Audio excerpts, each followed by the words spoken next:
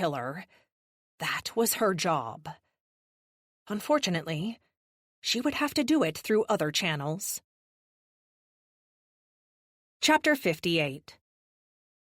For once, Kristen didn't feel bad about leaving early. Stonequest had given her nothing to do. No paperwork, no leads to follow up on, and nothing to occupy her. Presumably, he was concerned that she would continue to push her hypothesis that a human might be behind all this. Of course, he was right. She left the Capitol Square building via the rooftop, soared over downtown Detroit, and landed a few blocks away from her old station. Although she wanted to rush in, she didn't. Captain Hansen wouldn't appreciate her being there on something besides official business, so she would wait until the captain left. She passed the time by watching birds on the Detroit River. It was a simple pleasure to focus on the pair of eagles that lived on Belle Isle as they hunted for fish, but it got her mind off what was at stake. After a while, though, she noticed that eagles soared in much the same way as dragons. That made people the fish, a thought that effectively curtailed her enjoyment. Impatiently, she shook her head to clear away the thought and went into the station. It was fairly late, a little after 5, and when she entered, she found that her old team had already gone. She could have pulled some strings. She was a world-famous dragon, after all. But she felt guilty about it, so she didn't. Instead, she peeked quickly into the break room, telling herself she was looking for someone, but in reality, looking for a donut. It was fortuitous, as her gaze immediately settled on Jim Washington. He had a laptop on a table and a cup of black coffee on the table beside him. No donuts, of course. He valued his fitness far too much. "Oh, well, if it isn't my favorite dragon," he said, and stood when he saw her enter the break room. They hugged, and she sat at the table with him. "I thought you hated dragons," she teased. "Oh, I most certainly do. But I can make an exception for you as long as you're not here to stir up more trouble." He smiled a winning smile. Everyone called him the Wonder Kid, and she could see why. He had a great smile and was always polite and professional. He was fit, good at his job, and didn't seem to have any skeletons in his closet, save his dislike of dragons. And that wasn't exactly unusual for people. She smiled weakly in reply, and his expression sobered. "What is it? Are you already hunting another dragon? We just caught Obscura." "No, not a dragon. At least, I don't think so. I want you to run some prints." Kristen unfurled the scroll to show him the 100+ fingerprints. The Wonder Kid whistled in appreciation.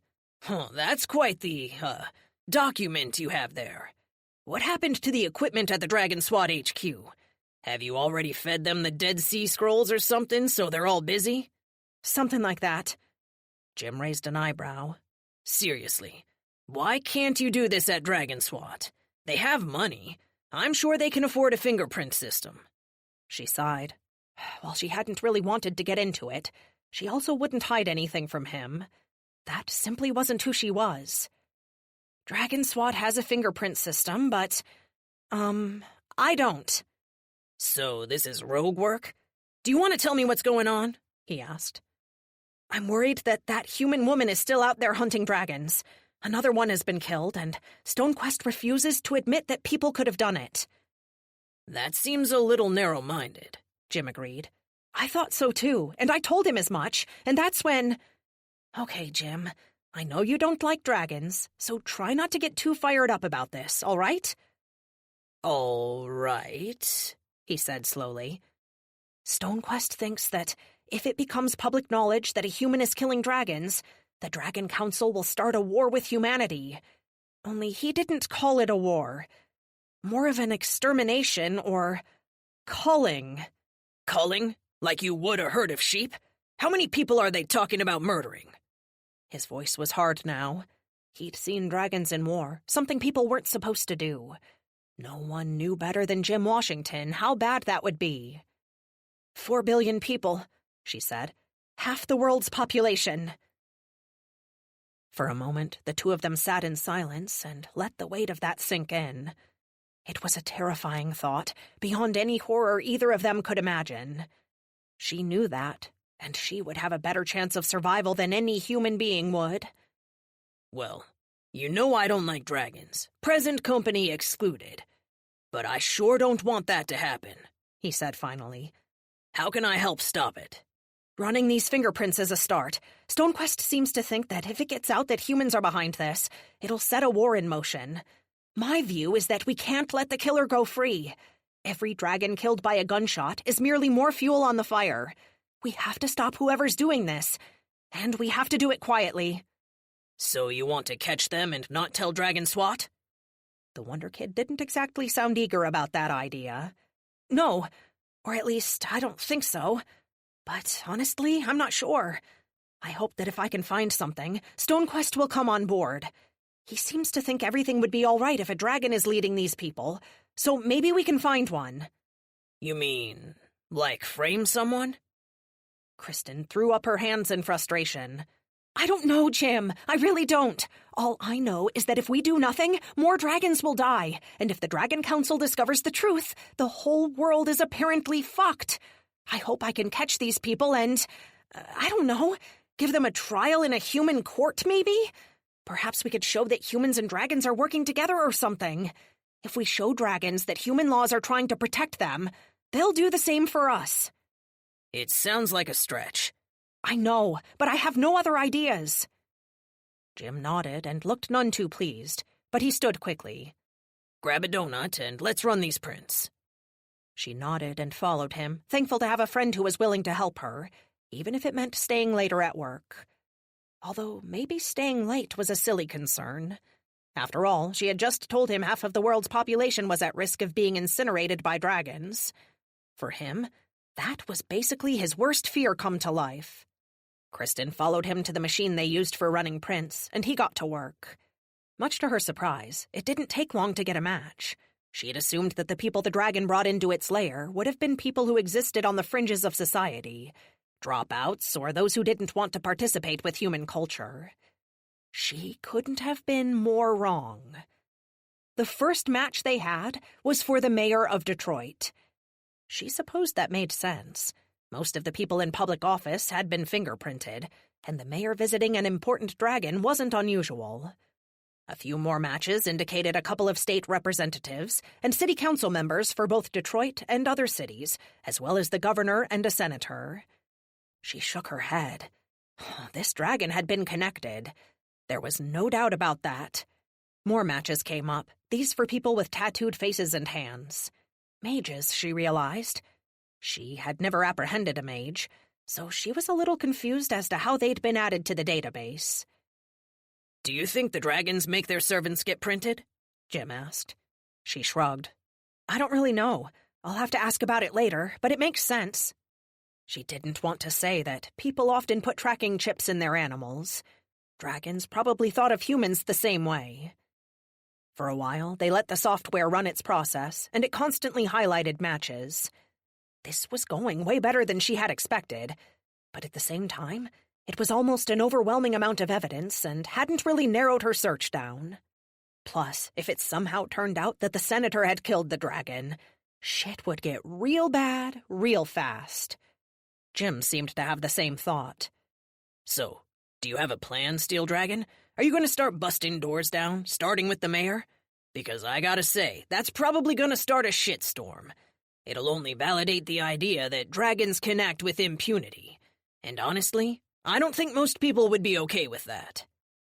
Kristen nodded. Truly, dragons already could more or less act with impunity, but there were limits. She dearly hoped that one of these political leaders hadn't done this. I don't think politicians would hurt this guy. They're obviously after re-election money or influence or whatever.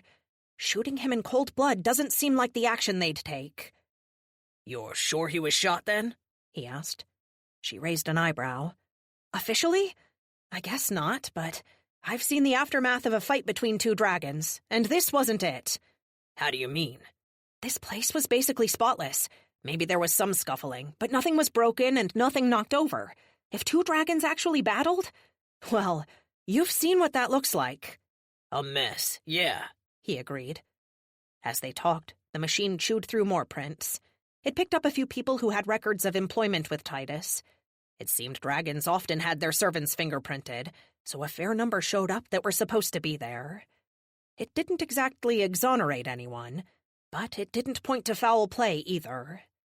With everything that had happened in the dragon world lately, and with much of it seeming to revolve around this growing tension between humans and dragons, she doubted that this death was caused by a disgruntled servant.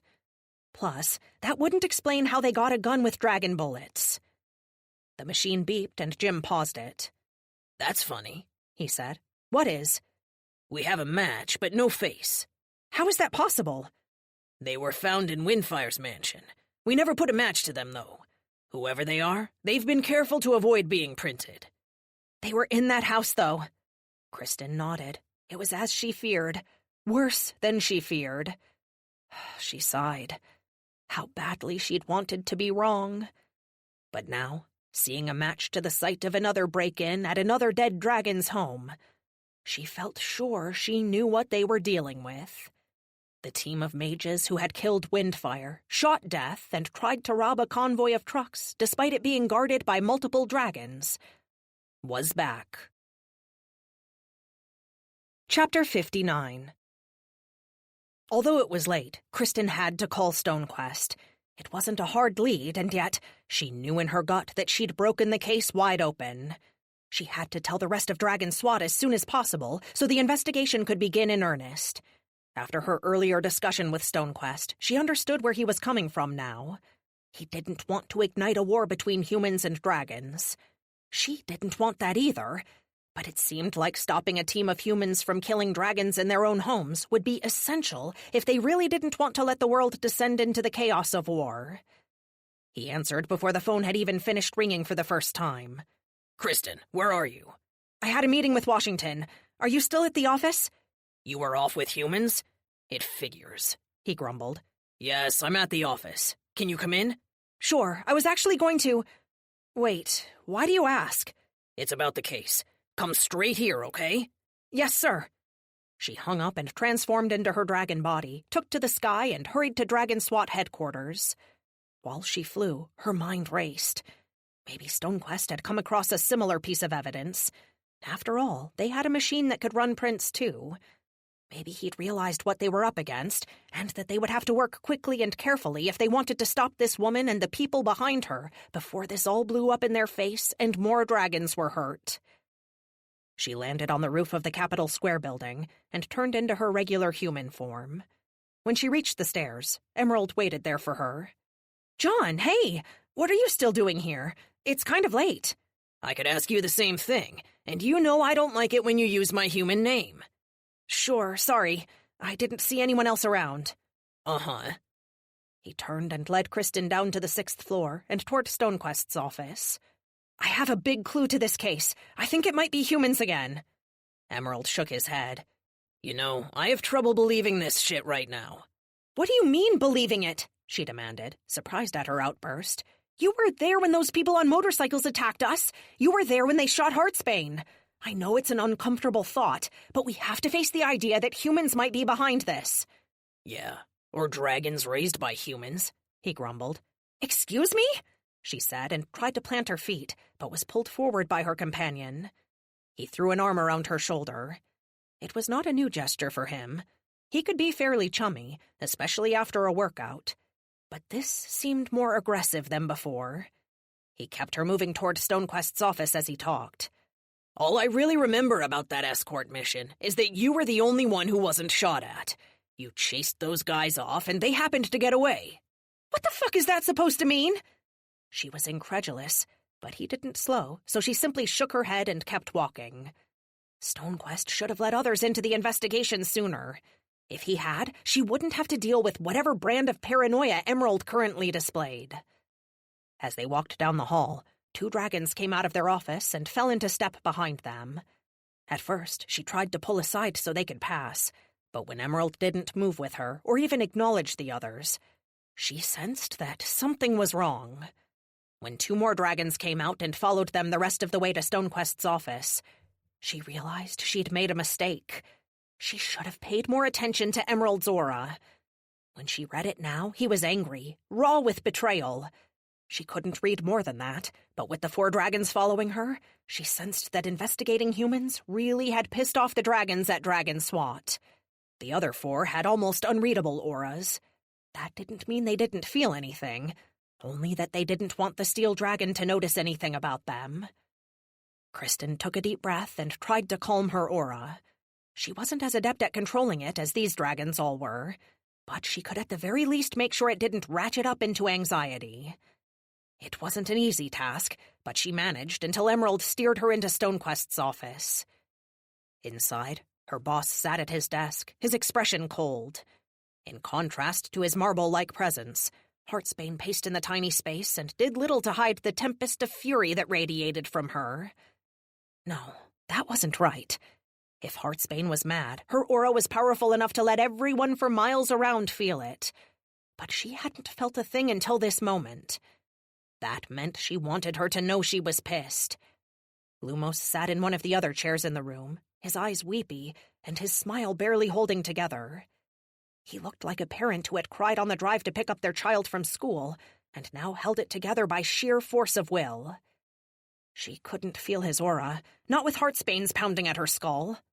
"Lady Steele," Stonequest said, and sounded quite formal. "Where were you?" "Stonequest," she replied, and tried to match his formality. "I got a match on the prince." Kristen looked around at the dragons who now crowded the room. She didn't know who the other 4 were. While she'd seen them around, she hadn't really met them. She assumed they were part of this investigation, which meant they had a right to know what she had discovered. "I had Washington run Prince, and we had a match. Someone at the mansion was also at Windfire's mansion. It had to be the human assassin I fought, the mage. She said her name was Constance. We don't have her whereabouts yet, but I'm sure we can track her down and maybe find out if she's working with a dragon." She didn't believe that the assassin was working with a dragon. The zealous mage had killed Windfire even after he'd helped them, so she obviously didn't have any loyalty to dragonkind. Still, with these other dragons around, it might be better to present that option to Stonequest. The facts would be the facts, regardless of the assumptions they started with. "Damn it, Kristen, can't you let that go?" he demanded, and sounded surprisingly upset. "Look, I followed the evidence. That's what we're supposed to do," she retorted. "We followed the evidence too," one of the dragons she didn't know said from the back of the cramped office. "My terms, Ice Rain, my terms," Stonequest said, and she felt a flash of frustration from Ice Rain. But there was more than frustration. There was also excitement. "Kristen Hall, Lady Steele, we ran the DNA results and have found a probable match. It's essentially a sure thing." Her boss's formal tone had returned. Really? She was shocked, but maybe this explained why everyone was in such a dour mood. A dragon killing other dragons couldn't feel good. "Who?" "You," he said. "What are you talking about?" She felt fury rise inside her like bile. Her skin turned to steel, out of her control already. "Can you account for your whereabouts last night?" he continued. Not really, no. I was in my apartment, alone. I didn't even order delivery." Lumos stood. "That's a horrible alibi, Kristen," he said, then, strangely, embraced her in a hug. She hugged him in return, still unsure of why he was crying, but when she tried to pull away, she couldn't. He'd handcuffed her to him. Immediately, her steel skin returned to normal. Her sense of the other dragon's auras vanished. Her augmented strength and speed, always on reserve, always ready to be tapped, faded to nothing. For the first time in what felt like a long time, longer than Kristen had known she was a dragon, in fact, she felt weak. She didn't know if it was the lack of the power she'd grown accustomed to, or the fact that she was handcuffed and stripped of her abilities by her friends. "Kristen Hall, Lady Steele, you are under arrest," Stonequest said, and defaulted to formality once more. "On what charges?" "The charge is serial dracocide. We have completed a path of warning and told you of your crime." His voice was heavy as he went through the dragon legalese. "In accordance with the will of the Dragon Council, you must come willingly, or you put yourself in opposition to this team of enforcement officials. Furthermore, any failure to participate with us will force the Dragon Council to seize your fortune without trial, and without regard to the outcome of this trial." "Oh, cut the shit, Stonequest! I don't have any fortune!" He ignored her and pushed through the words he needed to say for a legal arrest. "Your fate will be determined in front of a tribunal. If you attack us, the rules of duel will not apply. We are allowed to use lethal force to subdue you if we must."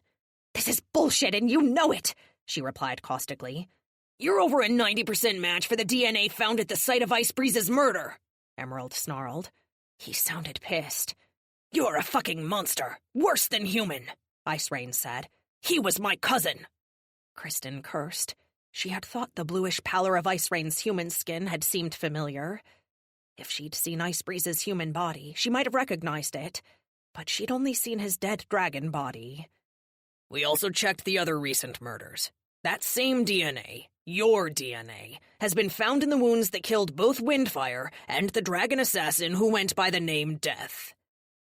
Agreeing to give her DNA to Dragon SWAT had been a prerequisite for being hired. She didn't care that they'd run it, but she couldn't accept these conclusions. Rather than attempt another verbal protest, she reached for her aura. She wanted to use it to show them that she was innocent. They'd know she was telling the truth because she was horrible at manipulating her aura. Unfortunately, the handcuffs around her wrists blocked her powers completely. This is crazy!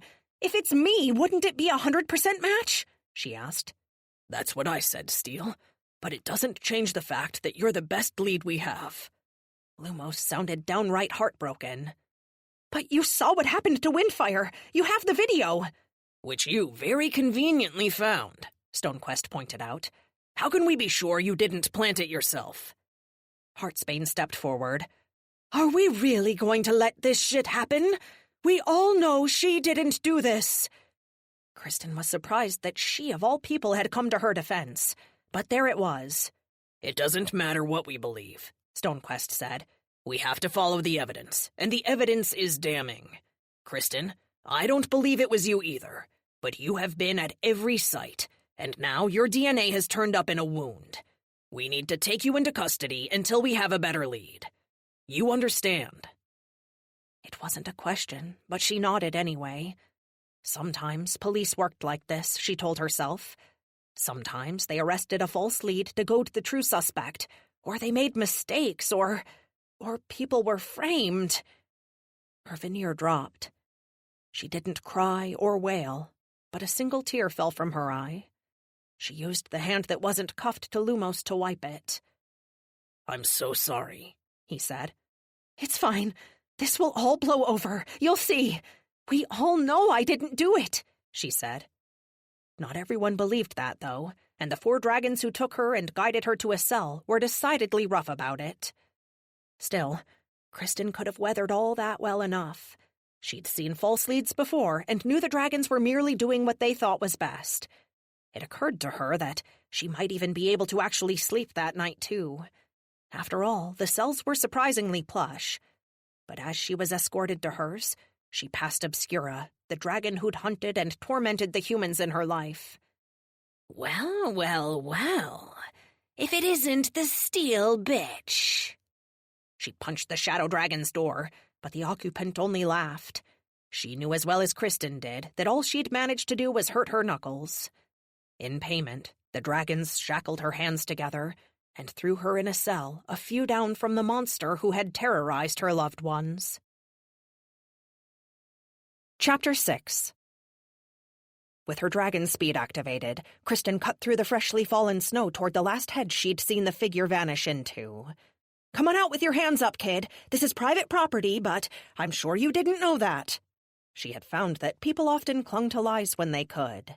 This was obviously private property, what with the 8-foot-tall wrought iron fence. But sometimes, if a hostile thought there was an easy way out, they'd take it. In their panic, if you could manage to say the same flawed things they were thinking, it would derail them. Not this one, though. The person burst from the side of the hedge, like a facehugger from Aliens exploding out of a hippopotamus bush, and raced away from her. "You're making a mistake!" She sprinted after the fugitive and closed the gap quickly. The person turned and she tried to as well, but she slipped and sprawled in the snow. She pushed herself up and dusted the powdery substance from her face. But the intruder was no longer visible. A quick scan of the area revealed the tracks in the snow. They led to a bush cut into the shape of a horse, except one of the legs was way too thick. Before she could even give chase, a snowball flew from the greenery and caught her squarely in the face. "Hey!" she yelled and wiped the snow from her eyes. By the time her face was clear, the trespasser was already gone. The snowball had been clever. They'd blinded her and used the opportunity to get out of her line of sight. Kristen ran after them again, only to slip once more on the slick ground. "Oh, forget this," she muttered, and transformed into a dragon. She still didn't know how to transform while she was moving, so she had to burn a few precious seconds to change forms. Steel confetti enveloped her and obscured her from the material world, while magic retrieved her dragon body from wherever it had been. "Ah, much better," she said, flexed her wings, and cracked her tail in her fully transformed body. She bounded in the direction of the trespasser, but misjudged her dragon bulk and slid with her back legs instead of using them to launch her into flight. She thumped into the snow and crushed the topiary horse without meaning to. This time, before taking flight, she dug her claws through the snow and into the dirt. When her wings pumped, she tore huge gashes in the earth, but at least she didn't slip. Now airborne, she could see the path the intruder was taking. The figure ran from bush to bush, using them for cover, but doing something else as well. Disabling the cameras inside, maybe? Kristen pumped her wings and approached the tiny human. "Come out of the bush, or I'll light it on fire!" she roared, bluffing shamelessly. She had no intention to incinerate a human for trespassing, even if they were damaging equipment. Still, she had to look like she was, so she tucked her wings and dove at the bush, this one in the shape of a gazelle. The person heeded her warning and bolted, leaving cover moments before Kristen reached them. The human really was fast. She tried to adjust in mid-flight, but she miscalculated, crashed through the gazelle, and snapped it off at the roots. Grimly, she realized she really would need to practice more evasive maneuvers. She had used her flight to travel great distances, but it turned out that she was about as effective a hunter as a pigeon. She recalled dropping the duffel bag and acknowledged that she probably should have practiced more with it. Still, she could follow the person's tracks through the snow. Or could she? Gusts of wind seemed to erase them and fill them with more snow. It could have merely been a coincidence. She was kicking up a fair amount of snow herself, after all. But she didn't think so. She had a feeling that if she went back to the bush where she'd first seen the person, the tracks leading from the estate would be gone. Did that mean she was hunting a dragon right now? The thought startled her, but she dismissed it quickly. She would have sensed an aura. The intruder broke cover and raced toward the mansion itself. Kristen had her quarry now. There was nowhere to hide on those brick walls, not unless they made it to the roof, and there the dragon would undoubtedly have the advantage. She approached rapidly, her claws ready to snatch the hostile up, when the figure spun with a handgun aimed at her. They wore a black ski mask with a slit for the eyes, so she couldn't tell much, but she saw white skin and pale eyes, and something in the line of the nose made her think the hostile was a woman. A fairly ignorant woman by the looks of things. Her mental smile was a little smug. This definitely wasn't a dragon, then. They knew pistols couldn't harm dragons. The trespasser fired 3 times, and she felt none of the shots. Either the woman had missed, or the projectiles had simply bounced off her. She didn't like to turn her entire dragon body into steel. That made her too heavy. But after fighting Shadowstorm, she was in the habit of turning her chest, neck, and the skin on her head into steel to protect her vitals. So it was that a silvery dragon that appeared to wear a breastplate, chainmail on its neck, and a helm attacked the person foolish enough to shoot at such a being with a handgun. The intruder fired a 4th time. Poor, simple human. They should have known that the steel dragon had survived machine gun fire, cars impacting her, and even a rocket-propelled grenade. A bullet wouldn't... She felt sudden pain in her wing. Sharp, blinding, indescribably real pain. Instinctively, she flapped it to right herself, but the joint felt like fire. Was it broken, or perhaps torn? Her dragon body reacted instinctively by using its wings to regain her equilibrium, which only hurt more. Kristen screamed in agony, and a great gout of flame erupted from her throat along with it. She managed to point the jet of flame away from the mansion, and thus only burned a topiary bush in the shape of a weightlifter before she crash-landed. Her spiny body rent the earth below her.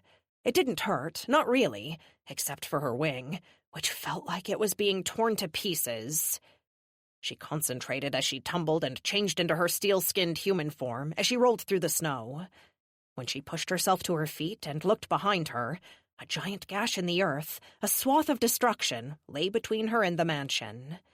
She'd caused a substantial amount of damage, and the person she'd confronted was gone. Or worse, they were inside. With a muttered curse, she sprinted toward the building and scanned for some sign of the interloper. Instead, she saw a copper dragon atop the roof. It flapped its wings and breathed fire into the air in a tight line, more like a laser-focused thread of flame than the huge ball of fire she had belched when she'd been wounded by the bullet. "Do you see her?" she yelled to Jasper. It was obvious the copper dragon was the old man. She could sense his aura like an emotional fingerprint. "There's no sign of her. She didn't get inside, though. I'm sure of that." Jasper sounded confident, so she decided to trust him. That was something she'd learned on SWAT. Trust your teammates. "Did you call for backup?" Kristen asked. He nodded. "That line of fire will alert the rest of Dragon security. I flashed an aura, too, so even if they weren't watching, they'll have felt it." She nodded and knew what to do now.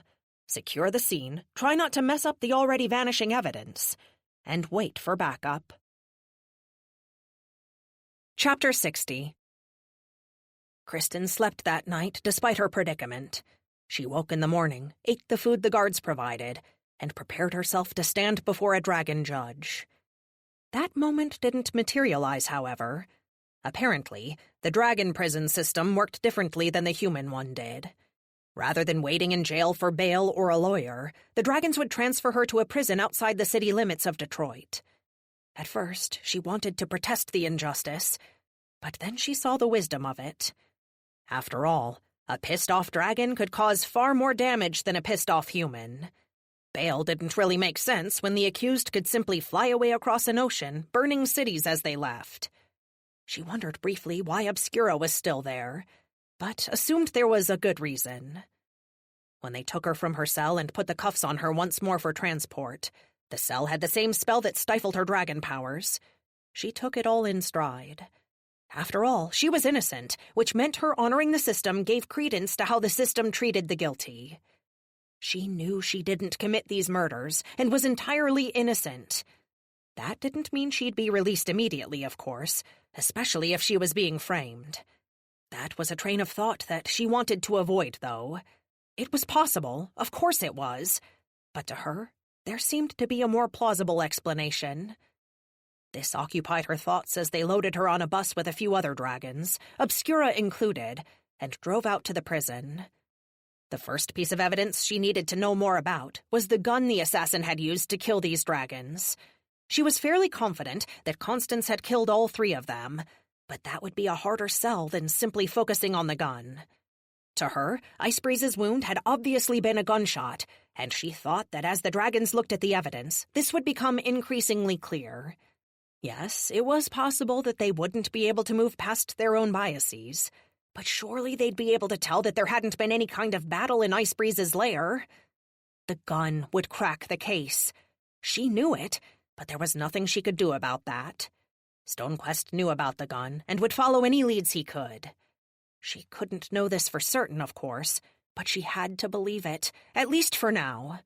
Her feelings might change if she had to stay in prison for more than a week, but currently she still trusted him. And Heartsbane, apparently. The feisty dragon arguing for her innocence was still a surprise to her, but it was a kernel of hope she badly needed. It was better for her to focus on the assassin, she thought, as the bus left the highway and started down a small road toward a building surrounded on all sides by 12-foot-tall chain fences topped with razor wire. What had the assassin said? That she was her real mother or something like that? It didn't seem right. After all, the woman had been a human, and she was a dragon. But there could be something there. Maybe she did share some portion of her DNA with the woman, or perhaps with a dragon Constance had recruited to her cause. If that was the case, maybe she shared DNA with other dragons. Perhaps they'd all been born together from the same clutch? Or made somehow through magic or technology? Cloned? If so, she had family out there she didn't even know about. Were they allied to the technomages? Or were they prisoners? It was kind of a fantastic thought to Kristen, and it made her skin crawl to think of it. Normal for her was hatching from an egg. Maybe being some kind of a clone or test tube hatchling wasn't really that far-fetched. It could certainly explain the 90% DNA match. Not that there was a way she could investigate any of this from a jail cell inside a prison ringed by razor wire. The bus pulled through a gate that rolled shut behind it. Once closed, another one opened in front of them, and the bus continued onto the prison property. It drove down a dirt road lined by more fences on both sides. She couldn't help but wonder about the fences. They were 12 feet tall and ringed with razor wire, but that didn't exactly make them an impediment for dragons. Even in her human form, she had strength from her dragon abilities to rip the fences to pieces. She still wore the shackles that limited her powers, but she didn't see shackles on the prisoners in the yard. There was no time to consider it, though, before the bus came to a stop. The two guards at the front stood, drew swords of all things, and gestured for them all to stand. You're gonna exit one by one. We'll get you checked in, showered, fitted with the prison uniform and an anklet, and show you the yard and your cell. Are there any questions?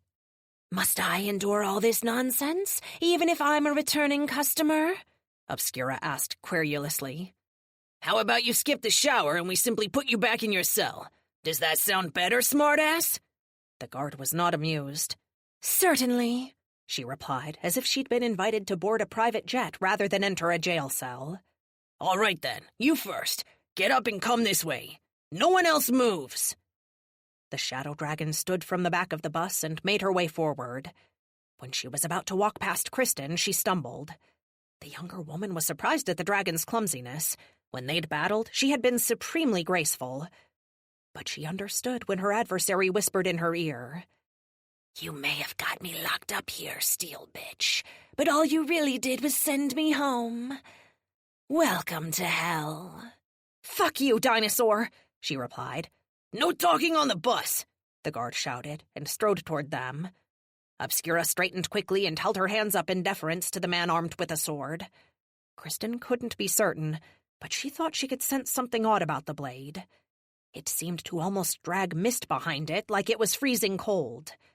Whatever its nature, the shadow dragon seemed to either fear or respect it. Once the guard brandished the weapon, she kept her hands up and followed him off the bus. She watched as he took her inside. A few minutes later, he returned and gestured for her to come next. He waited impatiently while she scooted out of her seat and stood, the manacles dangling from her wrists. Her clothes were a mess. She'd slept in them in the cell at Dragon SWAT HQ, and didn't know if it was good or bad that she currently wore her Dragon SWAT uniform. On the one hand, the guards might respect her more, but the other inmates would probably feel quite differently if they knew exactly what she was. Although, that might not matter. She was the Steel Dragon, after all, arguably the world's most famous dragon. If the inmates didn't recognize her when they first saw her, everyone would know who she was within a week. Would she be there that long? She couldn't imagine it being longer than that. It seemed too unjust to have to wait as the accused without a chance to defend herself. But again, she saw the validity of not letting a pissed-off and possibly murderous dragon run free. Obscura was locked up there, despite her case apparently still working through the courts of the Dragon Council, and Kristen thought that was definitely a good thing. She told herself that her temporary imprisonment was the cost of safety for mankind. She followed the guard off the bus, obeyed his words without question, and focused her gaze on his sword. It was definitely magic, she had no doubt about that, and he was clearly a dragon. She could feel impatience emanating from his aura. Trying to fight back against him while powerless in her human form was obviously out of the question. Again, she told herself this was a good thing, a price she paid for human safety. Her expression calm despite her thoughts, she followed the guard into the prison. Once inside, he handed her off to another guard, who led her into a processing room. "Name?" she asked, but she could tell from her grin that the woman knew exactly who she was. Kristen Hall. The Steel Dragon, The guard finished for her with a broad smile. My name's Sangra, by the way. I'm a mage and, like, your biggest fan. It's an honor to book you, ma'am. Do you have any idea how long I'll be in here? She asked, hoping that Sangra, being a fan, would be able to provide her with some information. That all depends on your trial, doesn't it? Speaking of which, why are you here? Because I was arrested? She replied, totally unsure of what to say. No, what crime did you commit? I didn't commit anything, she stated. Sangra smiled. Right, sure. Innocent until proven guilty is the American mantra. They'll respect that here, but I need to write down what you did. Nothing, she said again. This was ridiculous. She was all for sacrificing her freedom if it meant the guilty couldn't walk free. But how would there be a fair system if she had to incriminate herself? You wouldn't be here if it was nothing, Lady Steele, the mage said, and continued to smile like nothing at all was wrong. Okay, well, I guess you can say insubordination, she snapped. Yeah, that's not a reason to be here. Well, I didn't do anything, so I guess we're stuck. The woman frowned for the first time, then picked a feather up. She whispered something to it, and it began to twitch like a wind grew slowly in the room, although Kristen couldn't feel anything. After a few more twitches, the feather darted over her, out of the processing room and into the prison. A moment later, it returned and went directly into an inkwell and a pad of paper. It wrote, of its own volition, the words, Kristen Steele killed Ice Breeze in his own lair without proper dueling rules. See? Was that so hard? Sangra said, and copied the words from the pad to a scroll in front of her. But I didn't do it, she protested. The woman waved her hand at the protest, like she had declined to let her buy lunch. She clearly had no interest in discussing it. I need to write your crime down, is all. It's standard procedure. Okay. Look, there are more prisoners waiting to be checked in. I'd love to go through all this, but we really don't have time. Obscura's here too, right? She obviously built that freaky weird game place and tortured your brother. There are hours and hours of video footage of it. But you know what she says to me every time she comes in here? The same shit you do. I didn't do it. I'm innocent. Yada, yada, yada. I'm not saying I don't believe you. I'm only saying that arguing with me won't sway the Dragon Council. Only evidence will, which of course will depend on if you're innocent or guilty. Okay? Sangra said it all like she was describing what went into her favorite recipe for cookies. Despite comparing Kristen to a true monster, she sounded nothing but peppy. Okay.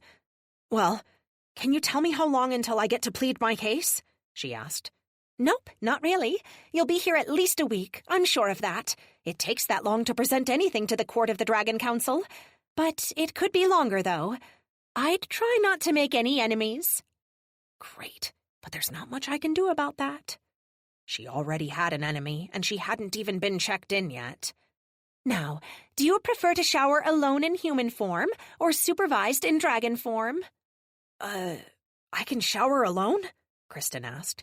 She'd seen enough prison movies to be able to visualize prison showers as wide-open spaces. Sure. If you don't need to change into your dragon form again, I'll slip the anklet on you and you can shower now. There'll be a fresh uniform when you're done. You really don't want to go in your dragon form again? No, human is fine. Sangra nodded and looked thoughtful. You know, you're the first dragon I've ever booked who is willing to shower as a human. Most choose a scrub down. She simply shrugged because she had no idea what that meant. Another guard arrived and took her to the ablution area. Before she could disrobe, he dropped to one knee and took out a tiny silver band. This silver cuff is enchanted. It'll keep you in human form until we remove it. If you try to take it off without the spell, it'll inject a paralytic into your body that'll keep you frozen for 12 hours, as well as alert the guards that you attempted to tamper with it. Don't mess with it, okay? We hate cleaning up when you dragons crap yourselves. It was obvious that he enjoyed delivering the threat. Not that she blamed him. How many other people on Earth were able to threaten dragons with impunity? Kristen agreed to the anklet, and he clicked it onto her ankle. She didn't feel any different, but that was probably because she was already wearing the manacles. The guard slipped those off, and she found that her powers were indeed still deactivated. That explained the prisoners in the yard who hadn't had manacles. The guard showed her to the showers, and she indulged herself. There was no reason to rush. She'd be there a week at least, after all. And the water was hot and the pressure high. She scrubbed her body clean and washed her hair, impressed with the variety of shampoos they had on hand in a prison, then simply stood under the hot water for a while. A half-hour later, she was finally bored and surprised that no one had tried to make her stop. She turned the water off and stepped from the shower into a dressing room. There, she found a bright yellow jumpsuit, underwear, and a white shirt to wear beneath the uniform. She dressed, stepped out, and found Sangra waiting for her. "Hi," the woman said. "I finished checking people in, so I thought I'd show you around." "Sure, thanks," she said, and again weighed the benefits of being in the good graces of the guards compared to being at odds with the inmates. She found that she couldn't help but side with the guards, though. They were the peacekeepers, after all, the police of the prison. Their task was to maintain order as well as the wellness of the prisoners until her eventual freedom. It made sense to be nice to them. And her companions certainly wanted to be nice.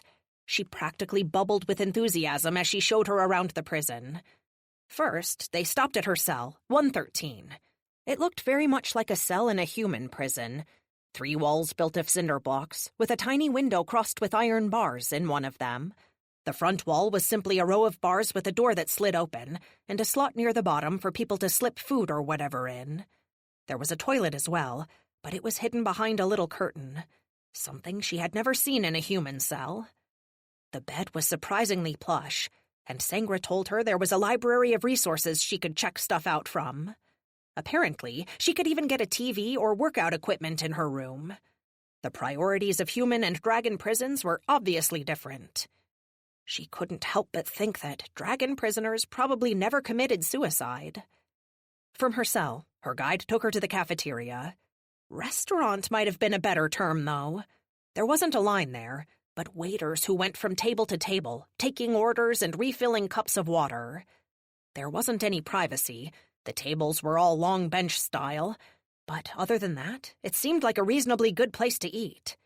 It smelled shockingly good, and she saw a variety of foods being served, everything from curried rice to whole salmon. She supposed it might be easy to treat a society's prison population well when much of the history of that society was built on hoarding gold and other forms of wealth. From there, they stopped at a library that had everything from books to tablets, then a gym, and finally, the yard itself. Everywhere they went, she saw guards, all of whom were armed with magic weapons. But beyond that, they didn't seem particularly on edge. Many of them talked with the dragon prisoners, helped them check things out, or spotted for them in the gym. Kristen realized that the power balance was so different that it made for unusual housing conditions. These dragons were all used to being flying, fire-breathing monsters. Now, they were trapped not only in their human bodies, but within the limits of their human strength. The guards were all either dragons or mages. That meant they didn't feel threatened, and the dragons didn't feel like they could threaten. It seemed to ensure a fairly calm environment, although she wouldn't describe it as lax. Outside, guards manned towers at the corners of the chain-link fence, and she even saw giant crossbows. Scorpions, she believed they were called, aimed at the yard. She would have been able to make it past those in her dragon form, although she was sure they were loaded with enchanted projectiles of some kind. But in her human form, it was impossible. Even climbing the fence would be extremely difficult. Razor wire was a significant impediment. As they completed the tour, Sangra explained the basic rules. Number 1, obviously, is don't fiddle with your anklet. It will mess you up badly if you try. And once you become conscious again, we'll have put more on you. Plus, you lose privileges. Privilege sounds about right, she murmured. Privilege? Really? The woman asked, incredulous, before realization clicked in. Oh, right. You were a human cop, right? Yeah, compared to human prisons, this must seem fairly pleasant. Dragons would never treat their own the way humans do. It's one of the reasons I'm happy to be a mage. If I freaked out and lost my powers, at least I could still take a private shower and eat decent food. Human prisons are... She grimaced. Yeah, this is a little different, Kristen said. I can't use my powers, which feels horrible. But other than that, I can do whatever I want? The guard shrugged. Basically, within limits, of course. We only have so many tablets, so many books, and so much workout equipment. You can put yourself on the waiting list for it, but if someone has credits, they can bid for a better place in line. It's the same with the food. We always have enough meat for everyone, but if you want something besides ground beef or chicken, you need to bid credits. We only get so much fresh fish a day, you know? How do I earn credits? She asked, unable to believe that such a system existed. She could earn cuts of steak or an Xbox in her cell? How strange. We'll pay you 5 a day for good behavior. I know security might seem lax, but we're always watching. If you get in trouble, you lose that daily income. If you start trouble, you might have your account docked. You can also do jobs for us. Really? Somehow I can't see dragons doing laundry, she responded. Sangra giggled. She had to be the most jubilant guard in the history of the penal system. Some dragons will, believe it or not. Most of our prisoners... Scratch that. None of our prisoners have ever worked. Some get bored enough that they find laundry interesting or reshelving books therapeutic. Although no one ever wants to help in the kitchen. I think the desire to eat raw meat is too high in your people. Huh, that's weird. I wouldn't think a dragon would ever lower themselves to laundry duty. Well, you have to remember some of our inmates have been in here a long time. How long is long? We have one inmate who's been here for over 300 years, which was before the prison was modernized.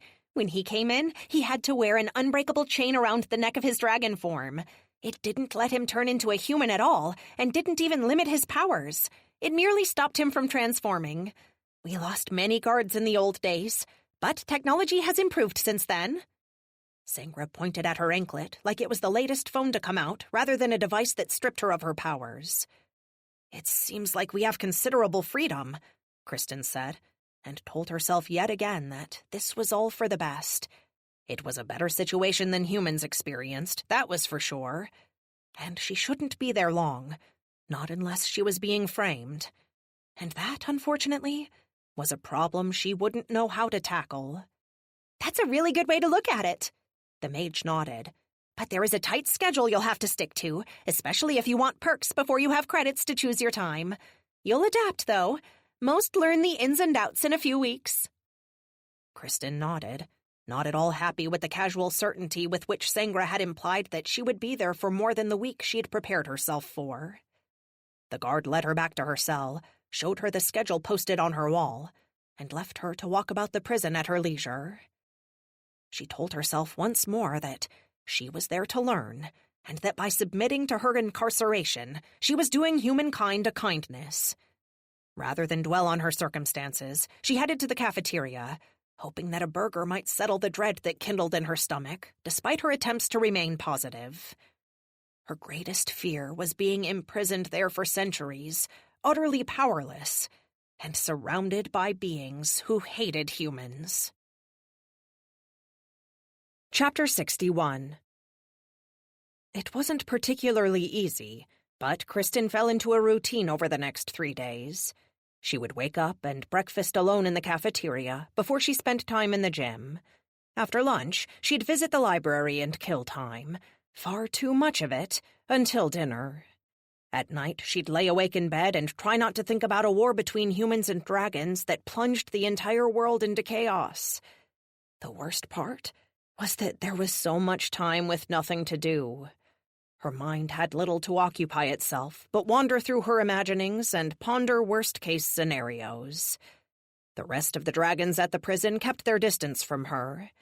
They obviously knew she was the Steel Dragon, a cop, and a dragon killer.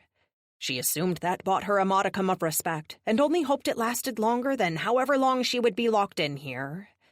On the 3rd day, something broke her routine of boredom. She attempted to read a novel, which felt like a pointless task considering it wouldn't help her solve anything about whoever was killing dragons, when a knock came at her door. She peered into the gloom. It was after dinner, so the lights were mostly off, although the prison never allowed the inmates full darkness, of course. The doors to the cells weren't locked yet, and the silhouette of a man stood there. He was short and a little twitchy. Hey, Steel, someone wants to see you, the inmate said. "Unless it's someone to spring me out of here, I think I'll pass," she replied, and refocused on her book.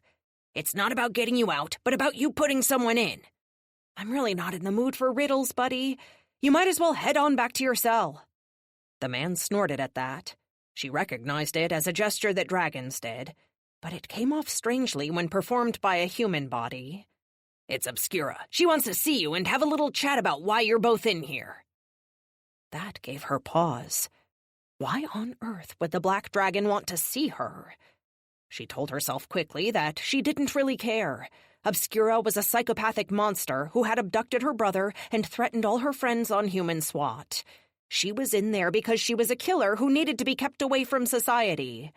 Kristen was there because she hadn't yet got to the bottom of a mystery. There was nothing to talk about it. Unless it's to pay my respects to her corpse, I don't have any reason to see the old dinosaur. The dragon at the door scowled at that.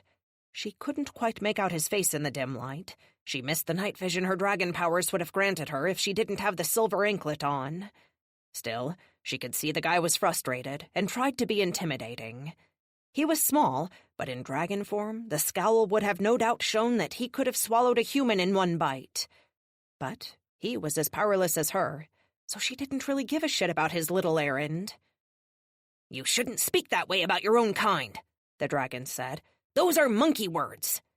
"Look, I don't plan to spend any more time in here than necessary, and that means I don't intend going for a stroll after lights out and losing the few credits I have.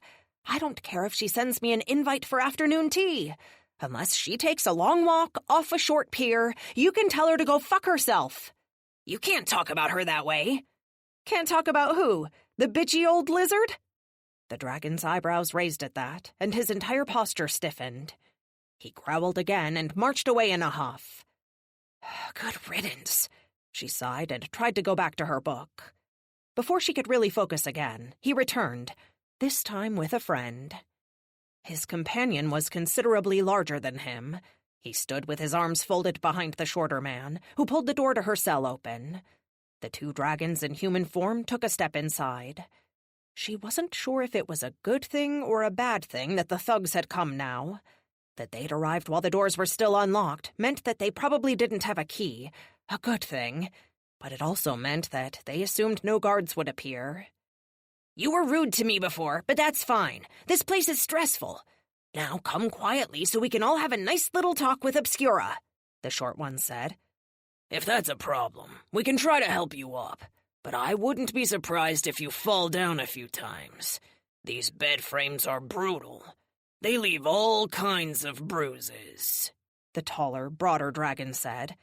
He had a deep voice that was particularly effective for delivering threats. Kristen stood slowly. Before she was even completely up, the shorter dragon rushed forward with his fists clenched. She twisted her back to him.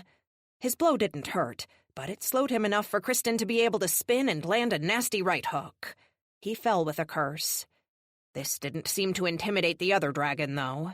He approached like a tidal wave, slow, sure, and inescapable. Rather than wait for his assault, she delivered 2 punches, but the big thug blocked them with his forearms and retaliated with a vicious kick that caught her in the side and catapulted her into the wall of her cell. He didn't give her a chance to recover, but closed the distance and threw a punch that pounded her head against the brick wall. She rocketed a knee up, aiming for his crotch. He blocked her once again, but had to move back to do so. She was ready to lunge forward and seize the opportunity, but his smaller cohort rejoined the fight. He ran forward with his head down and hammered his skull into her solar plexus. Her breath gone and lungs frozen, she careened into the wall again. The little dragon stepped back to admire his handiwork and let the big thug step in. He caught her by the hair and pummeled her 6 times in the gut. She did her best to resist the blows, but it still hurt badly. Finally, seemingly finished, he hurled her down by her hair. Kristen's head struck the bed, and for a second she saw stars. When she managed to focus through the pain, her large assailant was breathing heavily. Slowly, she pushed herself to her feet. "Are you getting tired, asshole?" "Fuck off," he wheezed.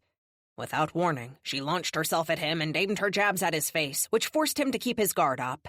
The other man jumped on her back and tried to restrain her arms, but she backpedaled and slammed him into the bars of her cell. He released her and fell with a groan. His cohort resumed his offensive. He threw a punch that seemed like it would have been hard enough to crack bone. She avoided it, barely, and backed away. The prison bars stopped her retreat way too soon. But that gave her an idea. The next time he threw a punch, she dodged, and his fist pounded into the bars. He howled in pain, loudly enough for it to echo through the prison. When she heard no guards coming, she understood that she would be alone until this fight was over, one way or the other. While he moaned and cradled his fist, Kristen attacked the smaller dragon. He didn't like that at all. Obviously, he was used to aiding the bigger thugs in fights, and when he saw her determined approach, he tried to scurry away. But she had trained with her human friends. Drew had forced her to not use her powers when they sparred, so she didn't need dragon speed to cut off her opponent's exit. She kept moving and made sure to remain between him and the door until he rushed forward. Kristen shoved him back and cracked him across the temple with an elbow. It was a brutal move, and it was effective. He yelped in pain and sagged into a heap, rubbing his temple. Unfortunately, the other man had recovered and grabbed her from behind. He trapped her with his long arms and pinned her arms to the side of her body. She could feel his ragged breath in her ear. "You miss your dragon powers, huh?" Kristen said. "Fuck off. Splinter, on your feet and work her fucking gut." Splinter pushed himself up and limped toward her.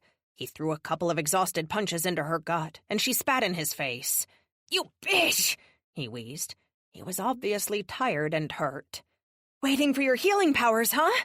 she demanded, before she drove the heel of her foot onto her captor's pinky toe. He cursed and released her. Kristen took half a step forward and threw an elbow back and into his face.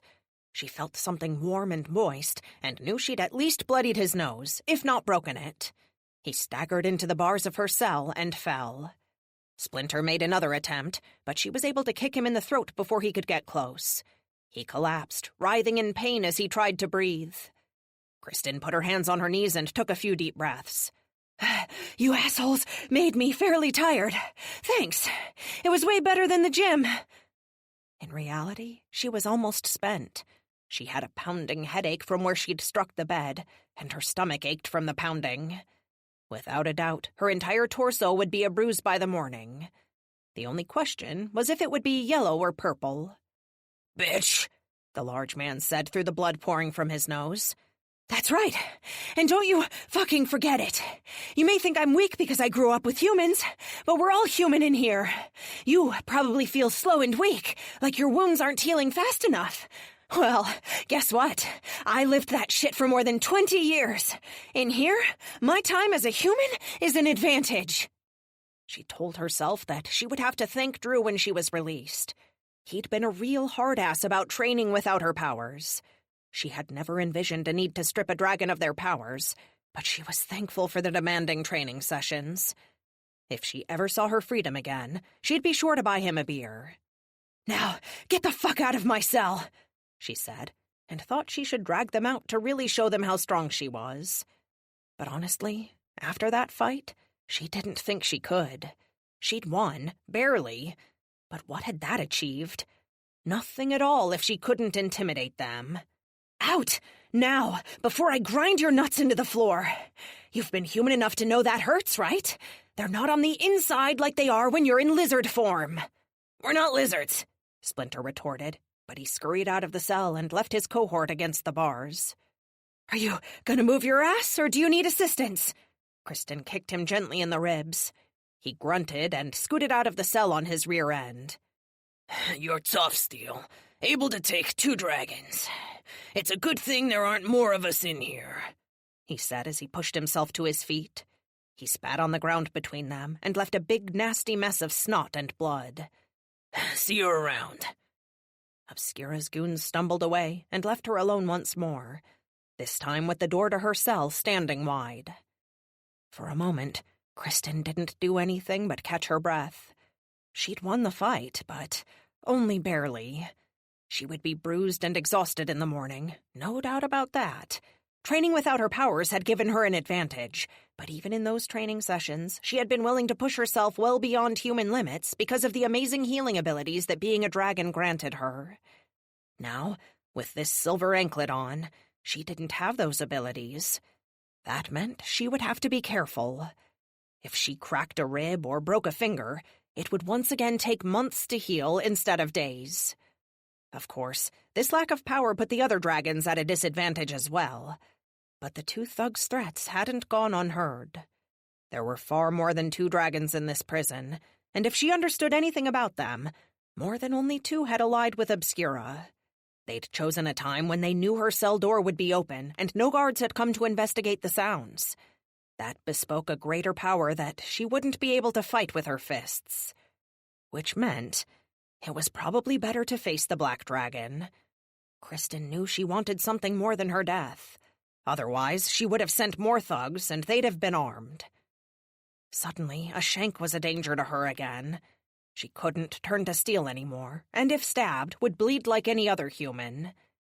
No, the more she thought about it, the more she realized she couldn't simply let this go. If Obscura sent 6 men, she would lose, plain and simple. She had to confront the dragon before that happened. And ideally, if possible, she had to somehow save face. Kristen stepped from her cell and headed toward Obscura's. She'd seen it and made a note of it earlier. After all, she was not only an enemy, but the only dragon she knew in there. She wiped her face on her sleeve, hoping there wasn't too much blood anywhere except on her jumpsuit. She reached the cell and found that this part of the prison was shrouded in total darkness. Either a light had gone out, or the Black Dragon had the power to influence the maintenance workers. She very much doubted the light would be replaced in the morning. As she approached the cell, she silently lamented the fact that her human eyes couldn't pierce the gloom. She saw nothing at all inside the tiny room. Still, Obscura wouldn't have free reign of the place, would she? She had to be in there. The doors weren't locked yet, but she wouldn't go in. Instead, she kicked the bars to generate a metal clang. 2 silvery orbs opened in the darkness, and Obscura spoke. "What?" "I received your little message from your goons. You wanted to talk?" she replied, and refused to be intimidated by the dragon's glowing eyes. Surely it was an effect of the light. It had to be. If she didn't have an anklet on, she would already be dead. After all, she could move through shadow. "Where are they?" "Nursing their wounds," she replied. "Brute!" Obscura hissed her indignation. "Whatever. Did you want to talk or what?" she demanded. "I did, but you're too late now. Find me in the yard in the morning. We'll talk then, in full view of the guards." Her voice was a purr. "Are you scared to face me now?" Kristen smiled, hoping her adversary could see her. The other woman only chuckled. "I see the way you limp, little dragon, and I see the cut on your forehead. Perhaps a night of rest would do you good. We'll talk in the morning. It's not like there's much else to do here, is there? And if I don't show because you've already wasted my time tonight and you're simply going to waste it again tomorrow?" She couldn't believe this shit. Now that she'd arrived to talk like Obscura wanted, the dragon refused to talk? After a moment, though, it made sense. She had probably expected her to either come willingly like a little dog or be dragged there. The last thing she'd anticipated was for her to march over with the goon's blood still on her knuckles. "If you don't show tomorrow, I'll make sure you never get bored here again with visits every night and pats on the back during the day. You did very well against 2 dragons. Maybe you'd like to meet more." "Tell me what you want." "In the morning. I tire." The 2 silvery orbs winked out, and Obscura said nothing more. By then, she'd had enough. She tried to open the door, but it was locked. "You're a fucking coward!" The shadow dragon made no response at all. Before she could deliver another scathing comment, an announcement for last check came over the speakers, and she had to hurry back to her cell before she was locked out. She sat on her bed with seconds to spare. The door locked automatically, and a guard walked past a few minutes later. He illuminated her cell with a sphere of magic white light. If he noticed her wounds and the blood on the floor, he didn't say anything. Sleep came with difficulty that night. Chapter 62. For the first time in months, Kristen woke up in pain. Her ribs were sore from the vicious attack by the two goons, and the gash on her head stung. She hadn't realized how accustomed she had become to her healing powers. They handled all but the most pernicious wounds overnight. Even with broken bones, she had been able to feel better day by day. Now, she was painfully reminded of what her powers had afforded her. She scratched at the silver band on her anklet. It was amazing to think that such a tiny thing could stop her from accessing her bevy of abilities. Then again, perhaps it was more amazing to think that every person inside this prison was actually a dragon trapped inside a human body. With a heavy sigh that made her ribs ache again, she pushed herself out of bed and went in search of breakfast. She hadn't earned any credits besides the ones she'd been given for not misbehaving, but burned all 20 of them on extra breakfast. It wasn't a bad investment, given that if things went south with Obscura, she was sure to lose them anyway. She piled her plate high with proteins, perfectly scrambled eggs, crisp, thick maple-glazed bacon, and sausages stuffed with sage and some kind of seeds that tasted so fresh she wondered if they were ground in-house. On the other half of her plate, she piled fresh fruit. Apples and bananas, but also papaya, honeydew melon, and pineapple. Fruits that weren't often seen in grocery stores in spring in Michigan, at least not in the less affluent parts of the state. It seemed wrong somehow that, in a prison, they were served at their moment of perfect ripeness. All in all, breakfast was yet another reminder of the difference between human and dragon culture. In this prison, there were no powdered eggs and no canned fruit. The staff treated the inmates as guests, not criminals. The only things the imprisoned dragons were denied were their freedom and their true form. Of course, the dragons thought this a punishment worse than anything. Still, even with such blatant inequality between humans and dragons, she recognized that it was better to maintain the status quo. If the solution to humans trying to garner more power from the dragons was a species-on-species war across the planet, it was obviously better to let dragons keep their breakfast buffets in prison. More frustrating than this realization was that there wasn't a damn thing she could do to help prevent that war. There was an investigation in progress in the outside world, an investigation whose purpose was to track down and stop someone, a person she wholeheartedly believed, from killing more dragons. But she couldn't help with it. The dragons had arrested the only person who had a real grasp of the situation.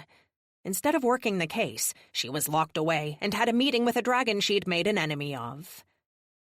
With breakfast finished, there was nothing to be done other than confront Obscura. Kristen still ached, but she'd trained hard enough times to feel sore the next morning. Her body was a few levels beyond simply being simple pain, but she told herself it wasn't, and that everything would be fine. It wasn't an easy lie to tell. She made her way outside to the yard and located her adversary perhaps 10 yards away from one of the fences between the prison and the outside world. The black dragon stood in the shadow of one of the towers and watched her approach through the mist stirred by an overly cloudy sky. As she moved closer, several other dragons stepped in her path. Their arms were folded, and their posture unmistakable. They were the proverbial goons, thugs, call them what you will. She had seen their ilk before and had kicked more than a few around, but this was different because she was outnumbered and already beaten up. A glance at one of the towers confirmed that a mage was indeed watching the exchange, but he didn't seem particularly worried. The two dragons had come to her cell the night before, and no one had intervened, so she wondered if the mage's proximity offered any kind of protection. Surely he'd prevent her from being killed. But did his obligation go any further than that? As things turned out, she fortunately didn't have to test that hypothesis. She approached the goons with a show of unconcern, and Obscura waved them aside. They nodded and let her walk up to the shadow dragon. Kristen hadn't realized how much of the woman's appearance had been her aura that made people believe she was gorgeous. She was undeniably attractive, and even beautiful, but with her powers stripped away, she looked older. In her 50s, perhaps, instead of the 30-year-old who'd seduced her brother. Her poise was unaffected by the limits on her powers, though, and if she felt at all intimidated by facing the steel dragon without her true self hidden, she hid it behind a blustering posture. "Nice face," Obscura said, and gestured at the wound on her forehead. "I would have thought that after that little encounter, you wouldn't have come alone. Those thugs aren't here right now, are they? Neither of them. Meanwhile, I'm fine." In reality, her ribs hurt, her face ached, and a headache had begun to creep in. But she knew the other woman couldn't read any kind of aura, so decided she might as well bluff with everything she had. "I guess I merely thought the steel dragon would have made friends by now. Tell me, is it difficult talking to dragons when you're so used to slumming it with humans?" "I didn't bring anyone, because I'm not intimidated by a powerless old woman. If those two were the best you had to send, you need stronger friends." The black dragon laughed at that, and actually went so far as to throw her head back. Oh, the arrogance of this woman. "I suppose you're right about that. We fought, after all. I should have known those two oafs wouldn't be enough to force you to come to see me. And yet, here you are, all the same." Yeah, well, I assumed that thousands of years of self-entitlement wouldn't go away in a few months. And who knows, maybe we have something in common. If you want me to drop dead, I can assure you the feeling is mutual. She smiled sweetly. "You're right in that I wouldn't leave you alone if you disrespected my summons. It's good to see your police training has paid off, and that you've presented yourself out of respect for your superiors." Obscura smiled even more sweetly, saccharine sweet, which made it all too clear that it was a threat. "I can do this better than you," she was saying with that smile. "You'll crack before me because I have allies in here and you don't." Kristen couldn't play that game. It didn't take thousands of years of experience to see that she would lose. "So what do you want?" she demanded. It was far better to be direct with people like Obscura, who thrived off ambiguity and misdirection. "Merely to check in, Lady Steele. Nothing more. I find it amusing that the person who caged me in my human form is now imprisoned in her own mortal coil as well. Tell me, why are you here? Did you do something naughty?" The shadow dragon licked her lips, an obscene gesture. For once, Kristen had no idea if it was intentional or not. It could have been a move designed to creep her out, or the old dragon might have been genuinely hungry for the information she demanded. She didn't know which was worse. "I didn't do anything wrong," she said. Obscura laughed hard at that, and the ring of dragons milling around them, who had previously pretended to not pay attention, laughed as well. "Did you hear that?" the older woman asked, her voice raised and with a tone of grandeur. "Like the rest of us, the steel dragon has been falsely accused." "I was," she reiterated. "As was I, miss," a bald man with a pockmarked scalp said. "They say a whole school full of human children was crushed in that duel I fought, but I swears it was the other dragon who did that, not me. I's innocent." A woman with long brown hair spoke next.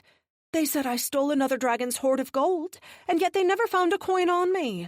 The Dragon Council said the mansion I'd recently purchased and a racing yacht was proof that I'd come into stolen wealth. I'm a victim of circumstance." "And, of course, you know I'm innocent of these fraudulent charges as well," Obscura purred. "They say that it was an unsanctioned duel, but I enacted vengeance against a dragon who'd murdered my son in an unsanctioned duel." "You attacked my friends and family," she snapped in response. "Which is my right, as it is any dragon's right to take action against those who swear fealty to one of your enemies." "They could have died," she countered, and shook her head, done with this nonsense. The woman merely tried to piss her off, no doubt in an attempt to get her to attack or something so she could turn the guards against her. Kristen wouldn't oblige her. "Don't fuck with me again, or I'll attack you directly. You were a dragon for a long time. I was only a human a year ago. Do you really want to try me in a fight?" Obscura scowled, and she knew she didn't. She turned on her heel to leave. And maybe if I'd have actually killed your friends, I'd be in here longer, the black dragon called almost lazily. Longer? She paused. Longer than what? You've been in here months. I've been in here for 5 days. I'll be out before you will because I didn't do anything wrong.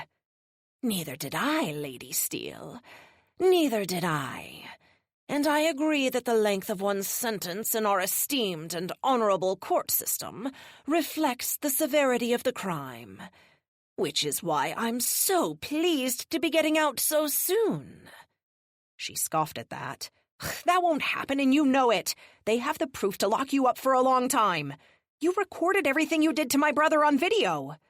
Ah, yes. But these videos of yours can get corrupted, can't they?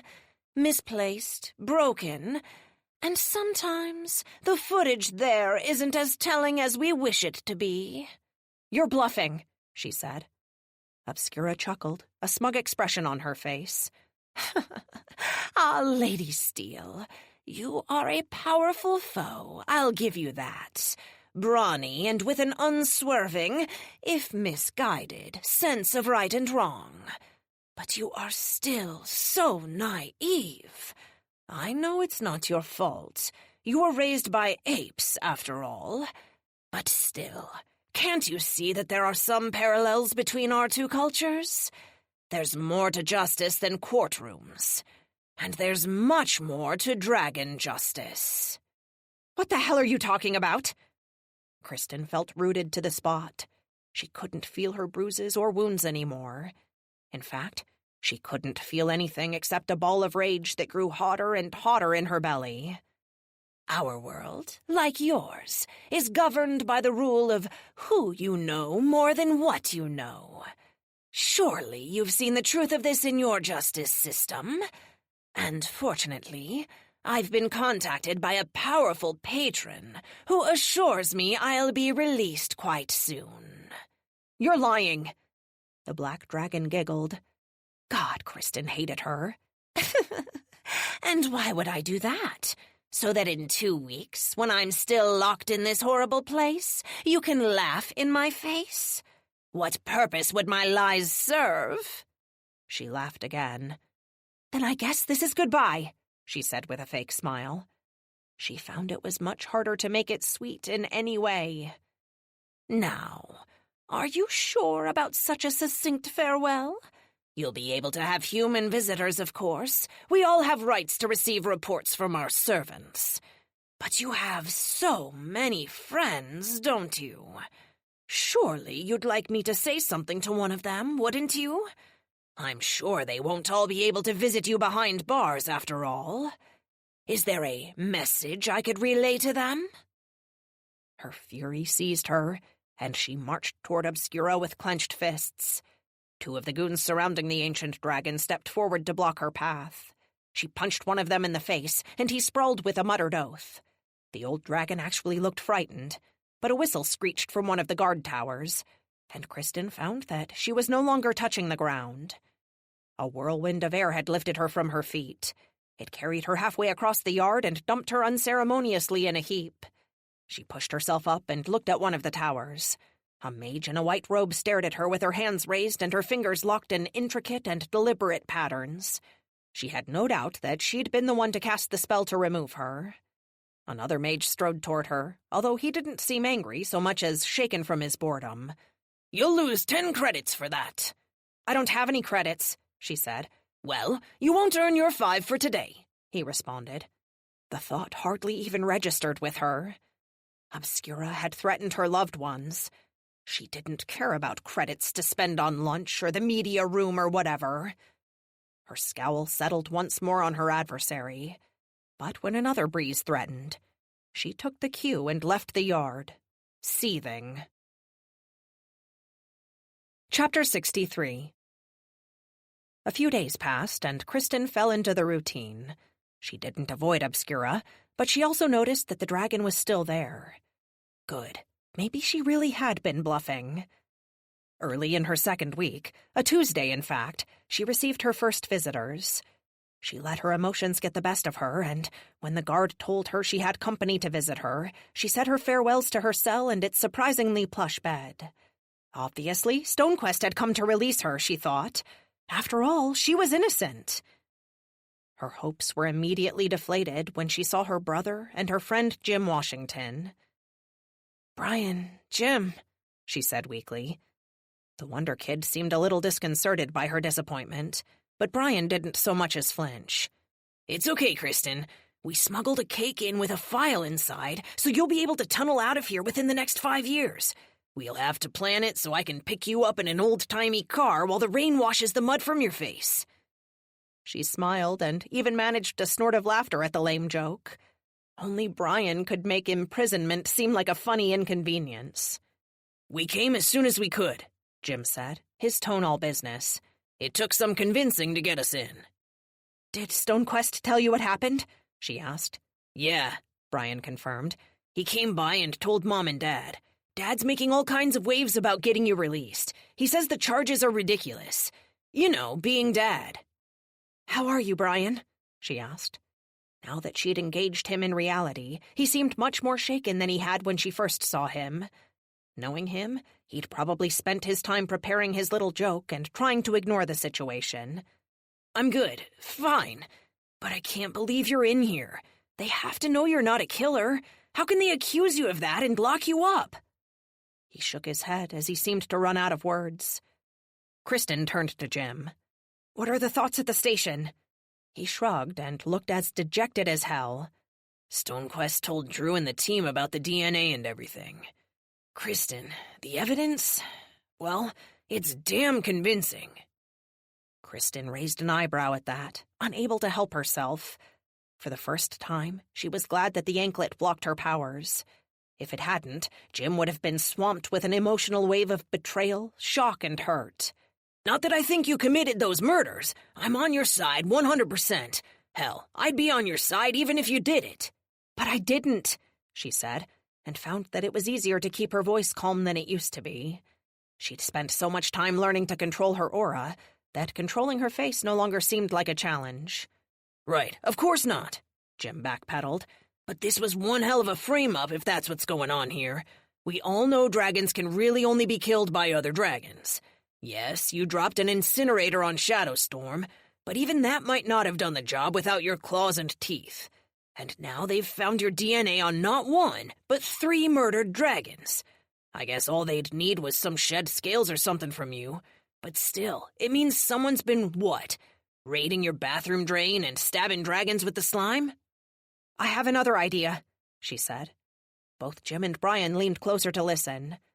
"I suspect that woman was there at 2 crime scenes, where Death and Windfire were killed. Constance. I'm sure she shot Death and Windfire with a bullet made from dragon pieces. My guess is that she shot Ice Breeze, too." "Okay, sure, but she got away," the Wonder Kid said. Kristen could see him trying to stop himself from shrugging. "Plus, how does that explain your DNA? Do you think she's been following you or something?" "Here's the thing." She lowered her voice even more, although she realized it probably didn't matter. If they were being observed, it would be done by magic, which meant lowering her voice probably wouldn't do a thing. Still, habits were habits. That woman, Constance, said she was my mother or thought of herself as my mother or something. At the time, I thought she was crazy. But what if... I don't know. What if there are others like me? What if Constance was part of a lab and they, grew me there or something? Maybe I have siblings with similar DNA. Brian nodded but didn't say anything. Her family were the only people in the entire world who knew that she had been dropped off by her Aunt Christina. She'd been a biologist working at a dragon lab. Frank, Kristen's father, hadn't known much about what she'd done there. But the fact that she'd snatched a baby away seemed to indicate that it was something more than simply a dragon nursery. Jim frowned, obviously trying to process all this information. "I guess..." he finally began and rubbed his chin. "I guess we don't really know where you came from. I assume you hatched from an egg, right?" Kristen shrugged. "That's where dragons come from." "Okay, So, say there were other eggs in this nest. How would we go about finding them? Hell, who's to say they even hatched? And if they did, it's not like they have steel skin, right? You're the only dragon with that ability in all of history. If there were others, it'd be way easier to make contact. I don't think we'll be able to track down the other eggs from my crush. Saying the words aloud was almost disorienting to her. My crush. The thought had never really occurred to her before. She'd always identified as a human girl with a human brother and who'd been raised by humans. But there was more to her identity now. There had always been more to it.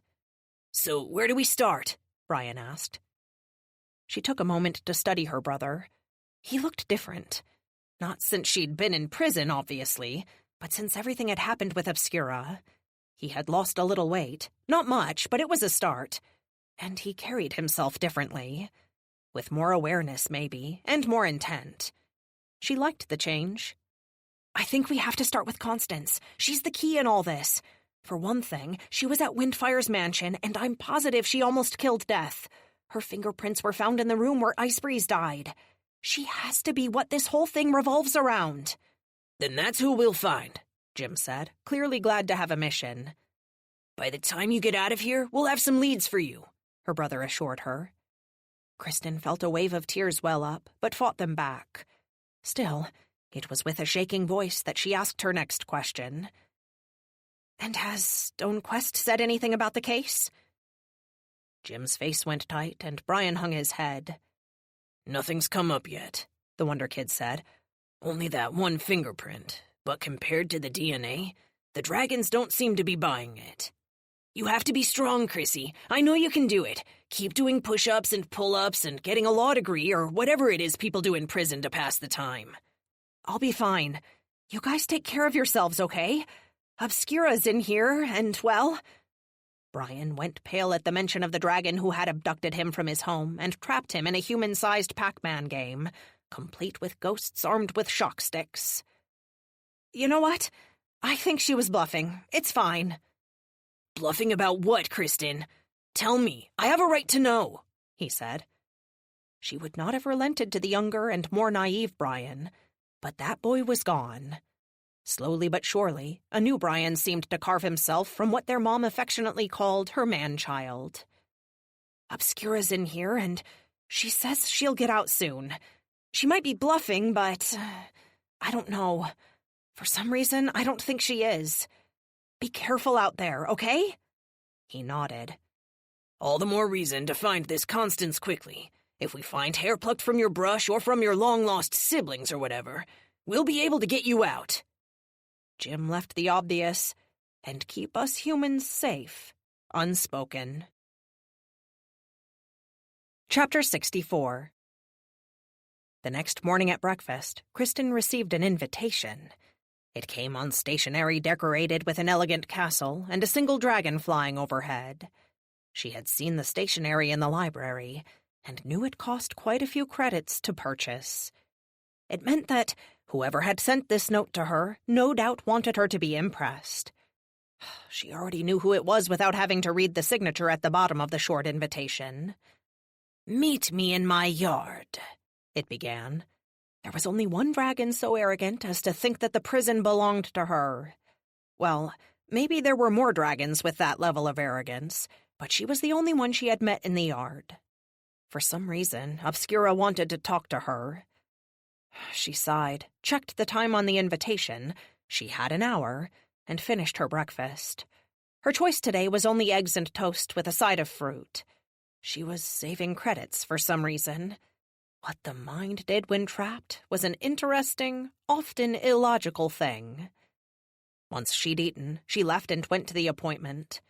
The last time she'd faced Obscura, she did so with her head held high, meeting the dragon as equals, despite being the newcomer to the prison, and the presence of her adversary's allies.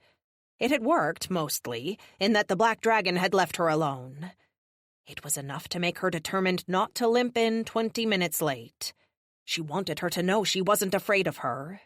Also, they both knew that she didn't have a damn thing to do. If she was late, it couldn't be taken to mean she was busy with something more important. only that she'd chosen to disrespect her. She was fine with that, but would much rather the ancient dragon think of her as a worthy combatant than a disrespectful sneak, an attitude she chalked up to her own dragon arrogance. At the requested time, she sauntered carefully into the yard. She didn't march, as she didn't want to seem too eager. That would be an obvious bluff. But she didn't trudge out there either. She held her head high, kept her shoulders back despite her bruised ribs, and took deliberate steps. Kristen approached the black dragon, who waved her retinue of peons away.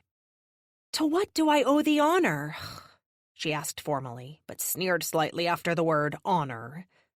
"I only wanted to say goodbye," Obscura said, and batted her eyelashes as if fending off tears. She really was too much. A powerful actress as much as anything else. "Whatever do you mean, fair dragon?" she replied, trying for elegance and sounding like a performer in a middle school play. "Fuck that. Is there a cliff nearby you wish to walk off? May I suggest you jump out from the ledge? It's better to fall and crack your damned skull than to smash yourself upon the rock wall repeatedly as you tumble down the mountainside. Actually, maybe you should tumble. It might do your face good." Ah, yes, much better. Talking to her like that felt much more natural. "As honored as I am to spend my nights acting out your pathetic human dreams as you sleep, my time has come. I am being released." "Released?" she asked, her mouth agape. The black dragon ignored her. "Walking off a cliff? Honestly? That is such a human fear. Dragons launch themselves from cliffs. Long ago, those who controlled the cliffs controlled all they could survey. Truly, you must be the only dragon in this entire prison who dreams of their human body despite being imprisoned in one." Kristen glared at her. "How are you being released? Or do you mean from this mortal coil?" Obscura shook her head and chuckled. "Again, your perspectives are so human. Do you honestly think of yourself as mortal? You're a being who could live for thousands of years. You know, if you weren't so abjectly horrible at making allies who actually matter. Of course I'm not being executed. I'm rejoining society. What is supposed to happen in human prisons? Ah, yes. I have been rehabilitated." You can't go free. Not after what you did to my brother. There's no justice in that." "Justice isn't quite what you think it is it?" The older dragon smiled, and malice poured from her eyes. "Justice, little steel dragon, is what you make of it. Like I will have my justice against you for what you did." "Shadowstorm broke dragon law and got dozens of humans killed." "Pah! Most of the dead my son left behind were common criminals. He purged your world of its worst people." "They weren't his people, though. And isn't that supposed to make all the difference in dragon society?" Obscura waved the objection away. "Before you came along, little steel dragon, no one gave a wet spark about Detroit. Dragon SWAT is stationed there." "Yeah, no shit," she retorted. Her adversary only tisked her tongue. "Such foul language from the steel bitch." Kristen didn't know which nickname she liked less, Little Steel Dragon or Steel Bitch. Obscura didn't seem to be able to tell either, as she switched between the two. "The people my son freed from their mortal coil didn't belong to any dragon. Until you came along, all of Detroit was a wasteland, a garbage heap of a place trapped in the bureaucratic claws of dragon SWAT. I find it endlessly amusing that the dragon who clawed herself out of that mess of humanity can't even lift her head high enough to see farther than the dumpster it is. My city has seen hard times, but that's not what it is anymore." The woman tisked again. "Oh, little steel dragon, how naive you are." She decided she definitely liked being called Little Steel Dragon less than Steel Bitch. "I am not speaking of property values or the petty crimes of thieving from a human. I am talking about what that city is. The Motor City, you call it, yes? There is no place more inimical to dragonkind and all we represent than that rat's nest. It started as a port city, and in doing so, immediately began to foul the greatest source of fresh water on this planet. Then it moved to manufacturing, further sullying the land, water, and air. The machines that spewed from that pit of disgust even changed the outcome of your Second World War. It's no surprise that you'd be on the side of the Nazis, she said snidely. Obscura waved the comment aside. It isn't only your technology I hate, but your culture, too. The music that has come from there is all disrespectful nonsense. Motown, punk rock, rap, all of it is trash, disloyal to what came before it. It's the American London, the modern Rome. A disgusting place of sacrilegious human ingenuity. You forgot Detroit-style pizza and our architecture. That city is a blight to what dragonkind can be. And now that its self-proclaimed guardian is locked up, as you should be, I can finally do with it as I wish. Tell me, when do humans scream louder? When they're all killed together, or one by one? Forgive me. I don't know why I'm asking. Either way, I'll kill your fat, sexually deprived brother first, then your mother and father. Leaving them alone was a huge mistake. Then I'll move on to the pathetic human SWAT team. Not that I'll start with your friends there. I'll probably simply bring the entire building down and send a message to the rest of the rats that the ship is sinking. Shut your mouth! Kristen clenched her fists and took 2 steps forward. The black dragon laughed and raised a claw, and her goons all took a few tentative steps closer. Do not order me about, little one, or I will tell you even less of my plans than I had intended. Oh, wait. It seems I already gave everything away. What a bother. Now you'll be able to stop. Oh, that's right. You'll still be locked up as the murderous bitch you are. Call these thugs off and we end this now. You versus me. First to blood or until one of us is beaten unconscious. You choose. Such brazen behavior. To the blood? Honestly, what do you take me for? Not all dragons share your obsession with sullying themselves with human culture. We couldn't do such a thing, and you know it. Not with the guards watching. She glanced at the mage in the guard tower. Currently, there was only a single man up there, which didn't reassure her at all. There was something unsettling in his eyes, and in the way he watched what transpired below. Still, despite your arrogance, I wouldn't want you to get too lonely without me. I can only imagine how hard it must be for you to make friends here, given that you're a slave and a tool to the Dragon Council and their petty obsession with the status quo. I've prepared a present for you. A parting gift, you could say. Before she could even think of a response, Obscura spat in her face. Kristen had experienced much worse from some of the common criminals she'd dealt with between confronting dragons when she'd worked at Dragon SWAT. However, she quickly realized that the disrespectful gesture was only the wrapping on the gift.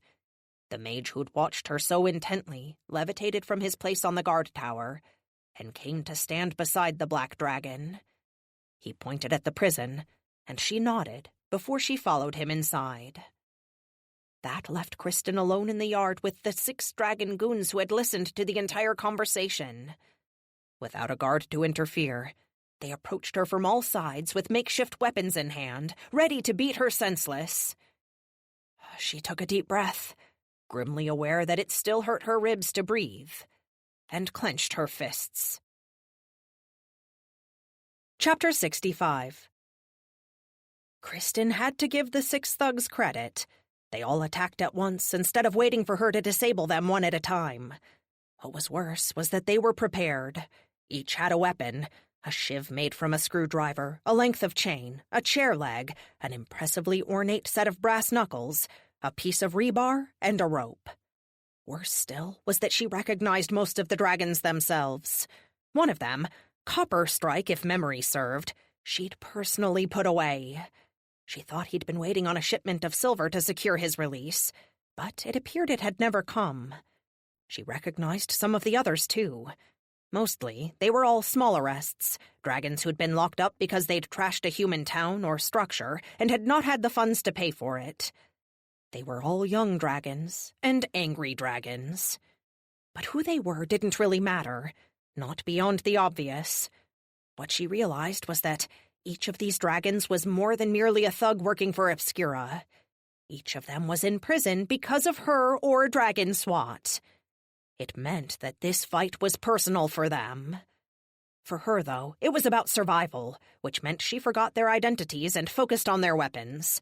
She prioritized them in her brain as they surged toward her as one angry mob. Kristen dodged a jab from the shiv. She absolutely could not let herself get stabbed, not without her dragon powers, and that earned her a crack across the shoulders from the chair leg. She tumbled in pain, but relieved that the wooden leg had connected and not the piece of rebar. Before she could stand, she was kicked by the dragons who could reach her, but she scurried out from the mob, found her feet, and attacked. She dodged a swing from the rebar and kicked the woman with the chain in the throat. The female dragon staggered back and gasped. That left her open to the dragon who had the brass knuckles and had obviously spent some of his credits on hair gel. He capitalized on her vulnerability with a punch to her arm. The pain was intense, but she knew she was lucky. If he had struck one of her bruised ribs, the fight would be over. The blow made her stumble, but she still had to seize the opportunity. She dodged the chair leg and targeted the dragon with the shiv. That was the priority. The woman anticipated her attack and held the sharpened screwdriver up. Still, it was obvious that Kristen had far more experience disarming thugs with knives than the dragon had using them without her powers. When the steel dragon kicked her hand, she lost the weapon, which thunked into the dust a few feet away. Obviously aware of the lethal potential of the weapon, the dragon dove to retrieve it. Kristen was faster, placed a foot on it, and dragged it toward her enough that the woman couldn't reach it. She bent and picked it up. She couldn't let it be used against her, but that left her open to the man with the rope.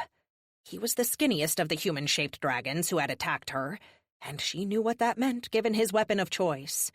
He wouldn't fight with the rope, but try to strangle her.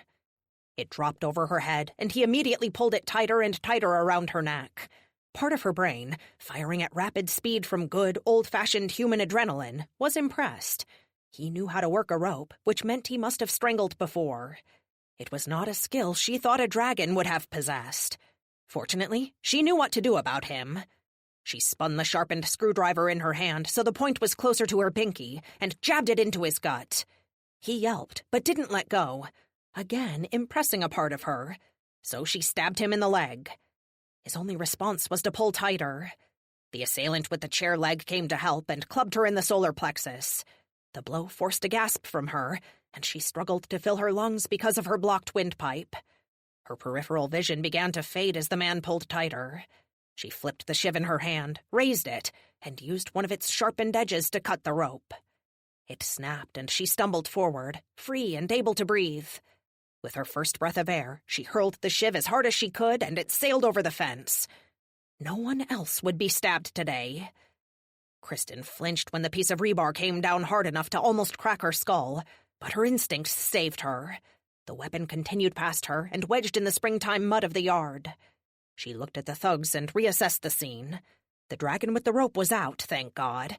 When Kristen had pushed away from him, the chain had caught him in the face with a strike obviously intended for her. The hangman now lay in the fetal position and clutched both his face and his gut, where she had stabbed him. His leg bled freely, but he only had so many hands. The woman who'd had the shiv was also now unarmed, but she didn't look ready to quit. Neither did any of the other 5. When the man with the rebar yanked his weapon free, it was close to 3 feet long. She had to consider her assessment concluded. Cautiously, she backed toward the fence to prevent them from surrounding her again, but only succeeded in cornering herself.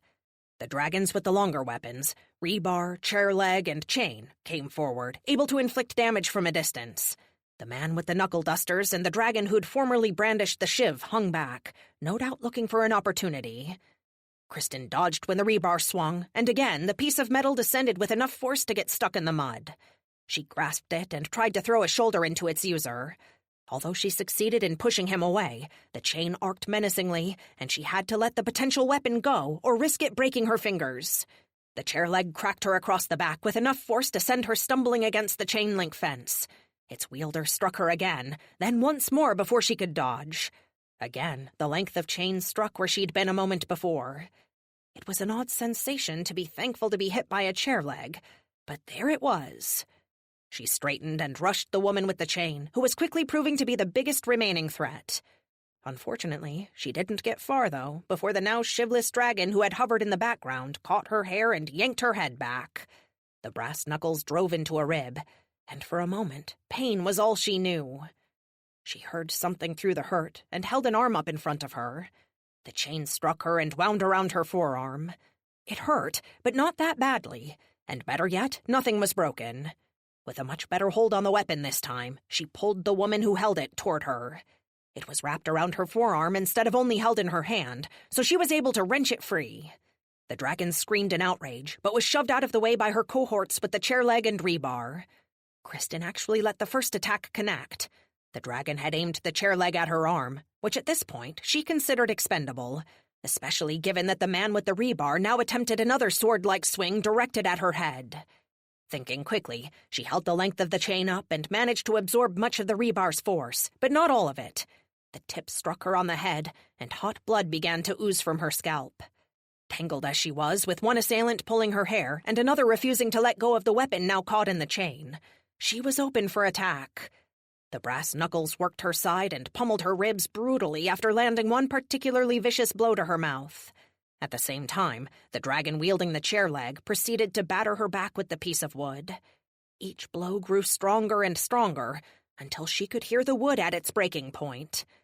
Luckily for her, it would shatter before her bones did. Her teeth clenched. She wouldn't quit. Instead, she slumped.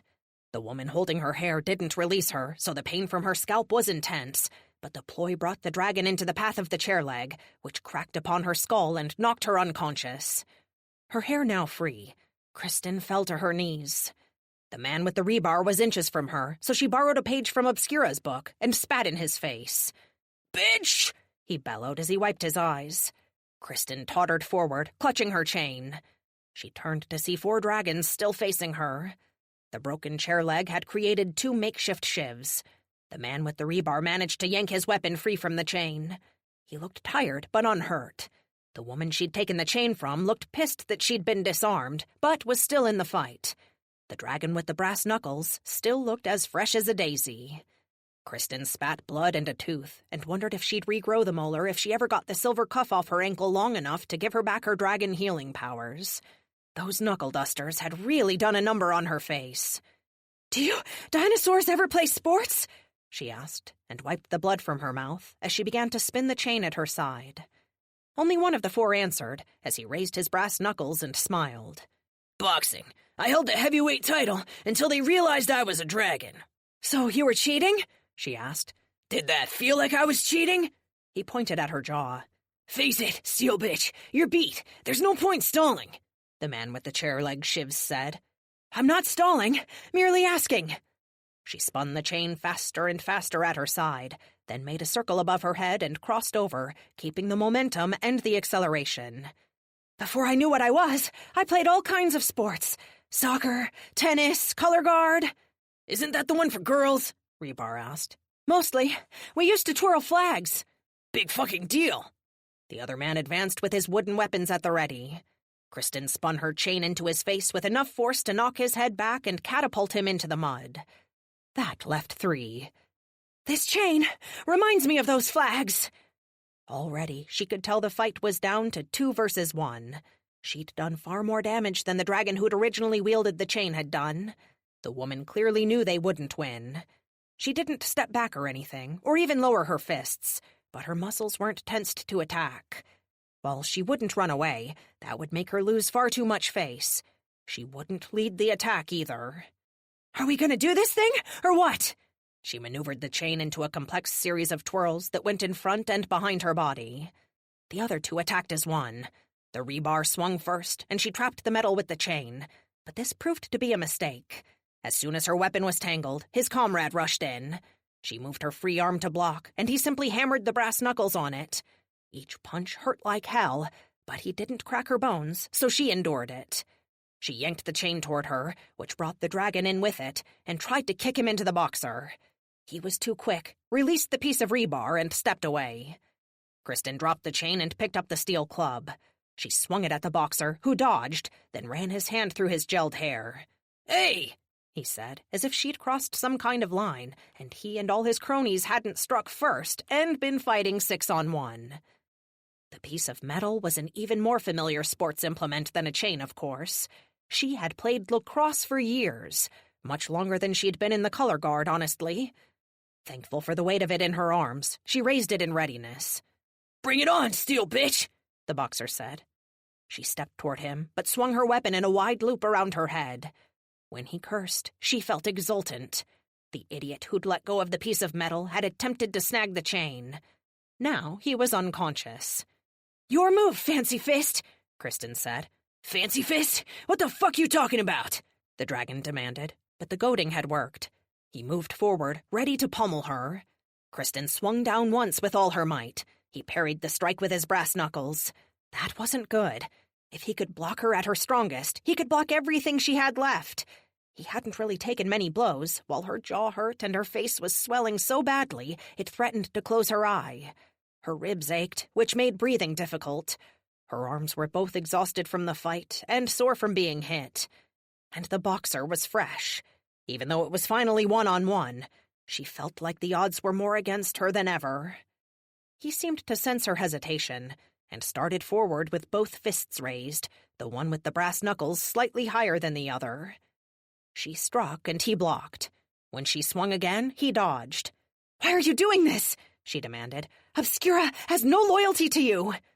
The boxer shrugged. "I'm bored, and I'm not a fan of the human-turned-dragon-turns-cop. No one here is." Kristen attacked as he spoke. It was a dirty trick, but so was ambushing one unarmed person with 6 armed people. He stepped back, but not quite fast enough. She caught his forehead with the tip of her piece of rebar, and blood dripped down his face. "You cut me," he smiled. "It takes me back to the ring." Apparently unaffected by her attack, he surged forward. In the senseless brawl that followed, she managed to land a few strikes on her opponent's back, but it paled compared to what he did to her. She hammered his shoulders, the shoulders of a man who quite obviously spent too much time in the gym, while he pulverized her middle. And yet she couldn't pull away. If she did, she knew he'd aim for her face. One punch with those things on his fists would knock her out, and perhaps kill her. That couldn't happen. But by that point, she had no idea what else to do. She was losing strength, losing blood, and losing hope. Her ears were ringing, screeching, in fact, and her limbs seemed heavier and more sluggish by the second. She was almost at the point of giving up, when suddenly, the fight was over. Kristen was lifted off her feet and levitated in midair, the wind whipping at her jumpsuit. The boxer was also elevated about 10 feet away from her. "Ladies and sirs, fighting is not allowed. We will have to confiscate your weapons, and you will be sent to solitary. All credits are suspended until further notice," a mage said, and tried not to let his voice shake. She was thankful that he had broken the fight up before she'd been beaten or done something she'd regret. It also impressed her that he was obviously scared, yet had stepped in anyway. "Now, please, who was involved?" he demanded. "Only us two. That's it," the boxer said, and raised an eyebrow at her, asking her for cooperation that he hadn't even remotely earned the right to. "It was this asshole, plus 5 others. I knocked 4 of them out, but there might be one making a break for it. Copperstrike, I think his name is." "Snitch," her adversary said. "Coward! If it had only been you and me, I'd be in solitary. You'd be in the hospital." He grinned. While he knew the truth of the threat, he didn't admit defeat. Instead, he spat, a futile gesture as the whirlwind that held them both suspended whipped it away. The mage lowered them, and she discovered that another 10 guards had arrived. She had to admit she was a little impressed with herself. That seemed like quite a response for a scrap she hadn't even been prepared for. All 7 combatants were shackled and taken to solitary. She remained on her feet when they threw her in the padded room. Doggedly, she stood in silence when they slammed the door. She stayed on her feet as she listened to the other doors slam. But when she heard the last one finally close, she collapsed and passed out from her wounds. Chapter 66. Solitary confinement turned out to be much worse than she expected. The cell was clean and well-maintained. The guards brought food 2 times that day, and the lights seemed to be on for roughly daytime and off at night. But that was all the context she had for what was happening. She had no clock and no window to the outside world, no notebook, no visitors, and nothing to break the monotony. Not even the guards would talk to her. One of them had told her what she'd been eating for the first meal, but had been reprimanded for it. She hadn't heard another word spoken by another being, human or dragon, since then. As time passed in the cell, she felt her mind slipping away from her. There simply wasn't anything to anchor it. She could be lost in a thought forever, with no need to come back to reality for any reason. To her, a person who'd spent her entire life thinking about others, both as competitors and as people to help, it was torture. The thought she couldn't escape most of all was what she was. A dragon, a human, a woman, a monster. When she first discovered what she was, she had seen it as a boon, even a gift. She'd been able to protect the people she loved and was invulnerable, impervious to bullets and able to withstand grenades. But even in that first encounter, she'd lost a friend. Although she'd felt invincible, she hadn't been. Not in the way that mattered, anyway. She'd transformed to protect her friends, yet Jonesy had died. And if she hadn't been a dragon, maybe it wouldn't have happened. That seemed to be her entire history of being a dragon. She had the abilities to protect her family, but now that she was a dragon, her family was a target. Her powers hadn't made them safer. They'd put them in peril.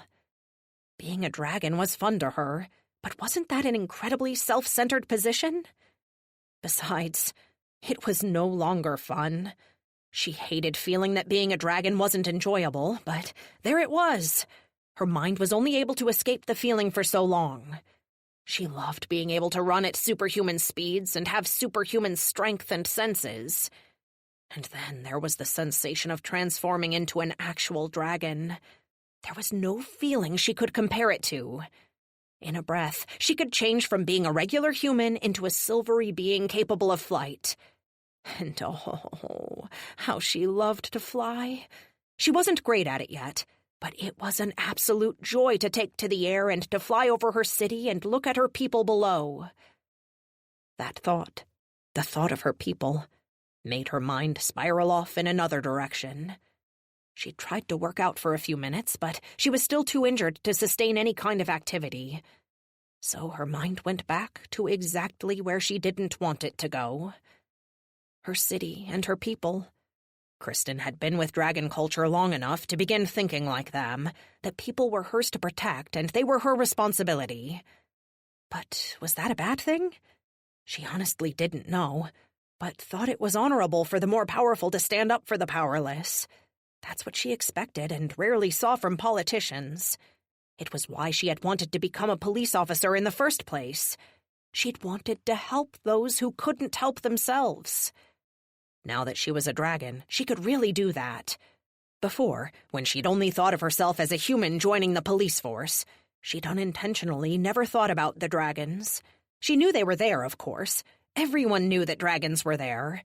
But there simply wasn't any point in dwelling on them. There was nothing a human could do to a dragon. If they ran afoul of one, they could be incinerated, snatched from the earth, and dropped from the sky. Hell, they could be eaten, and there would be little recourse besides the family asking for a cash payout. She had known this when she was a cop, but she couldn't spend time thinking about it because there was nothing she could do. But now, she was a dragon, and could protect people from dragons. She could finally afford to think about the advantages of dragons claiming territories and being responsible for the people therein. It meant that they wouldn't kill people in each other's territory. The system of ownership kept people safe. At least, that's what she had begun to believe. But now she knew that some dragons simply wanted to exterminate humanity.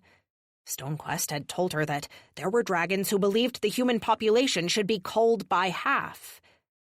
There she was, trying to assimilate herself into dragon culture because she tried to view it as a necessary tool, not an evil exactly, but simply something that must exist, only to find that there were dragons as horrible as her worst nightmare. Some thought people were no better than slaves or sheep or dogs. Other dragons thought half the world should die. There were dragons who wished people to live only so they could serve them as slaves. It was the epitome of power run amok. It was despicable, deplorable, and disgusting.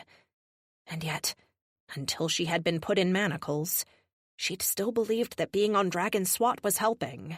She'd believed that she was fighting against this callous disdain for humankind in general. But now, she'd learned that the dragon justice system was corrupt. When she'd been locked up in prison, Kristen had been able to tell herself that it was for the greater good, and she was there because the evidence seemed to point to her. She knew that it didn't, simply because she did not kill any of the dragons. But she also respected the forensic process. Evidence had to be gathered and assessed and clues investigated. Her being incarcerated meant that other dragons who had committed crimes would also be locked up because of evidence. She was sacrificing her freedom, temporarily, she had thought, so that the guilty wouldn't be able to tear the net of justice to pieces. Only now, her enemy had gone free. Obscura, who had targeted her friends after stalking them for weeks, who had kidnapped her brother and put him inside a sick, man-sized game so she could torture him while she waited to catch Kristen. Obscura, who had raised Shadowstorm, the dragon who had tried to make a city blow itself up so he could rule over the ashes.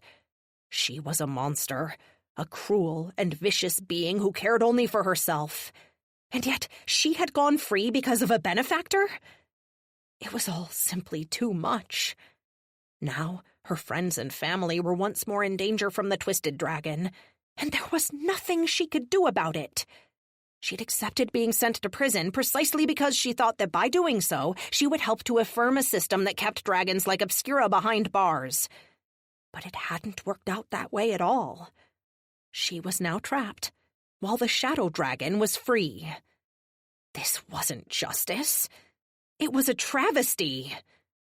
And on top of all that, for the first time since she'd been a dragon, Kristen was actually afraid for her own life. If she got out of solitary and found that the 6 dragons had friends, she wouldn't last long. If she had her dragon powers, she might be halfway to healed already, but she didn't. She was trapped in a room with bruised ribs and a jaw that was painfully swollen. As she lay alone, scared for her people, helpless and frustrated, she couldn't help but wonder if being a dragon was really such a great thing after all. And if, by some miracle, she did get out of there, a war seemed inevitable. She honestly didn't know which side she'd be on. Obviously, she couldn't kill humans. She had been raised by people, most of her friends were people, and she would forever protect people. But how would she do that? If fighting broke out and hundreds of dragons tried to kill humans, it seemed logical that they would use fighter jets, tanks, and everything else at their disposal to defend themselves. Would it make sense for her to join mankind in the fight against dragons? The reality was that she wouldn't be able to stop more than a few dragons. She simply wasn't experienced enough. While she had steel skin, which was an advantage, there were all kinds of powers she was still ignorant about. Hell, Shadowstorm seemed to be able to control lightning to some extent. Another dragon with that ability would make her conductive skin quite a liability. She wouldn't fight against humans. That went without saying. But would she fight for them? She couldn't win the war by herself. She knew that. And then there was the possibility that by joining the humans, she would further galvanize the dragons against them. Dragonkind might see her allegiance to humans as a threat to their hierarchy, and act even more swiftly to crush humankind. After all, that was what had happened with Obscura. Her being a dragon had made the other dragons swear vengeance. Perhaps her fighting for people would do the same thing, but to every dragon in existence. No, if it came to war, Kristen wouldn't fight for people. It simply wouldn't achieve anything. The only thing she could do if the situation degenerated to open warfare was to try to act as a bridge between the two worlds. She knew she couldn't defeat hundreds of dragons on her own, but if she could convince them not to attack people, she might be able to turn the tides of war. Of course, she'd no doubt have to do the same with humankind. She was famous, and she'd have to use that. After all, they possessed nuclear weapons.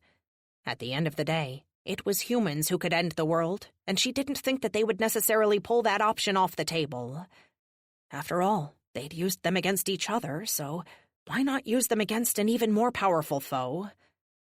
No, it was unthinkable. She had to make sure that war between humans and dragons simply didn't happen. There would be no real victors. Humans would not be able to wrestle independence from dragons by force, and dragons wouldn't be able to force humans back into complete servitude. Both sides were too powerful, but she also had a feeling that neither side thought of the other that way. After all, dragons could fly, breathe fire, and heal super fast. They obviously thought themselves superior. Humans had fighter jets that could go faster than dragons, plus tanks, and if they were really and truly threatened, the aforementioned nukes. Kristen couldn't let a war happen. But she currently couldn't do a damn thing. She was trapped in a padded room with no contact with the outside world, while her nemesis was out there, probably already hunting her friends and family. While she wanted to make a difference and to make peace, if Obscura had killed her family or any of her friends, there was a very real chance that the Steel Dragon herself might be the one to trigger the World War. Chapter 67. After 24 hours, Kristen was led back to her cell. She should have felt happy or relieved, at least, that she could now see other faces, but she didn't. Instead, it was merely a reminder that she didn't belong there. She was locked up in this prison with other dragons, even though she hadn't done anything wrong and didn't even see herself as they did. Her heart would always be human. None of these dragons felt that way. Still, it was better to be back to the strangely comfortable bed in her prison cell. At least she could actually watch the time and eat what she wished. She could go outside or visit the library. It was fairly obvious to her that her brawl with the 6 dragons wasn't a secret. Everywhere she went, she received deferential nods. She didn't know who'd told the story, but the fact that she had beaten 6 dragons seemed to impress most of the population in the prison, or at least intimidate them. Still, she would have given all that up for a friend right now. But even that was a weird thought. Why did she want to be friends with a dragon criminal? Considering that the burden of proof needed to keep a dragon in there seemed so high, she could assume that most of them were guilty of horrible things. But could she? Maybe the only dragons who were released were those with benefactors. After all, that was how Obscura got out. And Kristen had battled Copperstrike, a dragon who'd crashed a town while battling with another, wealthier dragon. Both had damaged the city, and yet the richer one had gone free, while the poorer one was still locked up. Maybe being in there had nothing to do with guilt or innocence, and all to do with connections. She felt a pang of guilt when that theory seemed to bear out. The morning after her first day out of solitary, a guard arrived. He led her to a part of the prison she hadn't seen since she'd been checked in. Stonequest waited in the admittance room. He tried to smile, but mostly looked as guilty as hell. "What, no flowers?" she asked him before he could say anything. He smiled awkwardly and cleared his throat before speaking. There's been another murder. The same method was used, and a dragon was killed without signs of struggle or battle. A tiny wound caused enormous damage, and there is a DNA match with the others again. "I thought that DNA was supposed to be mine," Kristen said. She knew it was a petty, stupid thing to say when she said it, but she hadn't had a real conversation with anyone since she'd been in there. Her social skills felt raw. I never thought it was, Kristen. You have to trust me on that. We were only doing our due diligence. Now that there's been another murder, I was able to convince the council that even if it is your DNA, it has to be someone else using it, as you were locked up here. Well, thanks for that, Stonequest. It's good to have someone pulling the strings. Pulling the strings? What are you talking about? The only reason I'm free is because you talked to someone. Admit it, that's how this works. He glanced at the dragons and mages standing guard and watched the door. Kristen, I understand that you're upset. You've obviously had a tough time in here. She could feel his gaze on her bruised jaw. The swelling had subsided, but half of her face was still purple and yellow. That's putting it lightly. Did you know Obscura was in here? She and her little thugs made my stay fairly fucking horrible. Can we please not do this in here? Stonequest pleaded. Let's get you checked out, get that silver cuff off your ankle, and head home. I have a car, a driver, and a pizza. I know that's not enough, but, well, it's what I have. Kristen glared at him. Mushroom and pepperoni? He nodded. Fine. She turned her back to him and strode to the desk. The dragon there showed her to a changing room. It was extremely odd to change from a prison jumpsuit back into her SWAT uniform, but that was what she'd worn when she'd been booked, and Stonequest, being a guy, had not thought to bring her regular clothes. When Kristen stepped into the lobby, she saw surprise on the faces of the guards. A mage knelt to undo the silver cuff on her anklet. This is a new one, officer, he said, and with a spell muttered in a language she didn't know, her powers returned. It felt like being sick with a fever for 3 days and waking up to find yourself normal again, with nothing out of place except an unusually large appetite. Or, she thought, like having a cast taken off her entire body. To have her powers back felt so good it was almost orgasmic. Kristen drew a deep breath, the first one she'd dared since her ribs had been pummeled by the brass knuckle, and felt her heart beat faster with the extra oxygen. Her ribs still hurt, and they wouldn't heal instantaneously, but she could tell that her body was now doing something about it. She touched her bruised face. It was still tender, but not as much as it had been before. She tried to concentrate on healing her face, already quite irritated by how Stonequest stared at her. Shall we? He said, and offered her a hooked elbow for her to hold. I'll walk, thank you, she said, and marched from the prison, her head held high and her shoulders once again able to carry more of the weight of the world. They crossed the parking lot to a black Mercedes parked in the rain. Stonequest opened the door for her, and she slid in. He followed, so they were both in the back seat, and on either side of a pizza. It smelled divine. She had eaten breakfast, food being one thing the prison did surprisingly well. But now that she was actively healing, she could feel hunger growing inside her. Where to, ma'am? A mage with dark skin and elaborate patterns shaved into his tight, curly hair asked from the front seat. Daryl? Kristen asked. Yes, ma'am. The mage's practiced and slightly foreign accent slipped into the much more familiar sound of a Detroiter. His gaze glanced from her to Stonequest. But most dragons call me by my mage name, Enfuegas. You were the first mage I ever met, Daryl. It's good to see no one's eaten you. He chuckled at that. Stonequest looked intensely uncomfortable. I think so too, Lady Steele. I think so too. Are you doing all right? She craned her head to see herself in the mirror. Her face was still bruised. No doubt that was what he was referring to. You should see the other guys. All 6 of them. The mage chuckled again. Enfuegas, if you'll excuse us, we need to talk about police business, Stonequest said formally. But of course, sir, Daryl responded, his slightly foreign and totally fake accent present once more. Apparently, he could slip it on and off effortlessly. Kristen both respected him for it and despised the fact that dragon culture made him do it. He started the car, exited the parking lot, and cast a spell that created a shimmering wall of air between the front and back seats. He fiddled with the radio, but she heard nothing. Apparently, it was a soundproof spell. Cool. First off, Kristen, Stonequest said as the vehicle moved toward the gates. I want you to know I never actually believed that you killed Ice Breeze. Well, that's a fucking relief since I didn't. She might have said more, but she snatched a slice of pizza and devoured it first. We're all relieved you're finally free. Are you? She took a second slice. Her wounds, the bruises especially, were fading quickly, but as they did so, her hunger seemed to increase proportionately. At this rate, she would have to get Daryl to stop for burgers, although most of a pizza was still left. Of course we are. I have a little trouble believing that, considering no one came to visit me except for my human friends. I didn't want to create the appearance that I favored you because you're on Dragon SWAT, he explained. What about creating the appearance that I was actually innocent? You know, I understand that I'm a dragon by blood or whatever, but so far, my experiences with dragons have definitely not been super great. Every time I need an actual friend or companionship, I have to go back to humanity. You dragons really are cold-blooded. Us dragons, Kristen. I know you went through some hard stuff in there, but you're still one of us. Hard stuff?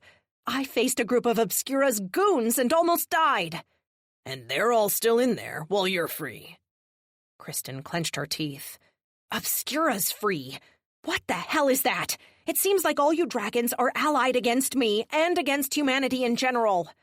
I understand that you might feel that way, but I assure you there are dragons on your side. Then why no visitors? Because of the charges in the case.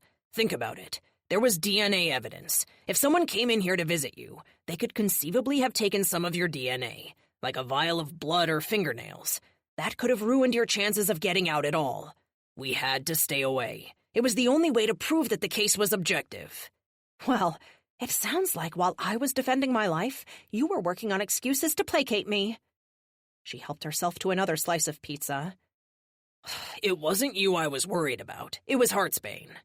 He snorted with exasperation. What do you mean? She was more, let's say, forceful about getting you released. It took a fair amount of persuasion to keep her away. Honestly, I regret it now. I didn't think that you'd be involved in any fights or anything while you were in there. If I'd have known that would happen, I might have let her try to visit and intimidate the guards, I think her words were. Kristen paused before her next mouthful to think. She couldn't stop eating, not when her body was taking away the pain one bite at a time. But she needed a moment to absorb what he had said. Finally, she managed to ask, Heartsbane? Really? She couldn't picture the obviously anti-human dragon coming to her defense. Yes, really. Stonequest nodded. Dragons are used to playing the long game, which means not always playing our cards until the chips are down. Heartsbane acts tough, and she really is tough, but she also cares deeply about her own. You're one of us now, one of hers. She nodded. That was something she could relate to. Even before she'd been a dragon, she was fiercely defensive of her own family and friends.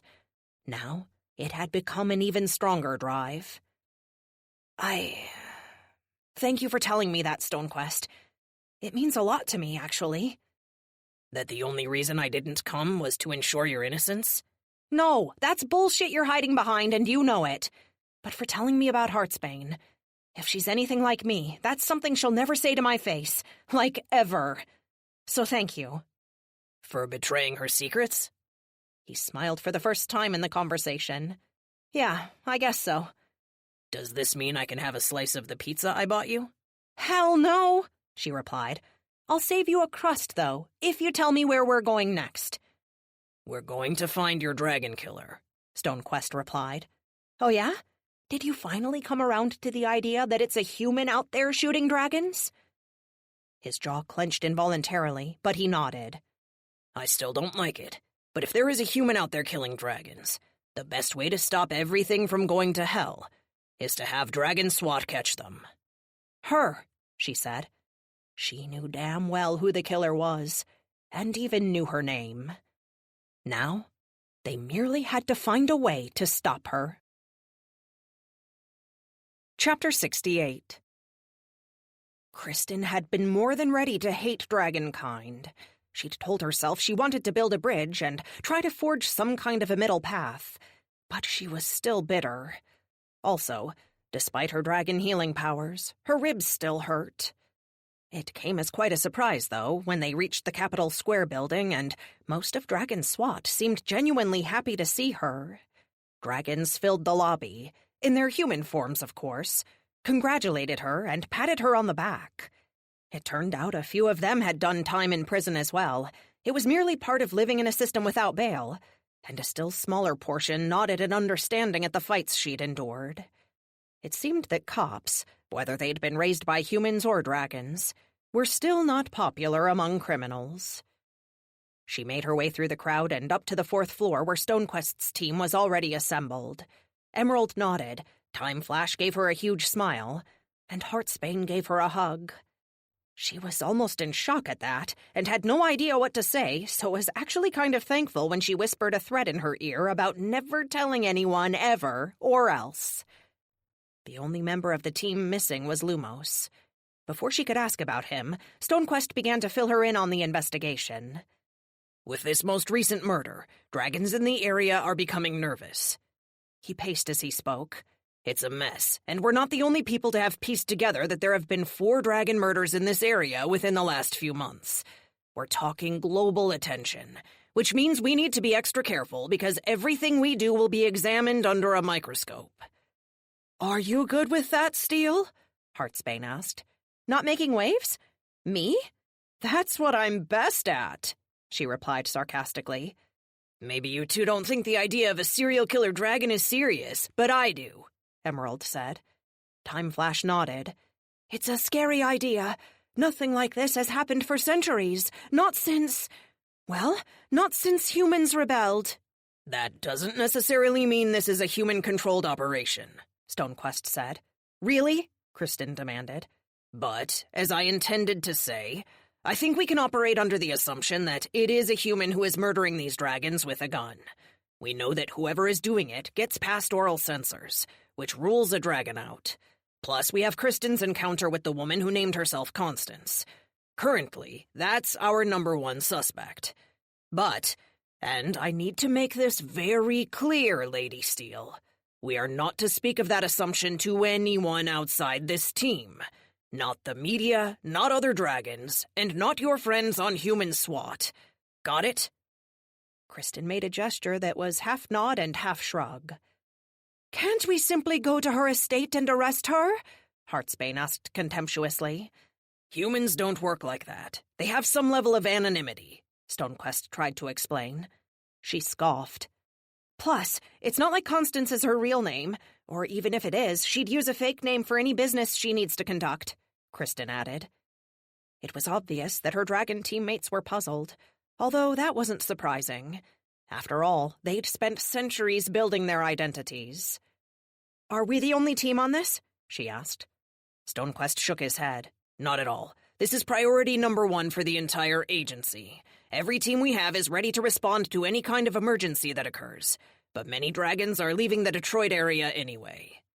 That makes things easier for us, Heartsbane said. Fewer dragons means fewer targets to protect. What about Obscura? Kristen asked. Has she attacked anyone yet? Lumos is keeping an eye on her to make sure she stays out of trouble. Thank you. It had been the elephant in the room on the car ride there. She hadn't wanted to ask about it, because she knew she was still too weak to fly, which meant she was far too weak to fight Obscura. That Lumos was out there keeping an eye on her was a huge relief. It was like a weight lifted from her shoulders that she hadn't known she'd carried. She'd hidden it behind anger, and it felt good to let that go. I'm only doing my job. Despite her very real relief, it was still something of a fresh wound, and she couldn't leave it alone, much as she might have liked to. I thought that keeping humans safe isn't really in your job description. Stonequest's eyes twinkled. You're a dragon, Lady Steel. Keeping your people safe is definitely part of my job description. At least, that's how I interpret it. He looked so proud, smug even, that he was doing so much to protect a few people for her benefit. But he still missed the point. She wanted dragons to defend people because it was the right thing to do. Humans didn't deserve to live because they were owned by a dragon. They deserved to live simply because they were humans. It was a little like when oil companies paid to clean the beaches they sullied and turned it into a giant PR campaign. Yes, it was good that they cleaned up their own mess, but that they seemed to do it primarily so they would look good and could run commercials seemed phony and short-sighted. Still, after her time in Dragon Prison, she finally understood how progressive Stonequest at least attempted to be. It couldn't be easy, given that he was also regularly confronted with the faction of Dragon Society that simply wanted human beings to be exterminated. Or half-exterminated, anyway. At least he was doing something, she thought. So she thanked him and tried to sound as genuine as she could. If her aura betrayed her discomfort, So be it. Chapter 69. As the meeting broke up, Kristen's phone rang. A quick glance at it told her it was Jim Washington. "If you'll excuse me," she said. Is it important? Stonequest asked. She shrugged. "I think it's only someone checking on me since I'm out. Do you mind? The plan is to be ready to go if something else happens, try to follow this Constance thread if we can, and see if Obscura is dumb enough to do anything, right?" Not so loud on the Constance angle, but yeah, you have the long and long of it, Stonequest replied. "Long and short," she corrected the centuries-old dragon, and accepted the call. "Jim, how are you?" I'm good. It's great to hear your voice outside the walls of a prison. "You have no idea." She chuckled. Her ribs still ached, but they felt worlds better. It was almost unthinkable that she'd been in a prison only a few hours before. "How did you know I was out?" Stonequest called Drew to tell him he was going to get you. Oh, she was surprised. That was actually fairly thoughtful of her dragon boss. He'd probably talked to her parents, too. Are you free for a bite to eat? No, not really. I'm back on the job. No rest for the wicked. I think you spent 2 weeks in prison, and you deserve a couple of conies. She decided not to tell him that she'd been in a prison where most of the inmates would have scoffed at the idea of eating hot dogs smothered in chili and mustard and topped with onions, but she humored him. "Are you asking me out to Lafayette, Coney Island?" No, Jesus, what's wrong with you? I'm asking you out to American Coney Island. Seriously? Why would I want to eat the second-best coney in town when the best is literally next door? For one, because Lafayette is second best, and everyone knows that. American Coney is simply a better quality dog. I think that's been proven time and time again. Plus, they use Dearborn dogs and Dearborn mustard. Isn't your family from Dearborn? Why are we even having this conversation right now? You liking Lafayette is damn near sacrilege. That's a good question. I thought you had another reason to get an inferior hot dog when the Lafayette is right next door. I do. Jim sounded exasperated, and she understood the feeling. The hot dog feud ran deep in the blood of any good Detroiter. American Coney Island has wraparound windows. Oh, okay then, she responded. And Lady Steele? What, Officer Washington? Fly here quickly, but land at least a mile out and take the bus for the last leg. You got it, Kristen said, still not quite sure what he was getting at, but beginning to see a picture of something form in her mind. She had an inkling what wide windows plus a quiet approach meant. Stakeout. Her stomach grumbled, and she hoped there was still time for hot dogs. As she talked to Jim, she had ascended the stairs in the Dragon SWAT headquarters. She stepped onto the roof now and transformed. It was amazing that in less than a year, she had already begun to take her dragon abilities for granted.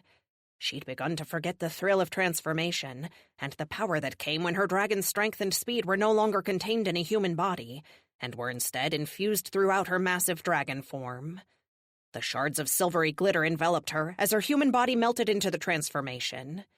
She inhaled, brought all the silvery shards back into her, and was a dragon once more. And oh, it felt good. Her ribs still ached, as did the bones in her arm where the boxer had beaten her with his stupid brass knuckles. But her bruising was gone. She was a being of power once more, and back in her city. She smiled with real pleasure as she pumped her wings and took to the sky. Despite all she'd told herself, she still found herself thinking of the Motor City as a place she needed to defend. These were her people, she realized, in the same way that they always had been. They were her compatriots, her fellow citizens, and her brothers and sisters who made this city work. Whether they drove the buses or delivered flowers or picked the trash up, hell, whether they begged for pocket change in the warm springtime air, their presence added to what Detroit was, and she didn't want to lose even one of them. She flew above her city, careful to keep her distance from the dueling Coney Island location, and landed about a mile away near a bus route. Quickly, she transformed behind a building, ran to the street, and barely made it onto the bus before the driver closed the door. She found a seat near the back and called her mom. Marty answered after the first ring. "Kristen, honey, I'm so glad you're okay." "Thanks, Mom. It's good to hear you're all right, too." "Hardly. You know your father almost died from high blood pressure when you were in there? He wanted to visit, but Stonequest wouldn't let us. He said the dragon prisons aren't safe, even though they take away your powers. I told him I've seen many men made powerless, but he wouldn't listen to reason. I'm glad he didn't, Kristen said. She couldn't imagine a worse scenario than even more dragons knowing the faces of her parents. Well, you just talked yourself out of banana nut bread next time you're in the slammer, young lady. She laughed. Her mom had dealt with police life for over 30 years. It was inspiring that she could roll aside the stress of having her daughter locked up for 2 weeks so easily. I only wanted to let you and Dad know that I'm out and I'm safe. And that you're coming for dinner. Actually, probably not. I kind of got roped into this thing at work, but I'm meeting someone at American Coney Island for lunch, actually. Oh, Kristen Hall, that is too much, her mother chided her. I was married to a man married to his work for 30 years, but at least he had good taste in Coney Islands. Now I have to mother a daughter who is obsessed with the same thankless job and has questionable taste? Hey, Dad's retired now, which means you can spoil him rotten instead of me. That's no fun. I'm sorry I can't make it tonight, Mom. Give everyone a hug for me, okay? Of course, honey. Tell me how the hot dogs are. Love you, Mom. I love you too, Chrissy. She hung up and wiped a tear away. Trying to be a bridge between two worlds that could prevent a world war from happening meant she would have less and less time for the people she loved. She knew Washington was up to something, but she still couldn't help but feel slightly bitter that she was on her way to see him instead of her family.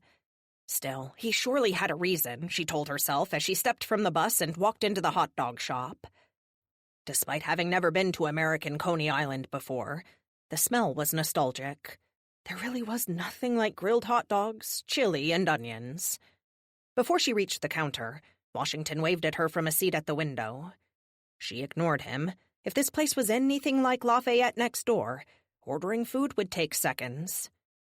2 loose with everything. Chili cheese fries and a pop, please, she ordered. We'll bring it to you, the guy behind the counter said, and nodded as she paid. She thanked him and went to sit with Jim. You didn't need to get food. I heard your misinformed disdain earlier, and I ordered you 2 up with everything. I couldn't let you miss this opportunity. I may know what's a better Coney, but I'm not a fool. I won't come here for the first time in my life and not eat a hot dog. Kristen reached for the 2 hot dogs beside his empty plate. I thought you ordered more food. I did.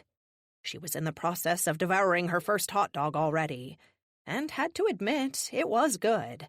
Not as good as Lafayette, obviously, but still very, very good to a Detroiter who'd been in prison for 2 weeks and forced to eat Waldorf salads and omelets for lunch.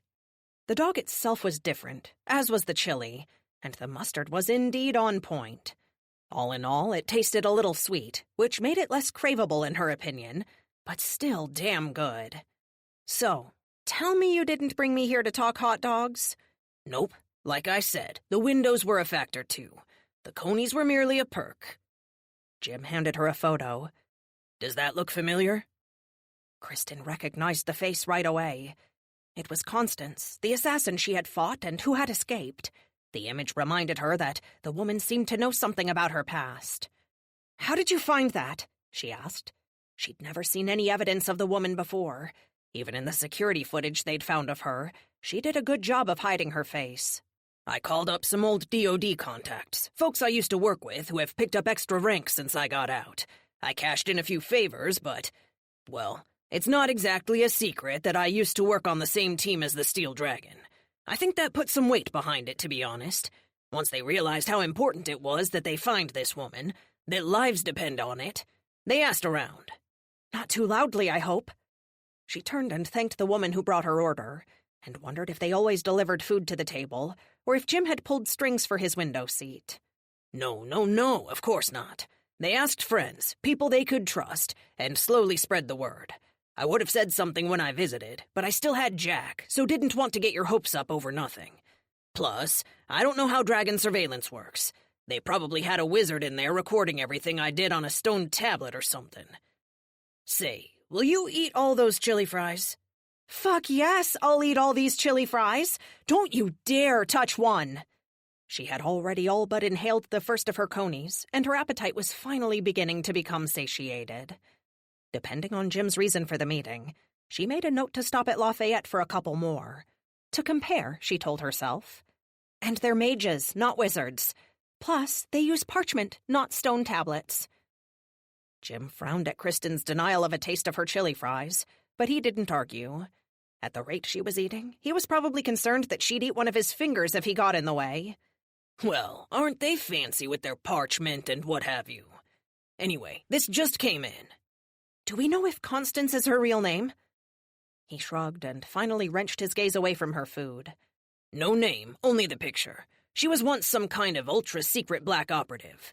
Honestly, I don't think shit would have come back if it wasn't for you. Information this classified is well beyond a Marine like me. I think someone up the chain is a fan of the Steel Dragon. That's good to know, she said, her mouth crammed with fries. Yeah, but make sure you don't dine with any government officials. You do know you're like a garbage disposal. Hey, these are better than I thought. She wiped her mouth with a napkin, and it came away soaked with chili and mustard. A picture is great, but she'll be hard to find. She's remained hidden for a while now. You're right. She was hard to find. The Wonder Kid winked at her. I ran the photo through CCTV and found a match. He pointed to the Weston Book Cadillac, one of Detroit's oldest hotels. It was literally directly across the street. She's in there. He looked more smug than she'd ever seen anyone look before. Or went in, anyway. There's no sign of her having left, so she's probably still inside. I assumed you'd want a bite to eat before you decided what to do about following up, but I didn't know you'd want to eat the whole damn place. Was the food really that bad in prison? You have no idea. Jim shook his head, still in awe of the amount of food she had consumed. Will you be good to do this right now?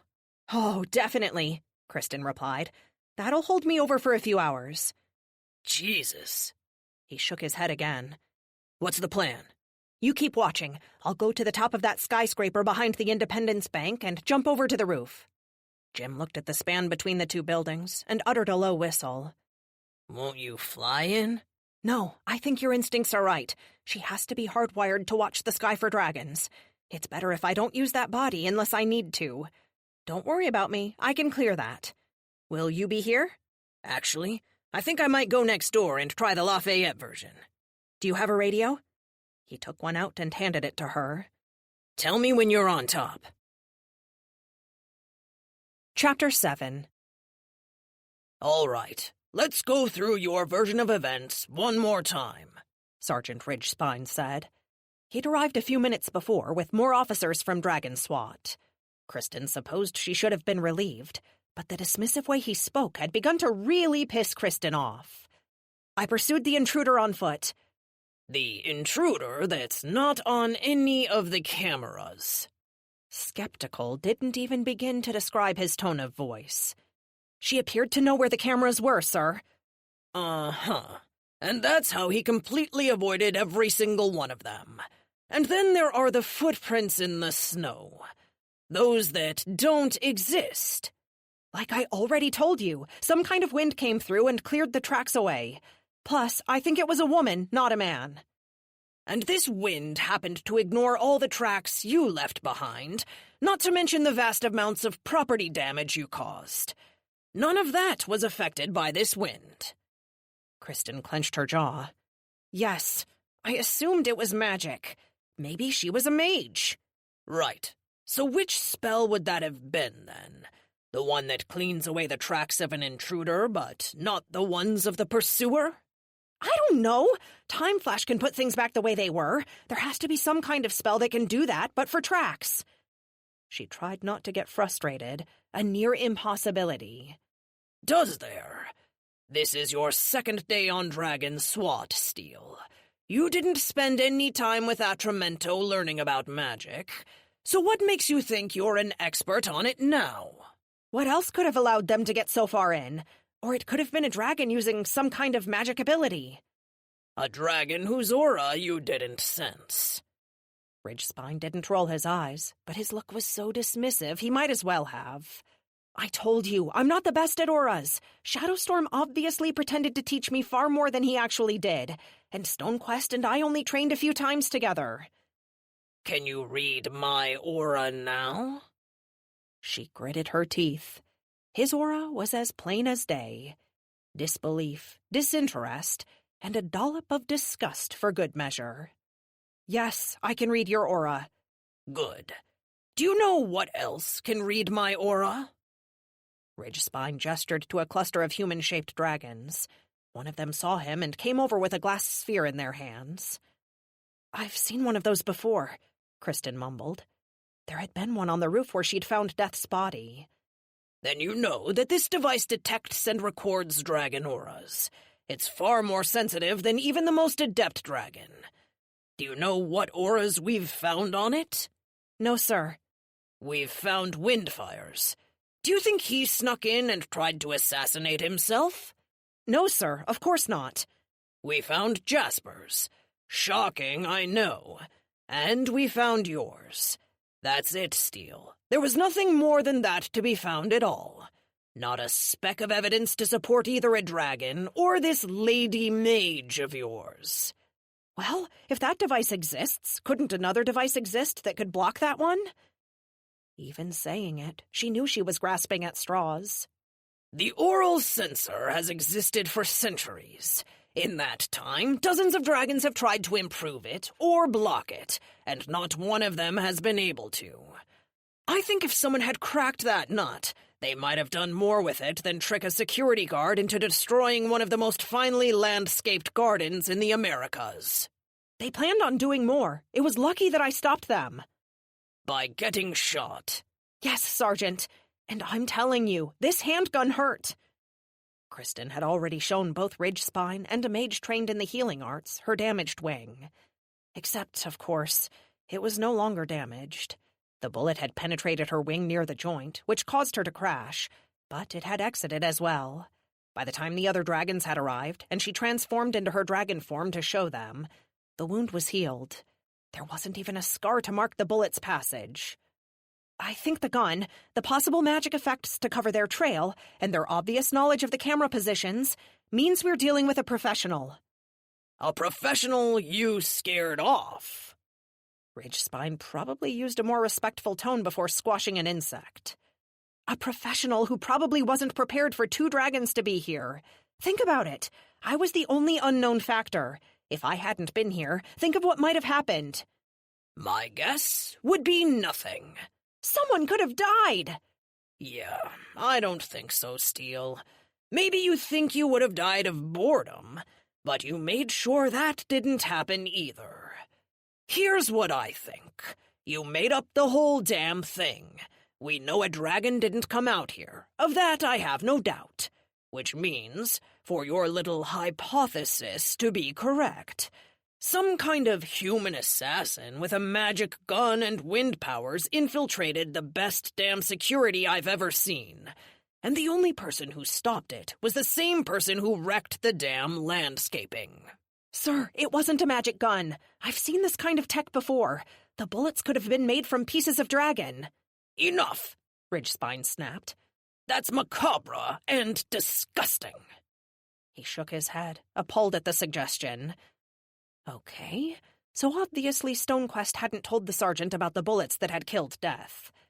Before she could speak, he continued and talked with such fury that the words came out of his mouth punctuated with spittle. Here's my hypothesis. The steel dragon arrived here, promptly got bored, like she seems to no matter where she is. And rather than talking to Jasper and learning a few damn things about our world, she went on a little joyride. Kristen shook her head. No, sir, that's not it at all. Why would I have crashed? It's common knowledge you can transform into steel in both your human and dragon forms. My guess is something spooked you in flight. One of these fool drones, probably, and you failed to compensate for the extra weight and crashed. No, sir, I'm telling you, it was a human. Do you have any idea how fucking insane you sound? Ridgespine roared. She hadn't heard him swear before. He used the word with vitriol that would have impressed Hernandez and made Kristen's mom suffer a stroke. Humans are not threats to us. There hasn't been a rebellion in centuries. And even in those rebellions, it wasn't the humans who did a damn thing to dragonkind. They had to make dwarves and pixies to even pretend that they could stand against us. And then, on top of this ridiculous claim that a human with never-seen-before magic powers led this attack, an attack which there's exactly zero evidence for, other than the damage you caused, of course, you claim that they hurt you with a pistol? It's fucking ridiculous, and an insult to everything Dragon SWAT aspires to be. Stonequest will corroborate my story. He took in Death, the dragon assassin who was hunting me with... I don't think so, Kristen. It was Stonequest. She was so worked up talking to Ridgespine that she hadn't even seen him arrive. His team had accompanied him, and they paced along the tracks she had left through the snow. You don't think so? Tell Ridgespine what we saw. He shook his head and frowned at her, draining away the confidence she'd worked so hard to maintain. Come talk to me, Lady Steele. In private. She nodded, beyond confused that she was being led away from the investigation. They tromped through the snow until they reached a water fountain that was beginning to ice over. Finally, they stopped. She could sense Stonequest's aura pounding against her own, urging her to calm, to lower her voice, to breathe deeply, and most of all, to be quiet. But she had trained enough with her aura to throw off any effect another dragon could put on her. "Don't you try to dismiss this, too," she warned him. "I'm not," he protested. "Your aura says otherwise." "No, Kristen. Listen to me. I merely want you to calm down. I have a few questions." Question 1. Steel Dragon, how does it feel to lose your damn mind? Kristen said sarcastically. No, damn it. I believe you. At least I want to. You've practiced turning into steel while you're in flight? Yes, that's all I've practiced. It makes me heavier, so I need to know what to do about that. I already told Ridgespine that my chest, neck, and head were steel, but not my wing. And you don't think you would have turned your wing to steel to defend yourself from the handgun? No, absolutely not. The first 3 shots either caught me in places that I had turned to steel or missed completely, so I didn't feel them. I thought the 4th would do the same, so I didn't bother to further transform. Wait, you believe me that there was a shooter? I don't think you trashed this place for fun, Stonequest said slowly. So tell the rest of them that you think someone else was here. Maybe then they'll stop looking at me like I'm crazy. He shook his head and, for once, actually looked nervous.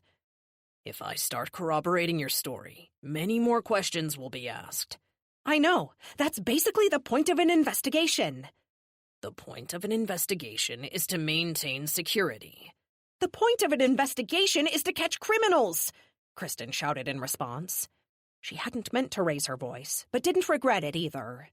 Sure, yes, you're right, at least mostly. But there's a reason that open investigations aren't public knowledge, even in the human world, correct? What are you getting at? Can we please rewind to you getting shot again? Stonequest asked, and tried and failed to placate her with his cop voice.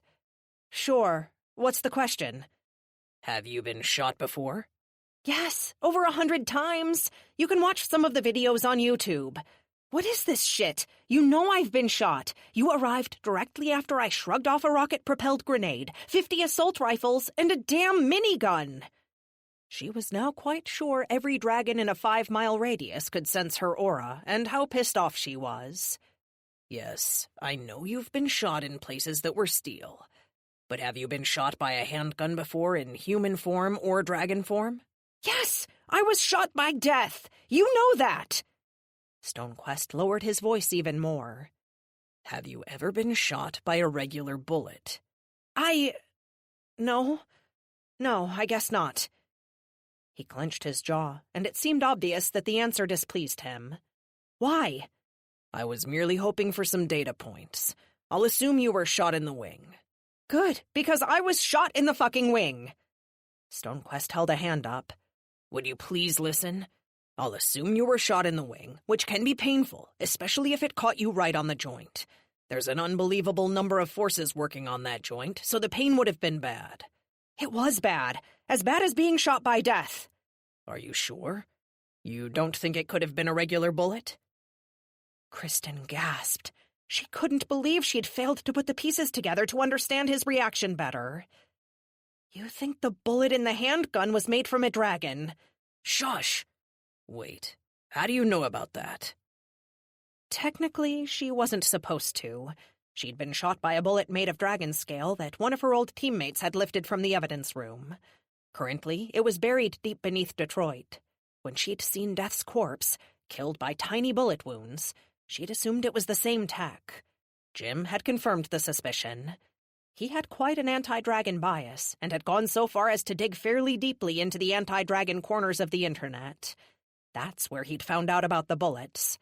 They were insanely expensive and insanely secret. But she had to tell StoneQuest something, and it was damn hard to lie to a dragon since they could read auras. Jim knows about them. He used to really hate dragons, and told me that's what he thought shot me. He said that's what probably injured Death. He nodded. Those bullets are still confidential. I can't believe humans know about them. Only some humans. Death is gone because someone shot her with bullets made of dragon. That won't stay secret forever. And you think the same thing was used here? I don't know what I think, he replied. But I know there's no evidence here to corroborate my theory, and that if knowledge of those bullets got out, it could cause a real panic. So, you want me to lie? Kristen couldn't believe it. No, you don't have to lie. You already made your statement. It would look weird if you changed it now.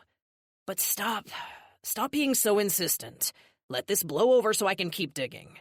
I don't want you to spook anyone. Not Windfire, and not whoever has targeted him. She sighed. At least she could understand the logic of what he asked her to do, even if it was moronic. Whether he wanted to admit it or not, there were bullets out there that could hurt dragons. Now that she thought about it, one of them had probably been used to hurt her. She could be dead if the shooter had been more accurate. Her honest opinion was that it would be better to tell the entire force. But she understood confidentiality and would respect StoneQuest. For now. Chapter 70. Jim left and went next door. Kristen gave him a few minutes to order and settle in at the one window in the front, then headed to the building behind the bank. It had a corporate logo on the top of it. She had no idea how long it had been there, and didn't really care. Once inside, she rode the elevator to the top floor, flashed her badge, flexed her aura against the guard watching the boardroom, and found the stairs to the roof.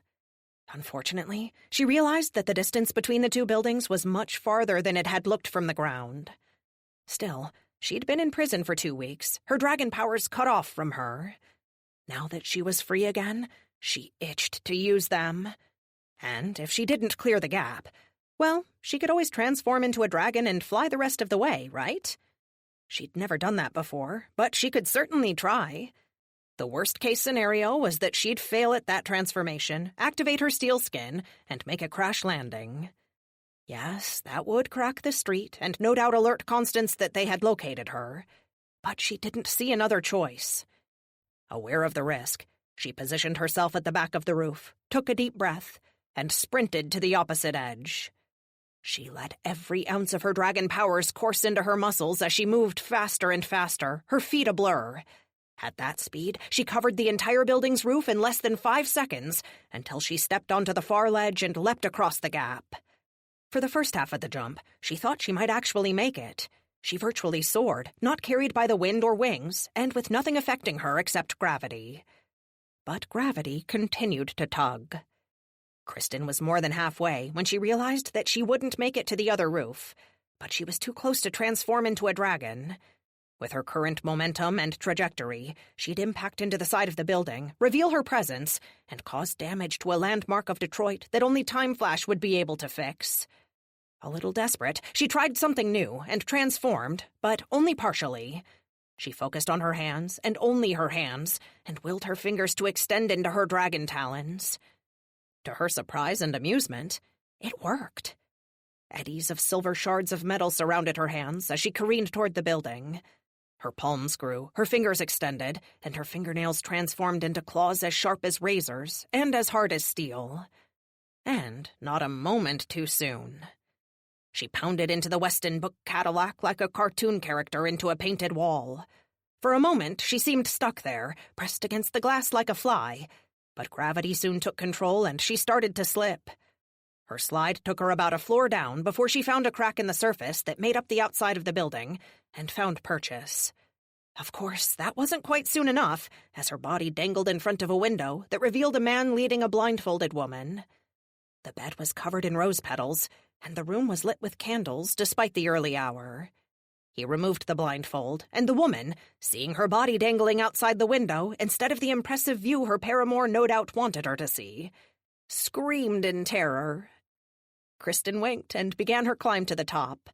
Once she knew to focus on the surface of the building and avoid the windows, it was actually fairly easy. Her claws were able to chip away at the stone-like surface. Probably concrete? She didn't know much about architecture, despite Detroit having so much of it. Whatever the material was, her talons gripped it easily, and she hauled herself up one hand at a time until she was on the roof. Once her feet were on a solid surface, she thanked Constance for not choosing one of the newer, all-glass hotels. She probably would have fallen already if it had been one of those. It was amazing that she had scaled a vertical surface and was hardly winded. Oh, to have her powers back was a sweet thing. She walked quickly around the perimeter of the roof, looking for exits. There was one on each side, plus a sky bridge connecting the building to the one next door. She couldn't exactly watch them all at the same time, but she found that, as long as she remained standing, she could dart between three sides of the building rapidly enough to see any people walk out. The side of the hotel that Jim was on had the valet parking, which she thought Constance would probably use, given her obvious resources. It wasn't the most ideal stakeout, as there were multiple exits, but it would have to do. They were still lucky that they'd found the woman at all, she reminded herself. If they managed to snag her on the same day she was released from prison, she imagined it would impress the rest of Dragon SWAT. She considered calling them because she could use the eyes, but that would mean pulling them away from being able to swoop in to stop Obscura if Lumos saw her attempt anything. Kristen couldn't allow that. She knew she had to stop this dragon-killing woman, but she couldn't do so at the risk of her family's life. Still, maybe she should contact them anyway. At least one of them could join her. Heartsbane, maybe, since apparently she was fond of the steel dragon. But before she could follow through on that thought, Washington contacted her on the radio. "Those were some fly moves. I thought you were a dragon, not a spider lady." She wasn't at all concerned about people overhearing him, and could hear the rumble of Lafayette Coney Island in the background. Everyone inside was trying to be heard over everyone else. It was as good a place to conduct a stakeout as any, and less obvious than a quiet car, in fact. "If you tell a soul about that, I'll eat you." Jim chuckled. "After what I saw you do to that food, I have no doubt that you would." A few minutes passed, and Constance didn't exit the building. A little bored, she wondered about her ex-teammate. He'd really gone out on a limb for her, especially if he'd cashed in as many favors as he said he had. "Why did you do this for me anyway?" she asked. "We are not exactly a team anymore." "Are you kidding?" he asked, humor in his voice around a mouthful of Coney Island. "Pretend I'm not, and enlighten me." "I feel like I owe you more than a little, Kristen. You saved my life when we first met, and Shadowstorm sent his men to kill me. I thought I was outmaneuvering dragons, but instead was saved by one. Did I ever thank you for that one?" "But everyone has saved your life. That's how it works. We're cops, remember?" "Yeah, that's true. But you saving me goes further than rescuing me from being eaten. I was mad back then, Kristen." "Back then? It wasn't exactly a long time ago. Less than a year." "Yeah, I know," Jim replied. "But it feels like a lifetime. You gotta understand, I hated dragons. It had reached a point where that was why I got up in the morning. Every day, my time was spent thinking about what I could do to stop them, to bring them down, or to hurt them. That's partly how I became known as the Wonder Kid. I wanted to be perfect and flawless, to build a reputation so I could have access to those scaly lizards. I didn't know what I'd do beyond that, but I knew I would fuck them up." Scaly lizard right here." Jim laughed. "Yeah, I know. That's what's so crazy. Meeting you, and since then Dragon SWAT, has shown me that not all dragons are bad. I obviously still have major issues with them being the behind-the-scenes ruling class. But my life's goal is no longer to infiltrate as an army of one. You burned the hate out of me. It might sound trite or whatever, but there it is. And now you're willing to risk your job for a dragon. It's wild that you've come so far. Maybe dragons can change too. Risking my job? What are you talking about? Are you telling me Drew knows you're here? At Lafayette, Coney Island? Okay, he doesn't know that I sold my taste buds out, but yeah, he knows I'm here on a stakeout with you. He made me promise to call it in if we actually see the suspect. The rest of them want to come play too. Kristen smiled. Of course they do. You softened my view of dragons in general. But knowing an officer of Dragon SWAT doesn't exactly let any of us sleep easy, you know? Especially now that Obscura is out again. The way we all see it, we're part of this one way or the other. It's better to be out in front of it than caught unawares. Well, I'm thankful for you. See? There it is again, changing my damn presuppositions about dragons. You're welcome, Kristen. Shit. You're welcome, Lady Steel. She continued her laps around the roof, but saw nothing at all. Heads merely looked like heads from this height, even with her dragon powers. She was considering calling it a day when Jim's voice crackled over the radio. Shit, Kristen, we have movement. In an instant, she moved to the side of the building above the front door. Which one? What kind of hat? She's not wearing one. I guess she must be very confident that no one has identified her yet. She's walking around in broad daylight without trying to hide. I see her, she replied, and her heart stilled its rapid thumping. Her gaze settled on the woman who'd killed at least 2 dragons, and she felt confident in her belief that she'd attempted to kill Death as well. This was the woman who'd shot her with a gun, eluded her, and stood against her dragon powers in combat. She claimed she was her mother, or something like her mother anyway, and she wanted to simply swoop down, snag her in her talons like an eagle catching a fish, and carry her up above the skyscrapers. Despite the urge, she wouldn't. For starters, she wouldn't get any answers if she did that. She wished she didn't care about what Constance knew, didn't care that the woman thought of herself as her mother, but she needed to know what she knew about these weapons and their connection to her.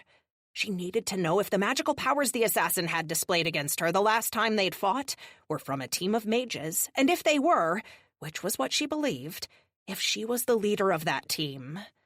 But, perhaps most frustratingly, she couldn't snatch her quarry from the air because she knew the Dragon Council would ignore her version of events if she did. Not that she would get in trouble, far from it. She had a feeling that, if she flew down, scooped Constance up, and killed her, most dragons would turn a blind eye. Stonequest, much as she respected him, would almost undoubtedly be relieved and consider the case closed. He didn't want to believe that humans were killing dragons, so if she removed the one human he was willing to believe was capable of such an act, he would be more than happy to close the file and move on.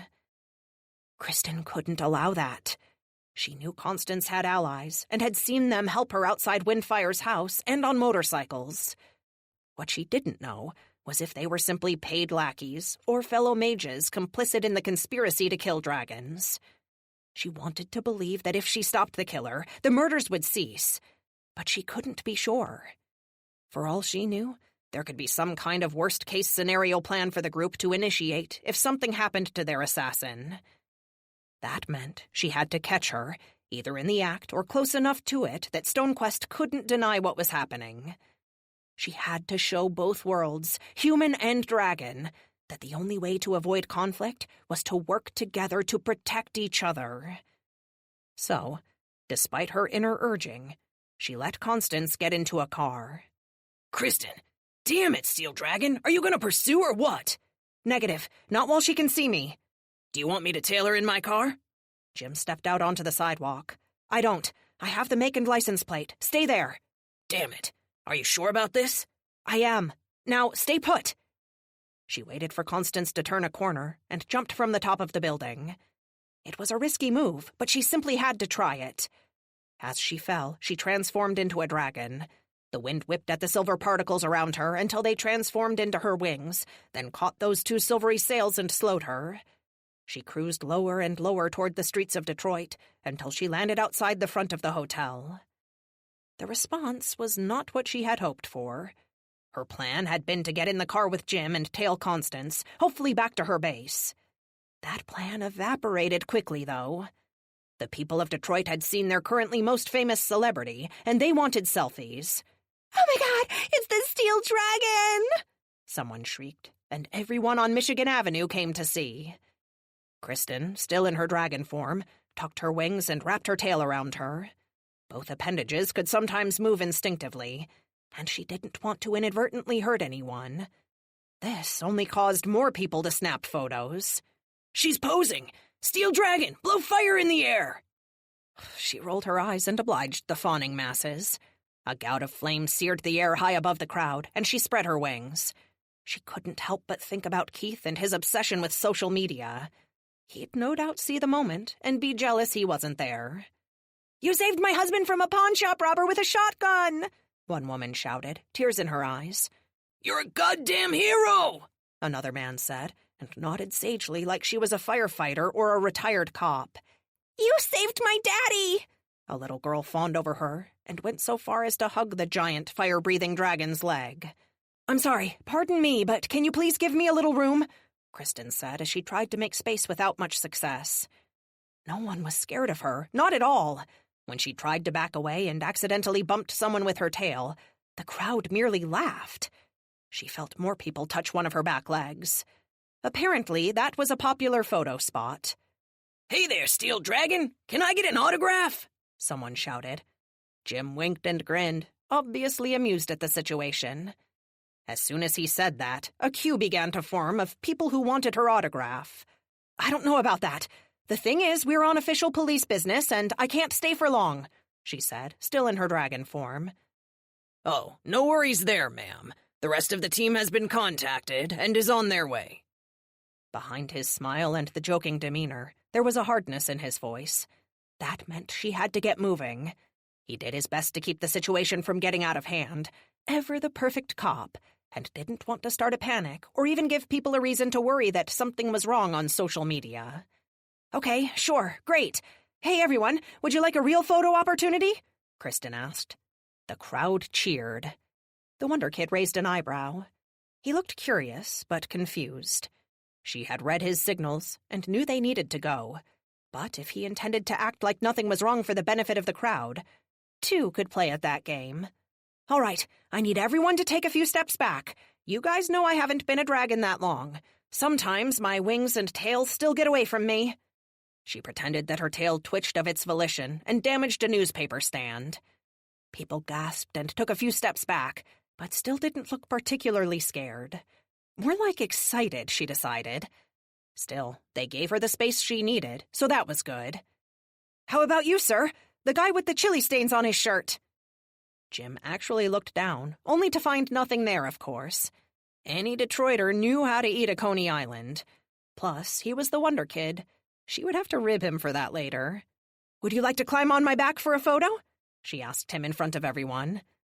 The crowd absolutely lost it. Everyone cheered and practically begged him to climb on the Steel Dragon, no doubt so he could hurry and get off to give them their turn. People even took a few steps further back. They understood the value of a good photograph in the modern age. It was better to give them some room so their own social media feeds would have clean pictures. Her friend didn't react, other than to widen his eyes in surprise. "What's the matter? Afraid?" Kristen challenged him. "I'm merely a little concerned about climbing on the back of a dragon who saw a chili stain when there wasn't one." She grinned. Oh, he'd pay for that remark. That was for sure. "Maybe it was an old stain. My mistake. Now, will you climb on, or should I let a brave little girl get up before you do?" That finally forced him into action. He took a deep breath, walked through the crowd, and stood beside her. The spectators took pictures as she lowered her dragon chest and let Jim step on her elbow to swing himself onto her back so he was seated in front of her wings. "All right, everyone, take a few steps back so we can get a good shot," she said. Everyone obeyed, and only one clever observer noticed that Jim hadn't given anyone his phone to take a picture. "Hey, buddy, who's gonna take your picture?" The Wonder Kid didn't have time to answer. Kristen pumped her wings and the crowd stumbled away from the gust of wind. In seconds, she was airborne, flying through the streets of Detroit with a human rider on her back. Chapter 71. Normally, Kristen could simply flap her massive wings, aim her body vertical, and ascend into the sky. Now, with Jim on her back, and in real danger of falling off, she had to take a little more care and slightly longer to ascend.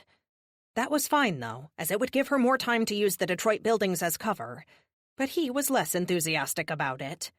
"Can't we fly straight?" he whined, clinging to her back. "You mean into one of those buildings?"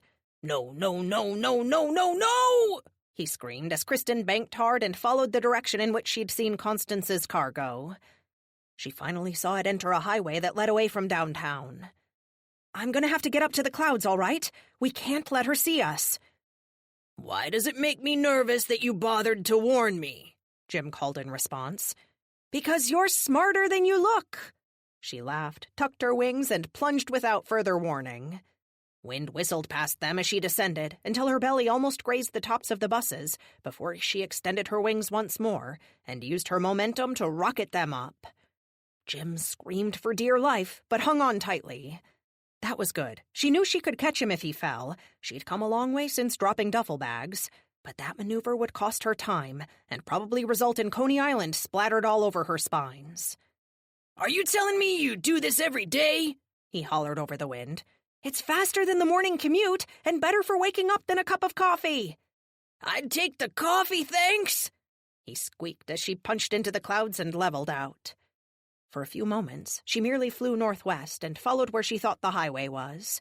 Then she ducked down below the bottom of the clouds to get a visual confirmation on Constance's car. Thankfully, it was still there. She adjusted her speed so she was at roughly a 45-degree angle up from the roof of the vehicle. That way, it was impossible for the assassin to see her in the rearview mirror. Luckily, she didn't have a convertible. But then again, in this weather, it'd be miserable. Which reminded her of her passenger. "Are you all right up there?" "I won't lie, I'm a little chilly," the Wonder Kid replied.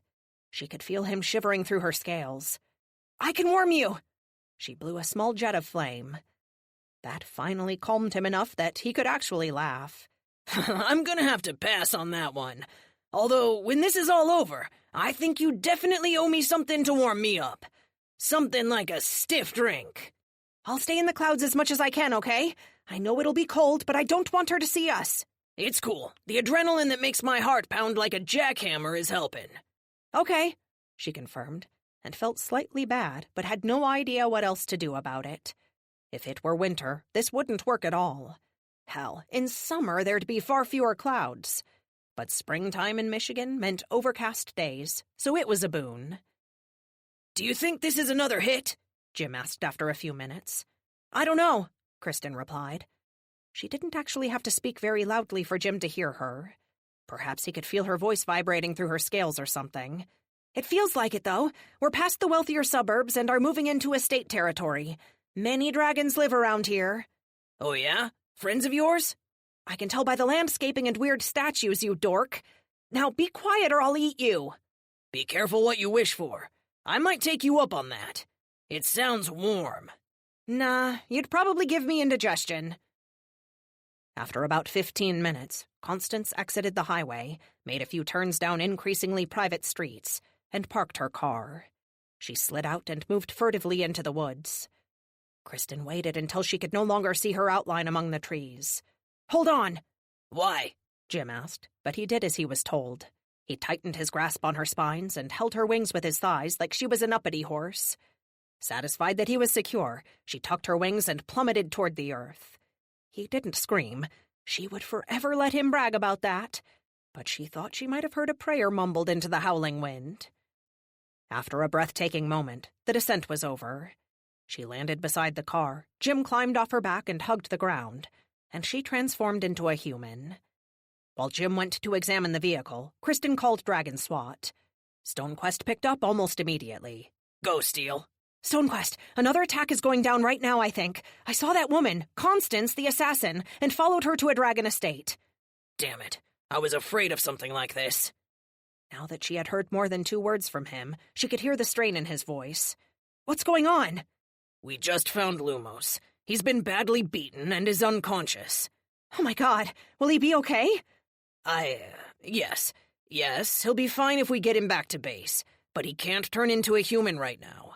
We can't spare anyone to send, Kristen. We're trying to stabilize him, and I already sent Emerald and Heartsbane to try to catch Obscura. He was on duty watching her. You lost her then? His silence was as definitive an answer as she needed. Shit, she said. Shit! All right, Stone, I'll be there soon. If Obscura decided to attack Lumos, it means she wanted to dump her tail. My friends might be in danger. Hold up, Kristen. Washington put a hand on her shoulder. Detroit SWAT can handle themselves. You know that. My family is safe. I already texted Drew and told him to bring them into protective custody as soon as I felt your aura shift when you were talking to StoneQuest on the phone. Still, if Obscura targets them, there's nothing they can do. That won't happen. If she moves openly against a police department, she'll be back in jail. Right now, there's a murder we have to stop.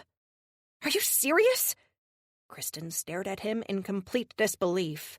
Her family and his friends were in danger, and he wanted to protect a dragon? You can't seriously want to protect a dragon over humans. If there's anything I've learned from hanging out with you, it's that not all dragons are bad. They're like humans, with good ones and bad. But we know she'll attack good people. We don't know that. In fact, we don't know where Obscura is. StoneQuest has people trying to find her, so there's no reason to think that you rushing off at random will be more effective than 2 dragons trained at this. Plus, the conspiracy you've tried to unravel is about to get even more complicated. We can't simply walk away. Still, it's a dragon versus people. You know they think of us as cattle. Some of them do, but some of them don't. Hell, I happen to know one dragon who even lumps herself in with humans. Kristen snorted. This was unbelievable. Jim Washington tried to convince her to save a dragon's life. Well, shit. I guess you've got me to eat my words twice in one day. Twice? American Coney was damn good. So we'll go in then? Jim asked. Let's go stop this probably ancient and unspeakably powerful dragon from being killed by a woman with a ski mask and a handgun. Chapter 72. Freedom was a sweet, sweet thing. The moment Obscura was released from Dragon Prison, she found the air sweeter and the grass greener, and even the smell of the dirt was something that she appreciated for once. She stepped from the prison and into the sun in the great outdoors. Perhaps the only thing sweeter than having the cuff removed from her ankle and once again having her dragon powers was knowing that the dragon who'd had her locked up in the first place was currently being beaten senseless. She hadn't told her allies to kill Kristen, but she hadn't told them to spare her life either. It had been quite a surprise that she'd been able to get the guard to abandon his position. She wasn't so naive as to think that her benefactor hadn't played a role in that as well. Now, she could only imagine how the 6 dragons tasked with beating her enemy would have felt. As far as she knew from her time in prison, it was impossible to escape supervision. They might have really embraced the task she had given them in their moment of independence. But that was behind her. She was free, and the steel bitch was still incarcerated. If she was honest, she didn't think she would be locked up for much longer, which meant she would have her revenge and fulfill her oath. The oath she had sworn on the blood of her dead son once again coursed through her veins. She merely had to bide her time, wait for the steel dragon's release, and strike. Her oath would be fulfilled, and in executing it, she would drink of its power, and it would be good. Obscura looked around the parking lot of the prison for her mysterious benefactor, but saw no one. There were no idling cars or limousines waiting to take her away. That irked her somewhat. After all, she was one of the world's most powerful dragons and deserved more than a brisk walk after being released from a punishment for bogus charges that a few centuries before would have amounted to playing with her food. Honestly, it was too much to accept that she had gone to prison at all. She hadn't even killed anyone. The fat one, the steel dragon's fake brother, had been forced to sweat a little, and she'd intended to kill all of them. But none of those plans had come to fruition. How could she be charged with crimes she hadn't committed? The entire situation reeked of human justice. Dragons, despite ostensibly still being ruled by the Dragon Council, had changed in ways that she didn't like at all. They weren't obeying humans exactly. but it seemed they were listening. Their courts were shifting, along with their sense of justice. It was as if being crammed onto this planet with so many of the filthy primates was enough to weaken the dragons. Her instinctive desire was to burn this entire continent like they'd been able to do in the old days. She took a deep breath and realized that she couldn't really complain. The bitch who'd got her locked in that hole was being pulverized while she was free. Although, truthfully, the prison hadn't been that bad. Obscura, always one to network, had made friends there. Still, no one had come to get her, which was a disappointment. It would have been pleasant to ride away, perhaps while sipping champagne wrested from a dead king. But alas, she was old enough to know one didn't always have their way. All those thoughts would vanish, she knew, the moment she transformed. To be denied her true form had truly been the worst part of the prison. As a human, she was a beautiful, albeit slightly older woman. She could convince humans she was still in her 30s with her aura, but thousands of years had a way of aging a human body, even if it was merely a glove that a dragon wore. Dragons, on the other hand, aged magnificently. Obscura walked from the parking lot in her human form until she reached the edge of a forest. Once in the shadows, she released her power. First, dark clouds roiled from her body. She was partial to making the effect look as if it sprayed from her mouth, eyes, and fingertips, as humans seemed to find that particularly terrifying, and enveloped her in shadow. She was one of the few dragons who could actually move in this transitive state, but today she didn't want to. Instead, she let her dragon body rebuild after its time in prison. Her arms and legs elongated and ceased to conform to the simple single elbow of the human body. She grew claws as sharp as black crystal. Leathery wings extended from her back, and a crown of horns grew from her skull. Her tail, hidden no longer, lengthened and sprouted a mass of spikes at its tip. While the changes followed in the instinctual shift that was so much a part of her body continued to grow. Even to her, after all these years, it almost boggled the mind that she could be so large in her true form, and still so dainty as a human. As a woman, she was slightly below average for human females, and a good deal shorter than most males. But as a dragon, she was a true behemoth. She was larger than an elephant, and easily as big as some of the beasts humans called dinosaurs. They used it as an insult when referring to dragons, but she didn't see it as a problem. After all, dragons had been around, thinking, planning, and developing their culture, when humans were still huddled together in caves. They would still be there once the Dragon Council finally saw that humans had to be eradicated. Dinosaurs might not have survived an asteroid strike, but humans would not survive dragons. Obscura completed her transformation. She stretched her wings and her long, sinuous neck and flicked her tail. The trunk of a pine tree exploded into splinters and it toppled, but before it could fall completely, she incinerated it. It felt so good to be back. She took to the air and soared higher and higher in the black, acrid smoke that poured from the tree she'd destroyed.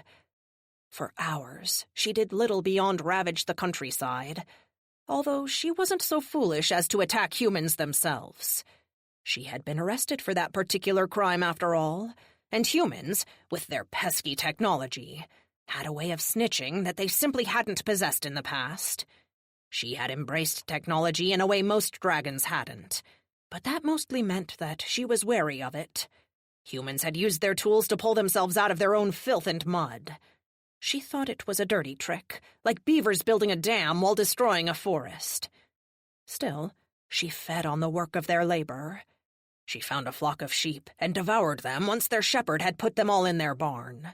Part of her, the part that had been imprisoned, wanted to burn the entire structure to the ground, but she knew better than that. Instead, she transformed into her human body, crushed the lock with her bare hands, and let the sheep out into the late afternoon sunshine. Those stupid enough to emerge were swallowed whole. She made sure to open the gate to their pasture as well, to leave no evidence of a dragon. A dairy cow made a poor second course, as the damn thing was too bony. Obscura ended up dumping its mangled corpse in a pond. She killed a few horses, not because she liked the taste, but simply because humans had been allied with the stupid beasts for so long that she didn't like them. These she dumped in the deep woods to be eaten by bears, mountain lions, and any wolves that still lived. She hoped to give them a taste and desire for horse flesh once more. Long ago, before humans had mastered steel and then later gunpowder, the wolves and lions had been allies of dragons. Not pets, but fellow predators. That time had passed, though. She slaughtered countless barking dogs. Obscura hated dogs. All one had to do to earn her ire was to bark its stupid flapping mouth at her. Her dragon ears could hear the pathetic yaps from even above the clouds. She'd descend, take her human form in a cloud of shadow, and strangle them with her bare hands. It would afford her some pleasure to see how all this played out in the news. Despite humans living in the shadows of dragons, they still had superstitions. Sometimes it was simply easier to play pretend in the dark than it was to turn the lights on and face the true monsters. After a day of this, Obscura sensed another dragon approaching. She considered hiding, but decided against it. After all, it was only one, and she had never been beaten in single combat by another dragon. She was simply too large, and the control of her powers too sharp. Even the steel dragon had needed the support of that old fool Lumos. If it had been a true duel, the upstart wouldn't have been able to best her. The dragon approached in the evening, and she landed on a bridge and took her human form to greet him. She didn't wipe the animal blood from her teeth, although she'd long since learned to do this effortlessly while she transformed. The dragon, a light, silvery being, landed on the bridge, took his human form, and approached her. He wore a suit with preposterous tails, shiny black shoes, and a smug look on his face. With a formal bow, which she didn't mind at all, he presented her with a gilded invitation. "The masked one requests your presence in the Detroit Opera House in tomorrow's evening." Obscura nodded and took the invitation. The flamboyant little fop glanced once at her, and a flicker of distaste flashed across his face. "And please, do make yourself more presentable." She nodded and spat animal blood at the boy's feet. He smiled uncomfortably, transformed, and left her. Honestly, the only thing worse than humans might be dragons who acted like them. This dragon could transform into a being of immense power, and he wrinkled his nose at a little animal blood? It couldn't work both ways. It was no longer considered politic to eat people, but eating animals also made this little cretin feel uncomfortable? Oh, pathetic. The black dragon was no servant, but she was not without her social graces either. She had to at least give thanks to her benefactor, as it was he who had no doubt arranged for her release from prison and gave her freedom once more. If nothing else, she owed him a thank you for seeing through the lies that had imprisoned her so unjustly. A few miles on, she found a farmhouse and was ready to slaughter the family therein as the pigs they were, but sensed another dragon approaching. Lumos, a member of Dragon SWAT. She recognized his aura. So, instead of murder, she simply ran the family off, then bathed and groomed herself. Once finished, she used her aura to make the terrified humans return home with the feeling that a pack of animals had driven them to flee. With her pockets full of stolen cash, in the mattress, really? Humans were so stupid. She returned to Detroit and purchased a black dress with rhinestones that sparkled like the night sky. Lumos followed her the entire way. He tried to keep his distance, obviously, but she could sense him all the same. She couldn't afford the sapphire necklace she wanted, not with the pittance the farmers had stashed away. So she seduced a gentleman who had been shopping for a fat diamond to no doubt place on his bride's fat finger, and made him pay for it with one of his many credit cards. Lumos might or might not be able to discern the details of this seduction, but he didn't interfere, and the idea of him watching her ruin this human's future marriage and do nothing to prevent it was a sweet thing indeed. From there, she had her hair done, again with the credit card of the would-be groom, who'd been kind enough to give it to her, and ordered a chauffeur. Lumos continued to follow, which simply would not do. She'd let him tag along in the hope that it would prove that she meant no violence, and he would leave her alone and report that she'd changed her ways. Unfortunately, he showed no interest in leaving her, so he would have to be dealt with. She told the driver to head to the wreckage of the warehouse where she had almost killed the steel dragon. Once there, she stripped off her new dress and sapphire necklace and stood naked in the parking lot to wait for him to arrive. The golden dragon couldn't resist the strange tableau below him and landed on the other side of the parking lot. "Do you wish to ride me, Sir Lumos?" Obscura asked, using her aura to tell Lumos she wished to seduce him. "After the farmyard animals you ate? Of course not." He was an ancient and had experienced every kind of aura, so no doubt saw through hers. She didn't think he'd run into her arms like the steel bitch's fat brother had, but he didn't attack either, which would be his downfall. "How did you know about those?" she asked, and sauntered closer in her human form. Lumos, to his credit, didn't change into his human form. He wasn't that stupid then. "A young dragon told Dragon Swat about the barbarisms you've committed in the countryside. It wasn't a smart way to start your time out of prison, especially if you wished to avoid being seen." Ah, this was a test then. The young dragon who'd seen her had no doubt been the same one who'd delivered the invitation. That meant that her benefactor had alerted Swat before their engagement, and wanted to see what she would do about it. Obviously, she would not disappoint. Obscura transformed into a black cloud and surged at him. He tried to ignite his solar glow and stop her, but she was already too close. She solidified from her shadowy state and drove into him with the horns that grew across her brow. That might have been enough to kill him outright, but the old dragon hadn't survived as long as he had without learning to defend his heart. Rather than try for another killing blow, she proceeded to pulverize him with methodical viciousness. He couldn't activate his glowing powers as quickly as she could hammer his skull with her tail, so it wasn't much of a fight. Still, by the time she was finished, she was winded from her first real workout since her release. "I could stab you in the heart right now, you know." She smiled as she took her human form and donned her dress and sapphires once more. Lumos didn't respond. He was unconscious and beaten almost to a pulp.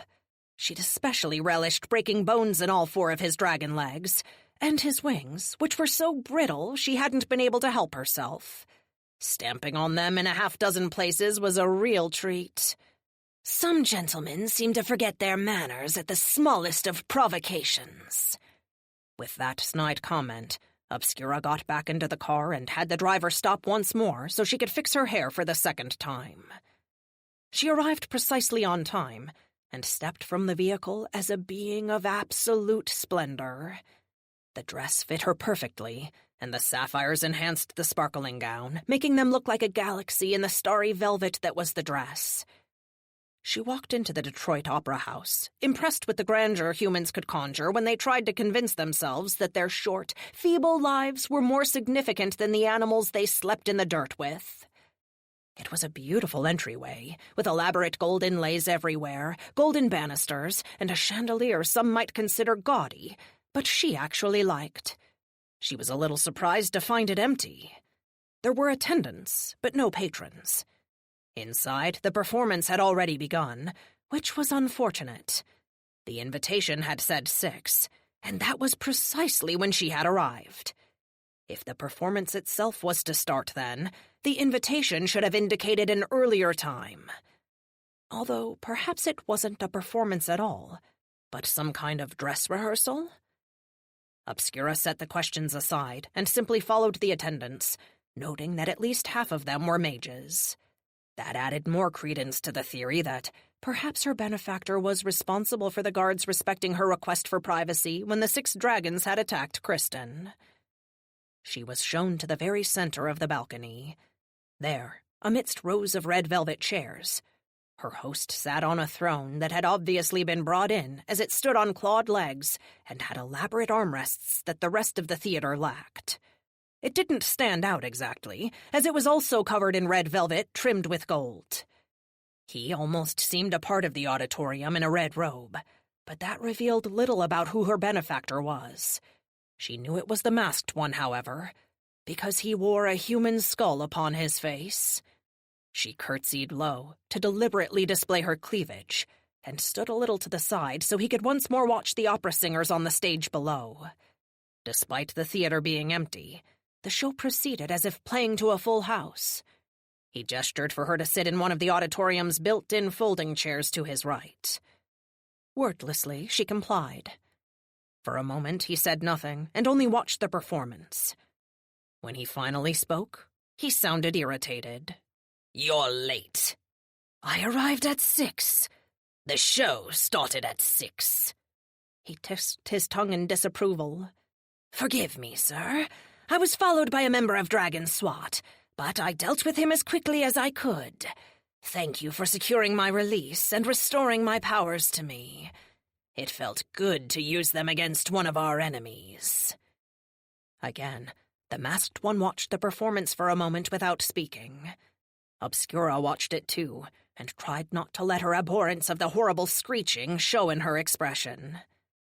He spoke without turning to face her. For a moment, she actually felt nervous she'd miss one of his words, but obviously didn't want to crane forward and get any closer to him. "That dragon appeared only after my agent delivered your invitation. How did you know he wasn't working for me as well? Perhaps he followed you to ensure that you'd come to meet your benefactor." She knew she couldn't show hesitation or doubt.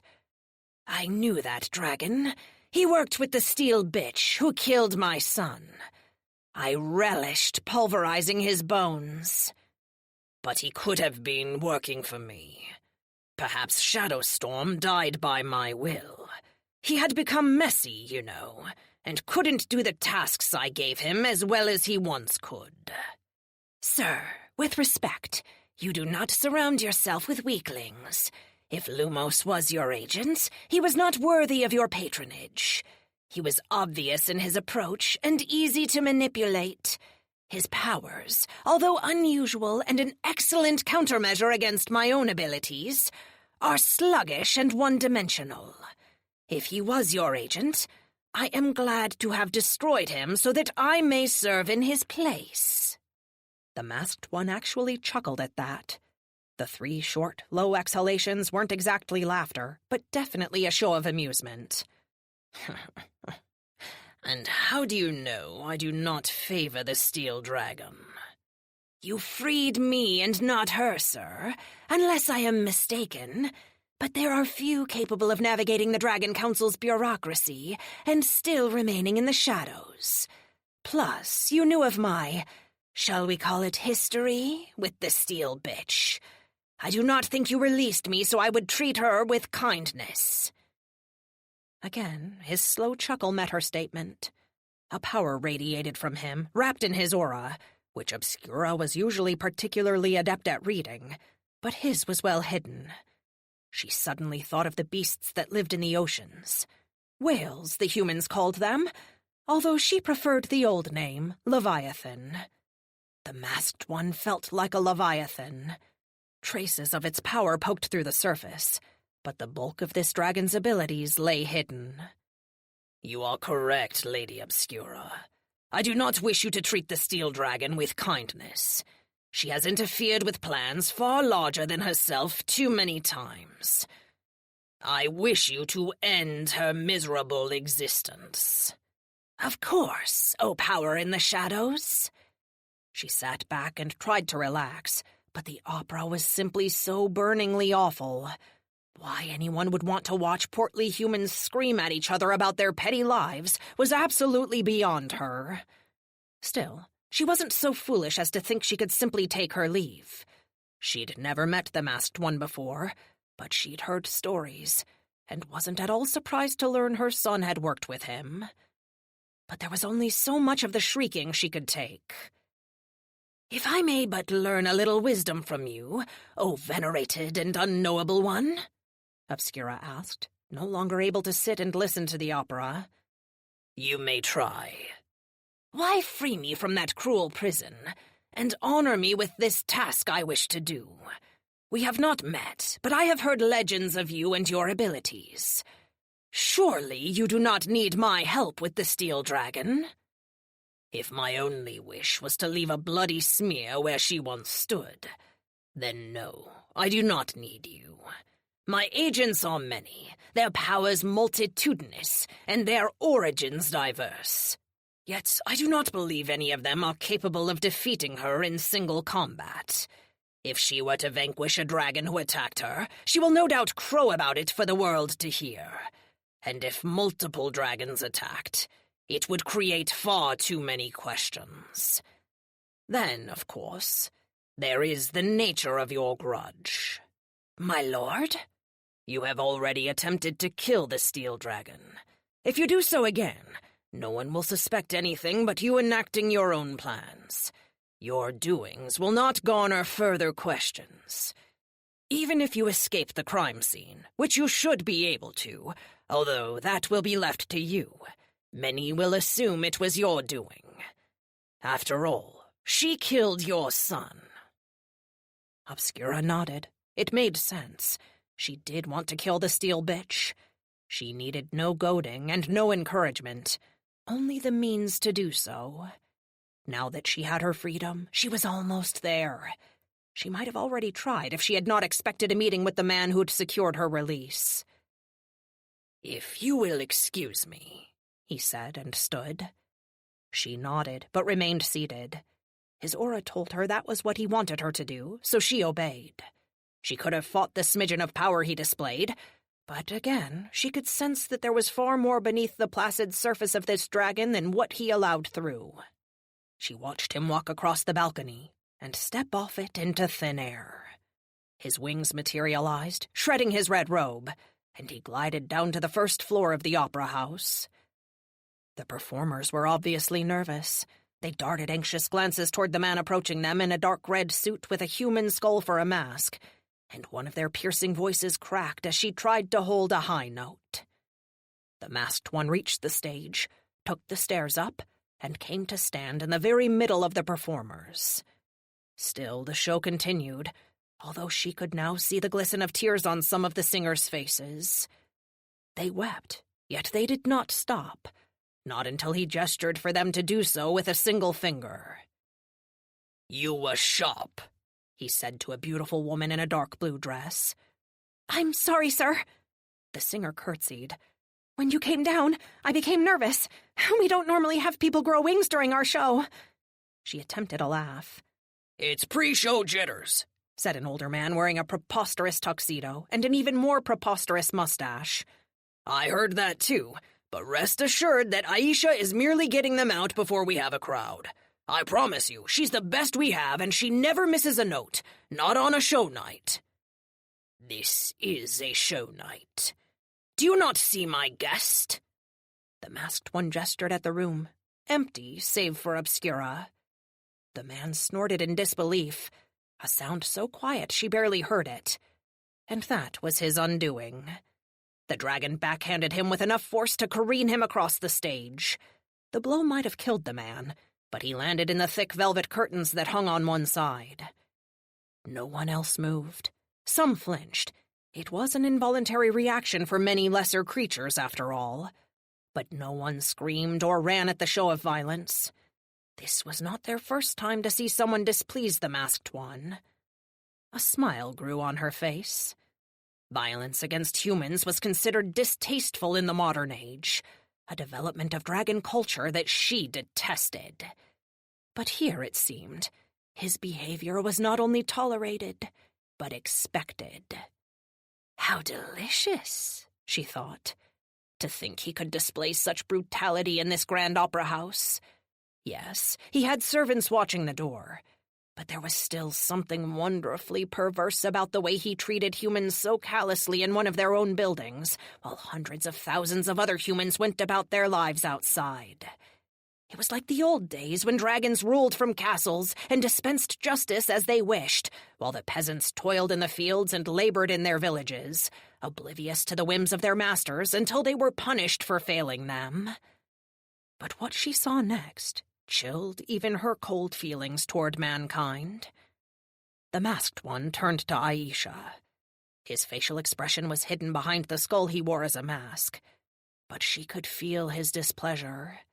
It filled the room like acrid smoke. "I hate it when a singer is sharp." She bowed. "It is much worse than being flat. When a singer is flat, it often indicates that they are trying to listen to their peers and their own voice. When a singer is sharp, it indicates that they are trying to hear nothing but their own voice, that they think they are the most important part of this performance." "I assure you, sir, I only wish to please you." "Well, then, you have failed. Again. Do it again, and this time, without that horrible dress." Yes, sir, I'll change." The woman turned to go backstage, but the masked one hissed, and she froze. "I did not request another dress, merely the removal of this one." She nodded and began to cry as she slid one shoulder of the dress off, then the other. None of her human companions came to her defense, and no one raised a finger. Finally, the man who'd been thrown into the curtain did.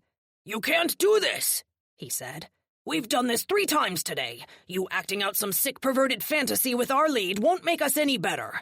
We need rest." The dragon moved so fast that Obscura almost didn't see it. No doubt the humans couldn't process the movement at all. They'd only known where to look because the man had been speaking and perhaps, based on their behavior, from past experience. The masked one appeared above the man, knocked him down, and proceeded to stamp on his throat again and again. First, the skin tore, and then bone crunched, but the irate dragon continued the vicious assault. He could have sliced the neck of the man with a single claw, but instead he stamped relentlessly until he'd severed the man's head from his shoulders. Blood seeped everywhere. It formed a massive pool around the corpse and began to flow beneath the stage and through the floorboards the masked one had destroyed in his rage. Droplets had also reached every corner of the stage. He lifted the dead man's head and tucked it under an arm, a macabre trophy he treated with no more gravitas than an athlete would a ball. His rampage complete, he turned to Aisha, who had frozen, still holding the dress up. "Ah!" He sounded so happy now. "That's much better, isn't it? Those speckles on your dress look like fish beneath a still ocean. It's an improvement. Do not be sharp again, understand?" She nodded. "Very good." He lifted the head beneath his arm by its hair to show the humans around him. "Now, this buffoon was correct. We've had quite enough performances for one day, and I'd hate for your opening night to sound anything but perfect. All of you go home to your precious little families while I have the crew clean this mess. We wouldn't want any spots on the big day." He turned to Aisha. "Except those, of course," he said, and gestured to her dress. "You'll wear that dress to every show, and you will not remove those wonderful embellishments." Everyone scattered. The masked one left the stage in a casual stroll. His hands transformed into dragon claws, and he peeled the flesh and skin from the skull expertly, like it was nothing more than an orange. In the next moment, he vanished beneath the balcony. A few moments later, he reappeared at the top of the stairway. His skull mask was no longer bone-white, and traces of flesh still clung to it here and there. Bile rose in Obscura's throat. It was one thing to treat humans like cattle, as easily controlled, ultimately unintelligent living tools, but quite another to harvest them oneself and wear their bodies like clothing. "Do you have questions, my servant?" "When can I begin, O patient one?" She would definitely not let her revulsion show. "Immediately. Dragon SWAT has been alerted to the whereabouts and condition of their wounded member. That will take them some time, because he cannot transform into a human, correct?" "Yes, my lord. He cannot transform. Not in the state I left him in." She had assumed she'd needed to leave Lumos so pulverized that he wouldn't be able to change shape, and was pleased to see she had been correct. "Excellent. From there, they will receive another false call for help. You will have a very narrow window to fight the steel dragon alone, and without any of her allies there to provide her assistance." She bowed. Then I will begin immediately, my lord. Although, I must admit, I have one small trace of curiosity that has yet to be satiated. Speak quickly. Time wastes. What are the machinations that the steel dragon stopped, my lord? After I do this task, I hope to be able to continue to serve you. She didn't add what she was really thinking. So you don't slit my throat once you're done with me. My plans are simply to stop the chaos that has festered in the last century and restore order to the world. I am but a player of a game with many unseen pieces, as you are now as well. Obscura nodded and bowed once more. It is an honor to play at your table. She saw herself out. While she didn't know what to think of the masked one, she knew how she felt about him. He was terrifying, powerful, and not someone she wanted to cross. But none of that mattered right now. What was relevant was that she was free, and the blood oath she'd sworn on the grave of her son would soon be fulfilled. It had almost destroyed her in prison, consuming her from the inside. If not for the inhibiting power of the silver anklet she'd worn there, she would doubtlessly be dead already. But now she was free and flying toward the coordinates that one of the masked one's servants had given her. She was strong from eating fresh meat, emboldened by her masked benefactor, and empowered by her blood oath. Today would end very well. The steel dragon would die. Chapter 73. Kristen had Jim on her back again and flew the short distance to the mansion. She landed a block away, and they approached on foot. It was a charming place, she thought. Thick ivy covered in tiny blue flowers overflowed the fencing, and through the gate, the only place that wasn't overgrown with ivy, a landscape cluttered with flowers and herbs could be seen. It looked more like a witch's garden than a dragon's estate. Immediately, she felt a pang of concern for the resident. Why were they targeted by the assassin? She already had the sense that this wasn't a typical pompous dragon based on the aesthetic of their property. Cautiously, she pushed the gates with one of her talons. It was unlocked, and they exchanged a concerned glance before they went in. As they stepped onto the property, an audible alarm activated, and red lights began to flash. Movement inside some of the bushy herbs caught their attention. They could be cameras rotating to follow the intruders, or something more sinister. She had already seen machine guns mounted to defend one dragon, and there were magical defenses to think about as well. But there was also a life at stake, so she took a few more determined steps toward the mansion. The lights began to flash faster, and a recorded message added its voice to the wailing klaxon. "Stop! You have been detected. If you would like to visit the owner of this estate, please send a written request for permission to visit. Leave now. Stop! You have been detected." Kristen, knowing full well that some of the defenses were magical in nature, stopped moving. She didn't know if they could hurt her, but after being bound in the prison using magic, she knew it was at least possible. But what to do? She glanced at Washington, who positioned himself beside her. He looked warily at the lights, but was still a cop, so he didn't show any fear. Instead, he appraised them with the eyes of a tactician in an attempt to determine what kind of threat they posed. She was thankful to have him there. "They don't seem to care about me." He took another 3 steps forward. "Jim, stop!" "What will they do to me? Turn me to stone?" He moved on. The alarms hadn't intensified, and no weapons appeared. Kristen realized that perhaps the system had recognized her aura. After all, dragons didn't believe that humans could harm them. Why make armed defenses for a creature they thought was about as harmful as a guinea pig? Windfire had possessed proximity alarms and motion sensors, but he'd also been allied with humans. And even his defenses had seemed to primarily rely on some kind of oral sensor. "I think you're right," she said. "Go knock on the door." "Oh, sure. You stay there while I go and ask to be eaten."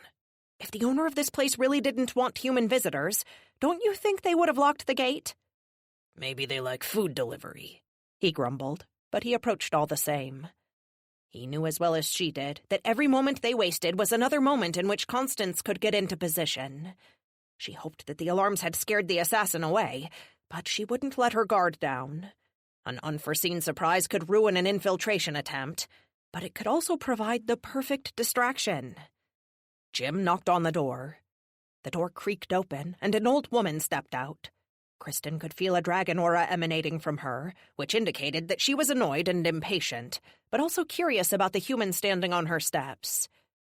She didn't address him, however, and instead raised a hand and snapped her fingers once. The blaring alarms and the vocal recording ceased instantly, but the red lights continued to flash. More disturbingly, weapons disgorged from the bushes of herbs scattered around the messy, overgrown garden. Kristen frowned when she identified a pair of laser-sighted automatic machine guns, some kind of sphere that crackled with electricity, and an honest-to-God floating sword. The woman looked at her.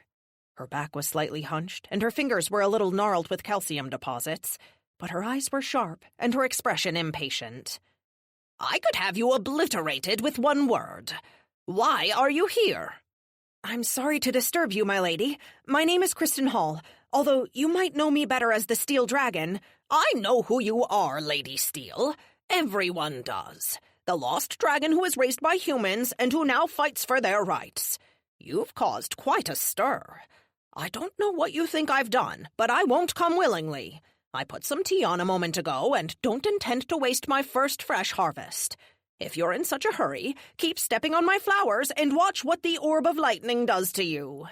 I didn't get it for your steel skin, but I have a feeling it will work all the same if the tabloids can be believed. You seem to have me at a disadvantage, Lady. Amethyst. Amethyst Sky Jewel. She curtsied slightly to show her some respect, although she continued to completely ignore Jim, despite the fact that he stood a few feet in front of her. I know you killed that Shadowstorm boy, and I know you were there when Windfire died. You'll find that my dragon form isn't quite as decrepit as this human body. I will ask you once more, and I strongly suggest you answer. Why are you here? Kristen, with no intention to seem threatening, transformed into her human form, although she didn't move any closer. If you know who I am, you also know I work with Dragon SWAT. What you might not know is that there is a dragon killer on the loose. I have reason to believe that the assassin has selected you as their next target. We came to stop her. Well, it seems you've succeeded. Amethyst made a complicated gesture with her hands, and the weapons system no longer focused on her. They didn't go away, but they did return to some kind of algorithmic control, no doubt designed to keep them aimed in as many directions as possible. Lady Skyjewel, I don't think it's wise to turn your security off, she said. Nonsense. I didn't turn it off, merely told it to stop treating you like a threat. It'll still blast any dragon who dares to step into my territory. If this serial killer is looking for me, consider them fried. Amethyst chuckled. Now, who wants tea? Maybe we can determine why they plan to kill me, eh? Young man? She finally looked at Jim. Please go into the kitchen and fetch the teapot, as well as the plate of cookies. You two really did come at an opportune moment. The Wonder Kid looked at Kristen for confirmation. She didn't really like the idea of him going inside on his own, but it didn't make sense that Skyjewel would kill him. She had enough weapons on her property to kill both of them immediately. Why send him inside if her wish was to simply end his life? It made more sense, given what little she knew about dragon culture, that Skyjewel simply attempted to flex her political muscles. She issued orders to what she assumed was her visitor's servant, simply because they were on her property. It was also very likely that she aimed to intimidate them by making them sip tea while the lightning orb and the rest of her weapons loomed. Kristen nodded to Jim to go inside. If she was right and Skyjewel was posturing, she could play along. Besides, she'd warned her of the threat, and the security system seemed to be functioning. At least they would have warning if Constance were to strike. A minute later, she was seated at a small wrought iron table in the ancient dragon's herbaceous garden. Her guard was still up, but it seemed less and less like it needed to be. The floating sword that never went farther than a few feet from Skyjewel was oddly comforting. The old dragon probably intended it as threatening, But all the steel dragon could think about was how good it was that she had a piece of her defense equipment so close to her. So, tell me, why me? Lady Amethyst asked. Why does this assassin of yours wish to murder an old gardener who is persnickety about her herbs? She wasn't sure, of course, but she wanted to know. If she could identify a pattern, maybe they could catch Constance in the act next time, or even lure her into a trap. At the same time, she couldn't tell Amethyst everything either. The old dragon doubtlessly believed that humans were incapable of harming her. She had no motion sensors on her property, not even cameras. The machine guns seemed to be the only acknowledgement of the idea that humans could be a threat. But that didn't necessarily mean that humans were the intended targets. Machine gun fire could still be quite painful to dragons who didn't have steel skin, although rarely lethal. I'm not sure, Lady Skyjewel. Please, call me Amethyst, or Amy. Some of the humans do. Kristen seized that clue like a drowning victim grasping a rope from a ship in the ocean. You have human friends? The old dragon smirked, and the expression reminded her of her own grandmother when she'd still been alive. Not friends, exactly. It's hard to be friends with humans when they're so fragile and short-sighted. No offense, she added for Jim's benefit, but I am friendly with people.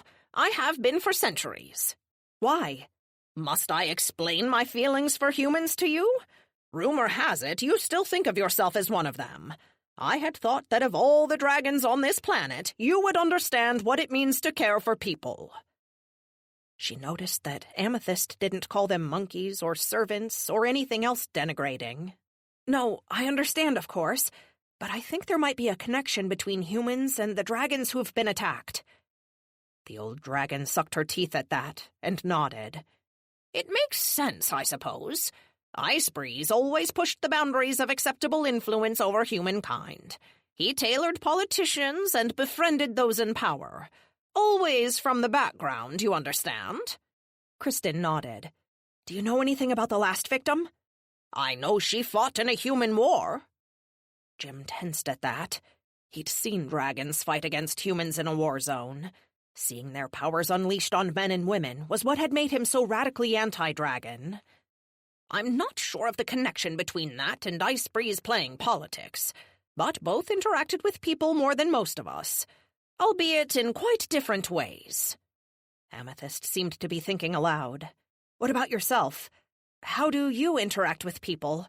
She prodded, and hoped she sounded polite. I don't. Not anymore, anyway. That's one of the reasons why I'm still here. I have heard about this dragon killer. How could I not? But didn't think they would be interested in me, of all people. I've been a hermit out here for decades. I rarely leave my mansion anymore and only use humans for a few tasks that I need done. Groceries and whatnot. But I pay them these days.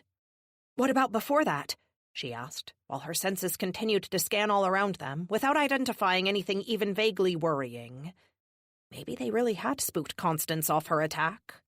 I did play a part in the Second Human Rebellion. On which side? Jim asked. Amethyst turned to him. She didn't scowl, but her smile was cold as ice. On the side of my people, if you must know. Do you mean your people or your dragons? Kristen asked, and tried not to sound accusatory. When the Second Rebellion began, there was a call to arms from the mages who led it. They demanded that all humans serving dragons abandon their posts and their so-called dragon masters and aid them in the rebellion. Many humans did, but mine did not. Were they too afraid? He asked. You are a brave little human, I'll give you that, Amethyst said. But no, I never liked it when humans feared me. I don't think they stuck with me out of fear. Then why? Kristen pressed. They were too loyal. I have always treated my servants well. I think it the proper thing to do, and besides, they work better when they're respected, exactly like everyone else. When the rebellion happened, I told them to take shelter in my castle if they wished. And did they? Oh, yes, of course they did. The Second Rebellion was a bloody thing, you know. It's tough to kill a dragon, but those mages found ways to do it. especially with their newly minted pixies. My people merely wanted a place to keep their kids safe and their bellies from being empty." "Pixies were made for war?" she asked. "Powerful little things they were, too, but fickle and volatile. Some of their magic was strong enough to destroy us, but it was rare that they could manage such a feat without bursting into flames, permanently transforming themselves into a tree, or committing some other form of self-destruction. Those that remain aren't the powerful warriors the humans created to destroy us, but the rejects and their descendants. There are still powerful pixies, mind you, but they know very well the dangers of pulling too firmly on the magic in their blood. But I digress." The old dragon took a sip from her tea. "My people sequestered themselves in my castle, but we weren't able to stay completely locked inside. We needed fresh meat, salt, hay, things like that." "And you sent the humans out," Jim said. "You're bloody well right I did. If I had been killed, they all would have been put to the sword at the first opportunity. The mages knew that without people, we dragons were at a disadvantage. We were powerful, of course, more powerful than mages or pixies. But there were so many humans, you know. And there is creativity and a willingness to sacrifice in numbers. If mankind had truly united against us, they might have been more successful. They saw my people as traitors to their race, simply because they wanted to feed their children." "What happened to the people you sent out?" she asked, and almost dreaded the answer. "Most of the time, nothing. But sometimes a mage would recognize who they were, or realize that they were stocking up for me. Those who were discovered still returned, only in pieces." "Did you ever catch any of the mages who did that?" "Oh, yes." Amethyst smiled wickedly. For the first time, Kristen had a sense of the dragon hidden in the form of this little woman. She was a powerful being, as all dragons were, but seemed to possess a certainty in her actions. It empowered her to do what she did, and she knew why she did it. "What did you do to them?" Jim asked slowly. "You know, not many species like to eat their own kind. When confronted with a choice between starvation in the cold or the flesh of their kin, most humans choose to starve. I couldn't let that happen, not when there were horses and sheep to stretch if they didn't have to use them to feed a dragon's appetite. This was before humans had found out how to capture swine, cattle, and fowl, and cage them in their meat factories, of course. Fresh meat was still hard to come by. Quite simply, I had to share, or the humans I sheltered would have starved or turned on each other. They're only human, after all, and you can't blame them for being flawed." "You ate one of them?" The Wonder Kid wasn't able to keep the horror out of his voice. "Ha, one?" Amethyst chuckled. "No, no, no, my child. You do me honor with your kindness. I did not eat one. During the Second Rebellion, I became known as a mage-eater. They said you could see me fly through the sky, sparkling with the magic of my meals as I ate. That's where I earned the name Sky Jewel. I suppose, given that, it makes sense that a dragon killer would target me. After all, in the last rebellion, I both gave hope to humans and cast terror on those who opposed the dragons. I was a candle of hope and a fire of destruction. If they are targeting those of us with unusual ties to people, I make a fine target for many reasons." For a moment, there was only silence. Finally, the old dragon stood with a smile. Despite her slightly hunched back, she really was quite spry. "Oh, bother, we're out of tea. I'll fetch more. Come inside and I can tell you what I know of the other dragons in the area. Maybe we can see who else has cast long shadows on human history."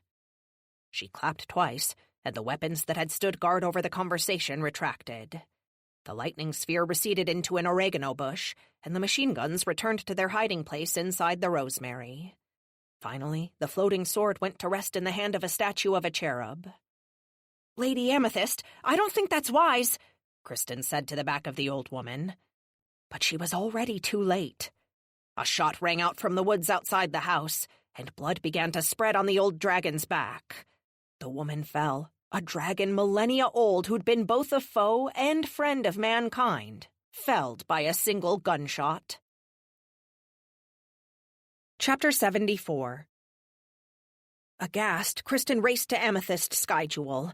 The old woman was pale, and her wide eyes looked at the overcast sky above her. Did you? She asked, and her mouth didn't quite manage to close. You'll be okay, she told her. You've been shot in the shoulder. I know it hurts, but you'll be okay. The wounded dragon stretched a shaking hand to touch the sticky blood that soaked her clothes. I have been shot before, many times. It's supposed to feel like an insect sting. Is this what humans feel when they shoot each other? She nodded and blinked tears back. It seemed odd that she was so emotional, but the old dragon woman was so sweet. She might have eaten mages centuries before, but now all she seemed to care about was her tea. More than anything, she didn't want her to die in her arms. What's the plan, Steel Dragon? Jim nudged her aside, took his jacket off, and applied pressure to the wound. Like everything else, the Wonder Kid was good at treating victims. That snapped Kristen's priorities into place. She pushed into a crouch, turned her skin to steel, and looked for the shooter. Her search revealed nothing. No movement, no face hiding in the grass, and no aura. She knew she wouldn't have sensed an aura, but still, it might have been simpler if another dragon appeared. I have salves, Amethyst managed to say. Jim, get her inside, follow her orders, and if you need to... She didn't have to say to pull the bullet out.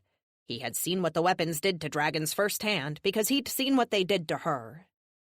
It might not be much safer in there, he said, but he had already eased Amethyst carefully onto his jacket so he could use it to drag her and aggravate her wound as little as possible. You're gonna have to keep pressure on that wound while I move you, ma'am. But it hurts, Amethyst said, and her voice seemed to fade. Based on the wound, the shooter's outside. I know it's less than ideal, but I think it's the best we have, Kristen told him.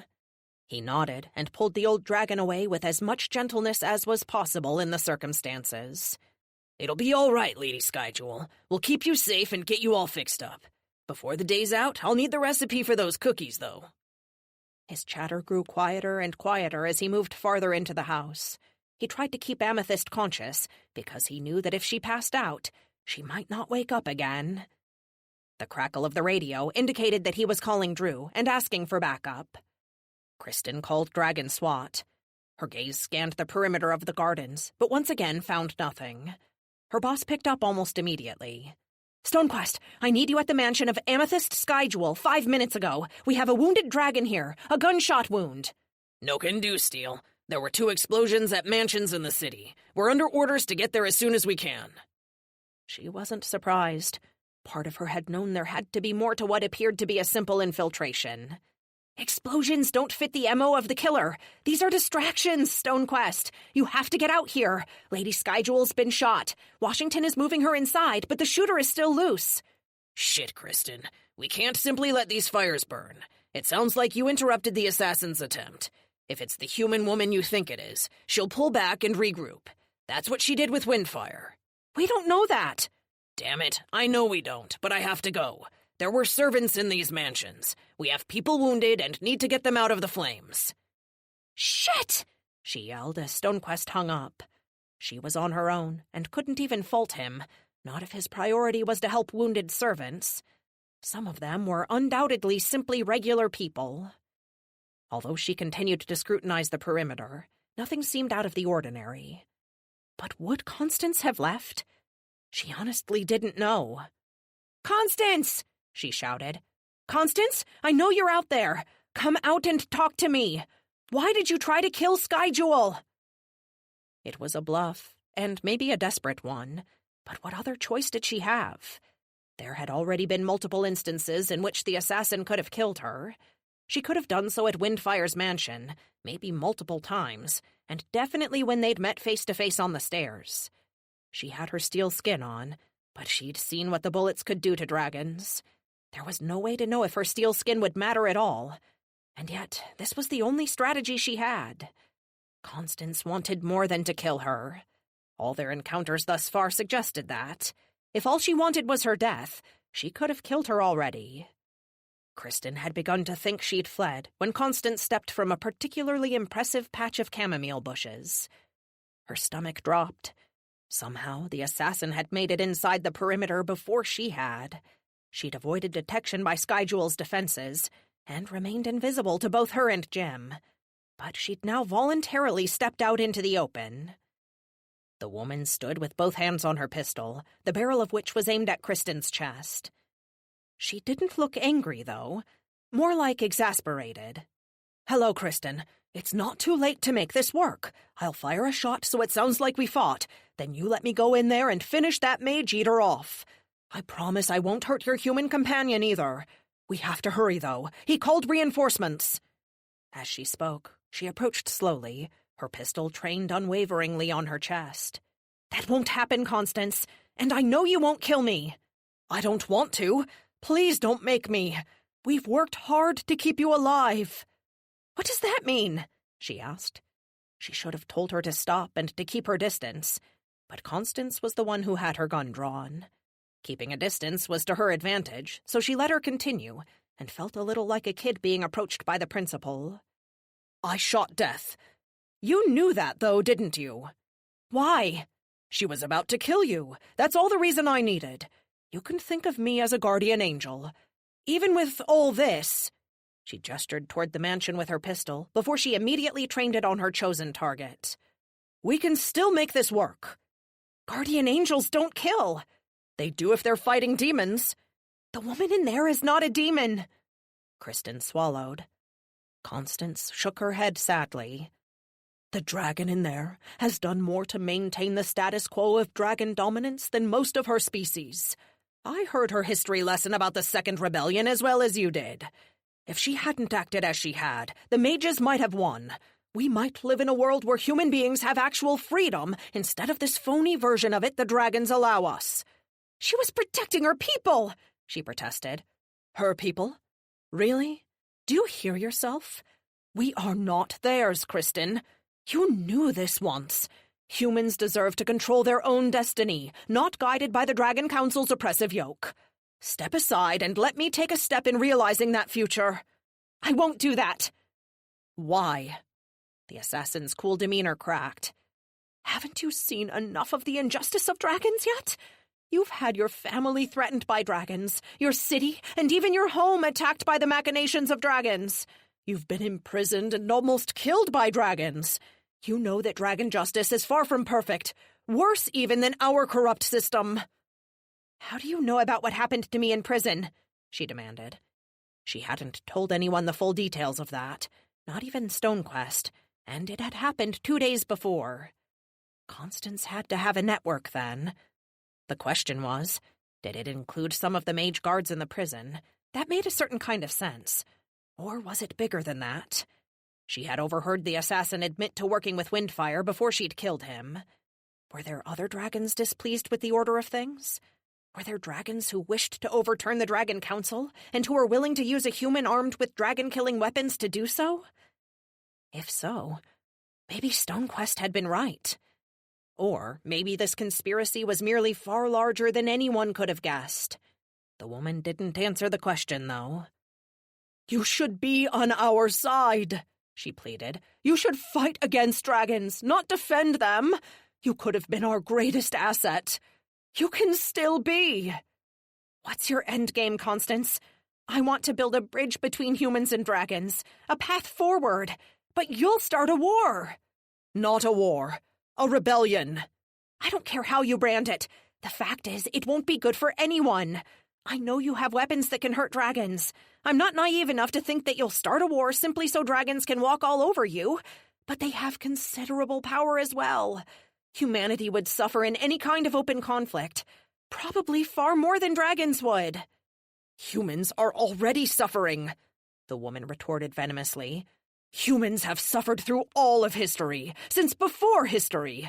Our entire past is suffering under the thumb of the tyrants who rule us and think only of themselves. Do you expect to bring about justice through incremental change? You can't fix a broken system. You have to build a new one." "People will die, Constance. Too many people. Millions, potentially billions, if the dragons have a unified front. You eliminating dragons will give them exactly that. That's why you're supposed to join us. Be our herald, our champion. With the steel dragon on our side, other dragons will join us. They can be spared for a time. Kristen shook her head. I can't let people die. I can't let people be eaten or be burned to death. It's worth a few lives to set humanity free from their rule. People are already dying because of dragons. When we topple the throne they've built of our bones, the dying will stop. It might not be pretty while we get there, but living free and of our own volition is worth it. Our human government is corrupt, but at least we can see it. The Dragon Council rules from the shadows. Constance, you are killing people. I know about the explosions you set off at the other mansions to keep Dragon SWAT from getting here in time to stop you. People were in those buildings. They served Dragonkind, yes, but they are people with families all the same. Some of them won't heal, and will leave others to mourn them. These people will see you as the enemy. For the first time since they'd begun to talk, Constance looked surprised. The barrel of her gun wavered before she snapped it back to point at Kristen's chest again. You're lying. We didn't detonate any explosions. I'm not lying. If I was, Dragon SWAT would be here already. You're stalling, then, she said. I'm not. I'm trying to prevent a war. Build bridges with me, Constance. If we want to make peace, we'll need humans, dragons, and mages at the table, too. That's who has been helping you, right? Is that who forms the core of your organization? Mages were instrumental in the first 2 rebellions, and that's how you knew about what happened to me in the prison, right? We'll need you, and we'll need everyone to lay their weapons down and forget the atrocities of the past. We'll never forget the deaths the dragons caused, the assassin said, and smiled thinly. But I agree that we can't kill each other either. I hope you remember this, that I didn't choose death. She lowered her weapon a few inches and shot her in the leg. The bullet punched through her steel skin, and she fell, clutching the wound. Chapter 75. Through the pain, Kristen watched Constance approach, her gun once again trained on her chest. Stay down, Kristen Hall. Stay down. That wound won't be fatal, and once you get the bullet out, your healing powers will take care of you. But how? Tears streamed down Kristen's face. Pieces of dragon, the assassin replied, her voice soothing like a mother assuring a child that there were no monsters under the bed. Scales, fangs, claws, pieces of dragon shaped into bullets. It turns out that the thing dragons are most vulnerable to is other dragons. It's embarrassing, really. We knew dragons could kill each other. They used to do it fairly often when their duels got out of control. We've known for decades now what dragon parts can do to other dragons. But we've only recently been able to weaponize that knowledge. Why? Kristen was desperate to understand, and she struggled to focus beyond the pain.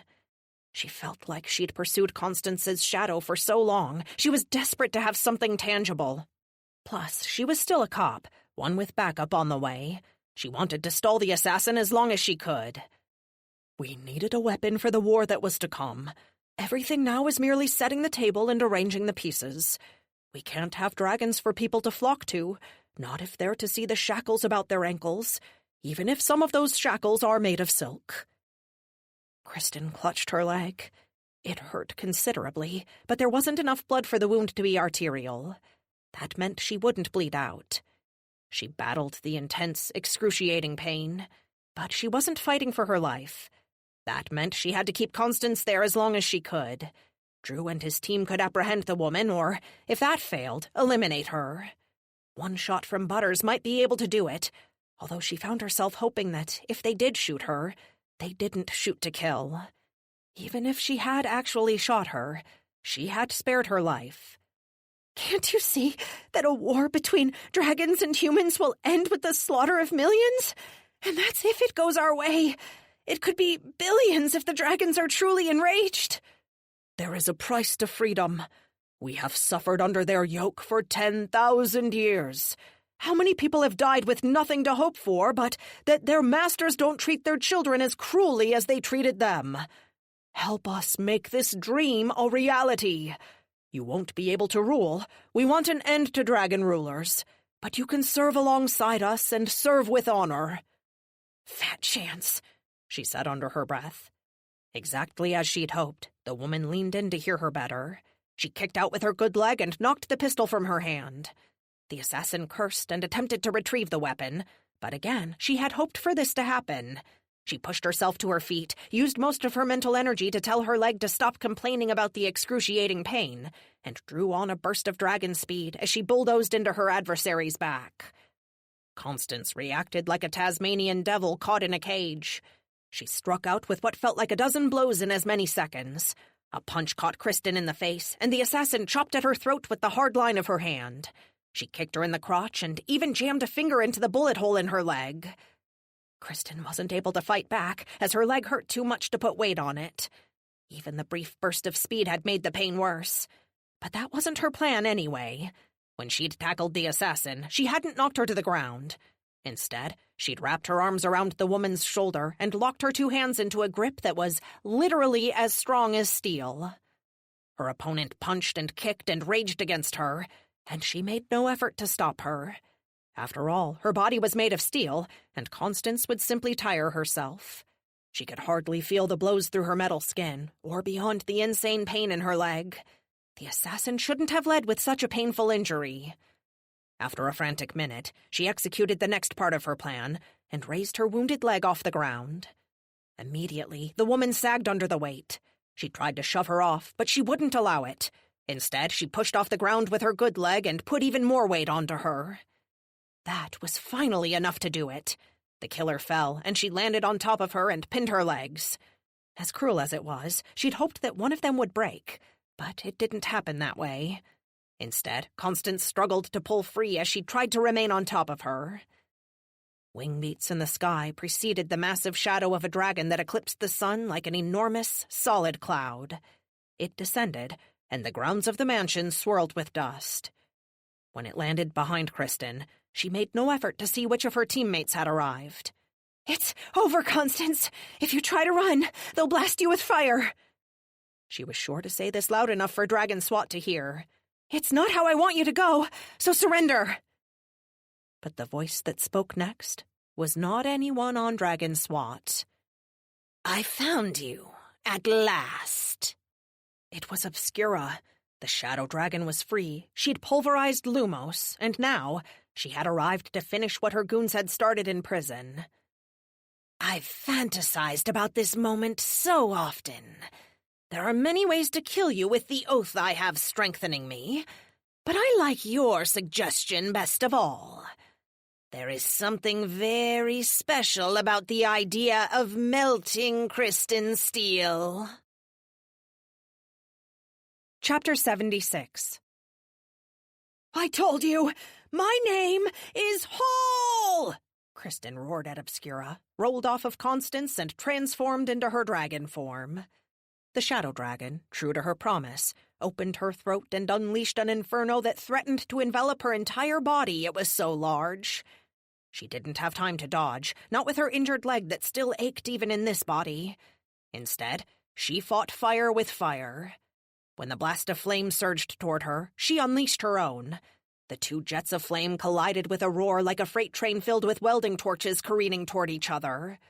All around them, Amethyst's garden burst into flame. The two pillars of dragon's fire didn't spread, but the heat that radiated from them was enough to make many of the shrubby plants spontaneously combust into orange fire. Out of the corner of her eye, Kristen saw Constance scramble to her feet, glance once at the handgun, now trapped between two raging infernos, grimace, and run into the woods. She couldn't follow her. Hell, with the fire pouring from her throat, she couldn't even tell her to stop. Not for the first time. She wondered what kind of help the assassin had on her team. Did another mage protect her from this heat? Was someone waiting nearby on a motorcycle to whisk her away? So many questions seized her mind while her massive dragon lungs ran out of oxygen, and then fire. Obscura had started first, so she stopped her blast seconds before Kristen did, much to the steel dragon's relief. If she hadn't, she honestly didn't know how much longer she would have been able to maintain the flames. Her adversary was already in motion, and prowled like a cat trying to get behind its prey without being noticed. She pivoted to face her, and knew she should pace too, or better yet, attack the larger dragon. But her leg was a mess. Obviously, the bullet that Constance had shot her with was still buried in the wound. She would be at a severe disadvantage in either of her forms. But only if they were on the ground, she realized. If they were in the air, she wouldn't have to put any weight on the leg. She wouldn't be able to attack with it, but that seemed like less of a disadvantage than not being able to walk. She tried to push up and off the ground, and pumped her wings as she leapt, but with her back leg wounded, she wasn't able to jump at all, so had to rely entirely on her wings. Still, she had the strength of a dragon, strength not entirely given by muscles and brawn, but by magic as well. She managed to thrust herself into the air. Her efforts proved too slow, and the black dragon lunged forward, bit her tail, and hauled her back. She thrashed her tail and shook her loose. After all, her tail was made of steel and had an axe blade on the tip. But her opponent didn't seem intimidated. Far from it, actually. Kristen tried to fly higher, and this time the shadow dragon let her go. "Where are you running to, little whelp?" Obscura demanded as she took flight. Already she had achieved greater height. Her legs had propelled her into the sky, and her wings carried her motion. Still, now that they were in the air, Kristen might be able to hold her own. Unfortunately, the older dragon was a far more experienced flyer. That fact was immediately and painfully obvious. While Kristen struggled to gain altitude, Obscura swooped and gained speed before she elevated again and slashed at her legs. She didn't kick out. It would have hurt far too much, and instead swung with her tail, which only unbalanced her, as tails were an essential part of dragon flight.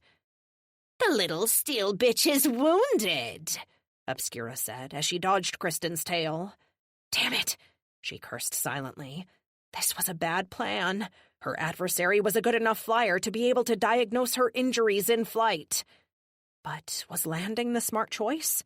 She didn't think so. It would be far better to draw her away from there so Jim didn't get hurt.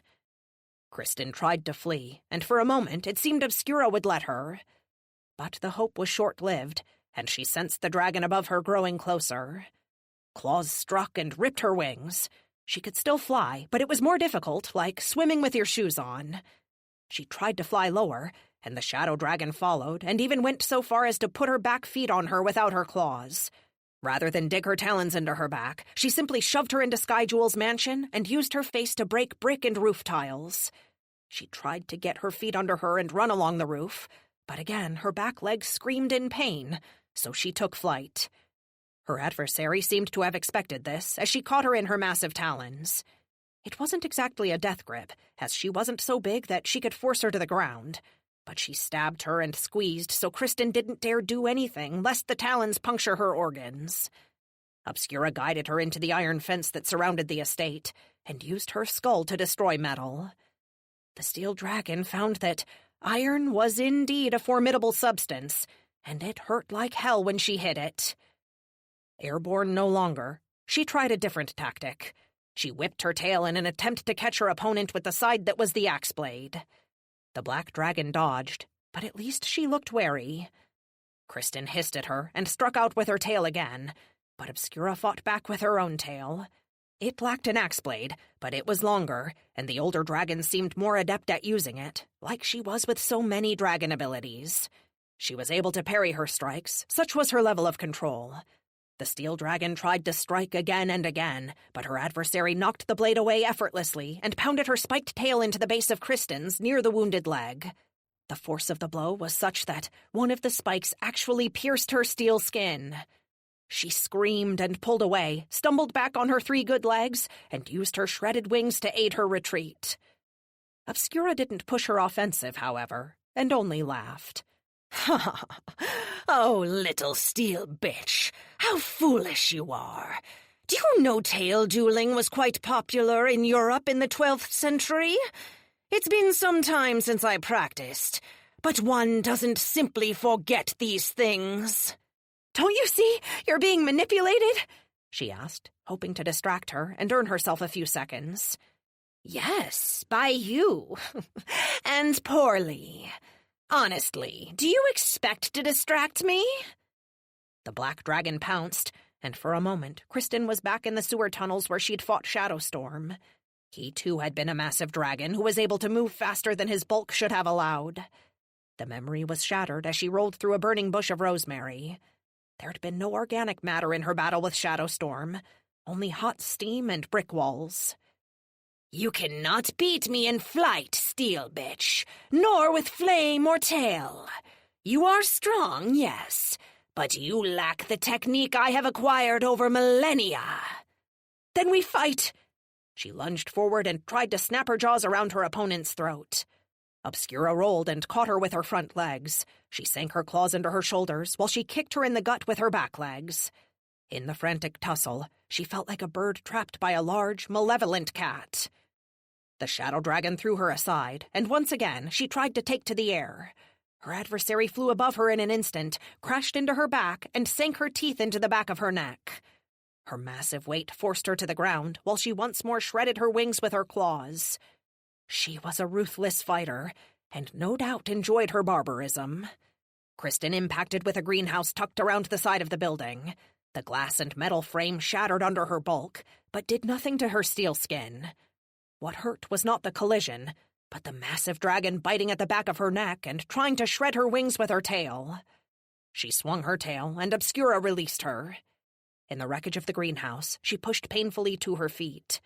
Broken glass and plants were strewn everywhere. I came ready for quite a fight, but it's obvious that the little human really weakened you, the black dragon snarled. I suppose with the oath I swore to end your miserable life fueling me, I'm simply too powerful.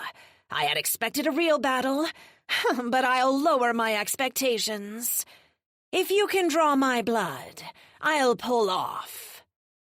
Kristen knew it was a lie. It couldn't be anything else. Her enemy didn't know mercy, and she didn't know restraint. And yet, what was she to do? Refuse a chance to live through the day? It was stupid, but she decided to change her tactics. She lunged weakly, and the larger dragon dodged easily, but this was what she wanted. As soon as Obscura moved to the left, she whipped her tail at her and forced her to hold a forearm up to block the steel axe blade.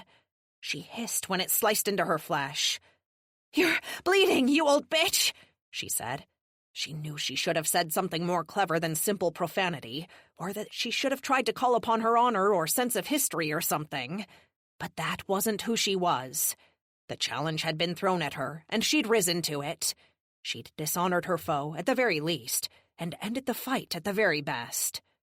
I was lying, obviously, Obscura said, and launched into another assault. This time she didn't tackle her, though. Instead, she came close enough to be barely out of the reach of her claws, and rained blows upon her. Kristen's steel skin did nothing to stop her. She felt each swipe of the claws as keenly as a little girl skinning her knee. None of them were lethal or even close to it, considering how difficult it was to kill a dragon. But the pain added up. Strike after strike drew blood on her forearms, her shoulders, her ribs, and her back. She had no idea how the black dragon was able to slice through her steel skin so easily. Was it because she was weakened, or because Obscura really had sworn a magical oath that made it easier to hurt her? Either option seemed equally negative. She tried to fight back, but she could feel herself becoming sluggish. Her adversary's blows were too fast, and also strange coming from a dragon. When she sparred in dragon form with the members of Dragon SWAT, they mostly focused on powerful, forceful blows that would be lethal if properly delivered. That wasn't how the other dragon was fighting, however. She was merely inflicting as much pain as she could. None of these scratches or slashes would kill a dragon, and all they would do was hurt. It was yet another technique she might have learned over the centuries that Kristen simply didn't have any experience with. But the steel dragon knew enough to realize that she couldn't last in an extended battle. She had to end this. Unfortunately, Obscura also seemed to wish to end the battle. She pushed forward, and, given their close quarters, this was enough to put her shoulders into Kristen and knock her back. The shadow dragon landed on top and proceeded to savage her neck with her teeth. All the little scratches she had previously experienced, hell, the gunshot too, for that matter, suddenly seemed like nothing but minor irritations. No pain could compare to dozens of dragon teeth sinking into her throat. There was no terror like having a larger and stronger dragon attempt to saw her head from her body with its teeth. Kristen struggled and thrashed beneath her assailant, but her attacker was so large she couldn't dislodge her. She whipped her tail, but Obscura simply knocked it away and pinned it to the ground with one of her spikes. With no other options, and the pain at her neck making it practically impossible to think about strategy or even cause and effect, she once again tried to incinerate her enemy. Flames came up her throat and out her mouth and blasted the larger dragon in the face. Obscura released her and flew away, blowing the flammable magic venom off her face with her wings. Yet again, Kristen had done more damage to herself. Some flames had come out the wounds that had been inflicted in her neck. Now the new flesh wounds stung like hell. The other dragon was off her, which was good, obviously. But the wounds she had inflicted burned worse than ever. Still, she shook her head and tried to keep her mind in the fight. "You are a persistent one. I'll give you that," Obscura said. "I think I'll rip one of your wings off next." "Fuck you!" Before she could finish, the shadow dragon attacked once more. This time, she leapt forward and used her shadow powers to get behind her. She tried to turn, but Obscura sank her teeth into one of Kristen's wings. Although she tried to pull it free, her opponent simply didn't allow it. Instead, she crushed the bone in her teeth and shoved her with her back as she ripped the wing away at the bone. Kristen screamed, and Obscura flapped her wings and pulled up on her wing, taking half of it with her and pulling the weakened membrane apart as she did so. Without thinking, she pulled her wing back and helped her enemy to rip it. She tucked it close to her back and felt her blood dribble down her back. "I haven't done that in centuries, my dear." "Thank you." "All I was doing was trying to protect the people I love," Kristen cried. "I didn't want to kill your son, but he left me no choice." "Well, we have that in common at least. I have no choice in your death. Not anymore. Not with the oath I swore and my benefactor relying on me." "Who is your benefactor? I'm sure that whoever he is, he's not kind. Tell me what you know and you can join our side. What you did to my brother was wrong, but we all make mistakes." "None as large as when you hurt my son," Obscura hissed. "I never wanted to hurt him."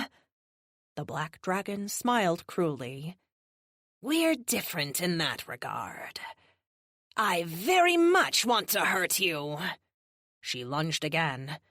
Kristen was barely able to get her tail up in front of her body before her assailant drove into her and the two tumbled together. She had recognized that attack. It was intended as a killing blow. Obscura had hoped to pierce her heart with her claws. Thankfully, she had gotten her tail up and thus saved her life.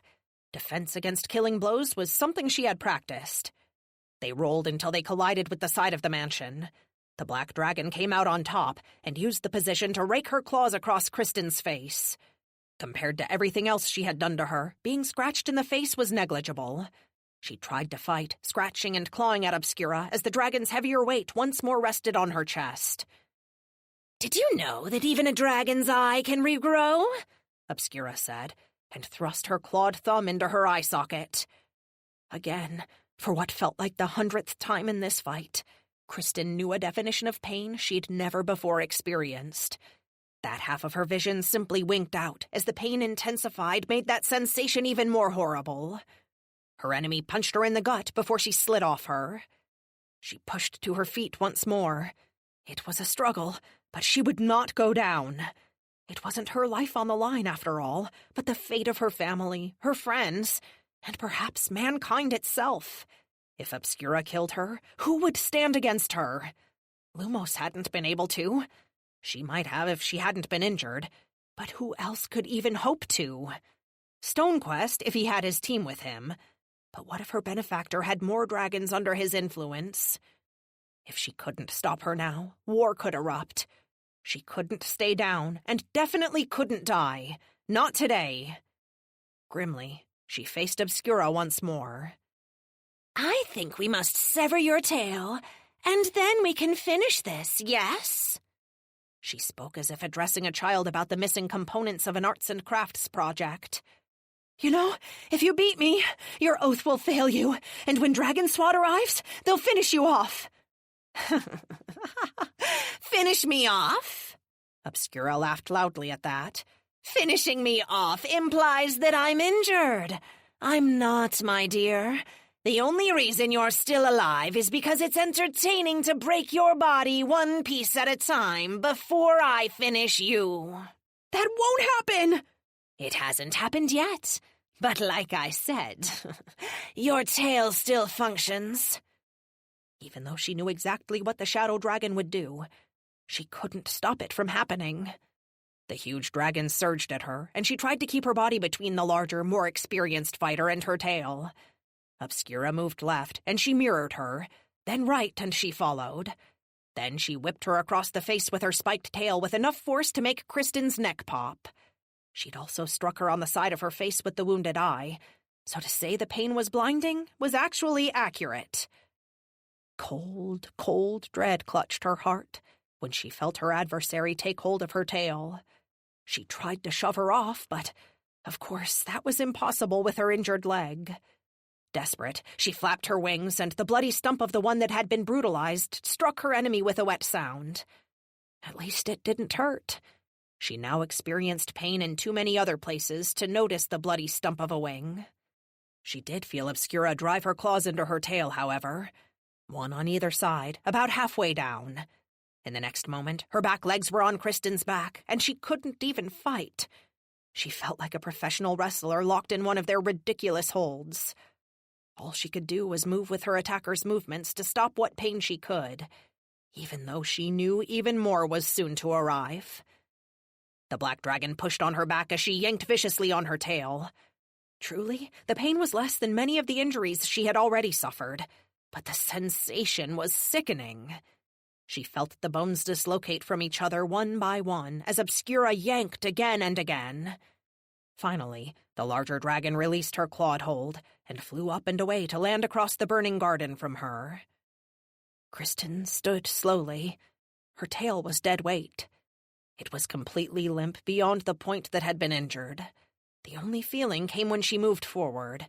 Normally, she used her tail instinctively to balance, but now it was only pain, and then nothing. It was a disadvantage so severe for a dragon, it might have been even more debilitating than her injured leg. But she wouldn't stay down. She stood, as ready for the next attack as she could be. Obscura walked closer, her movements almost languid.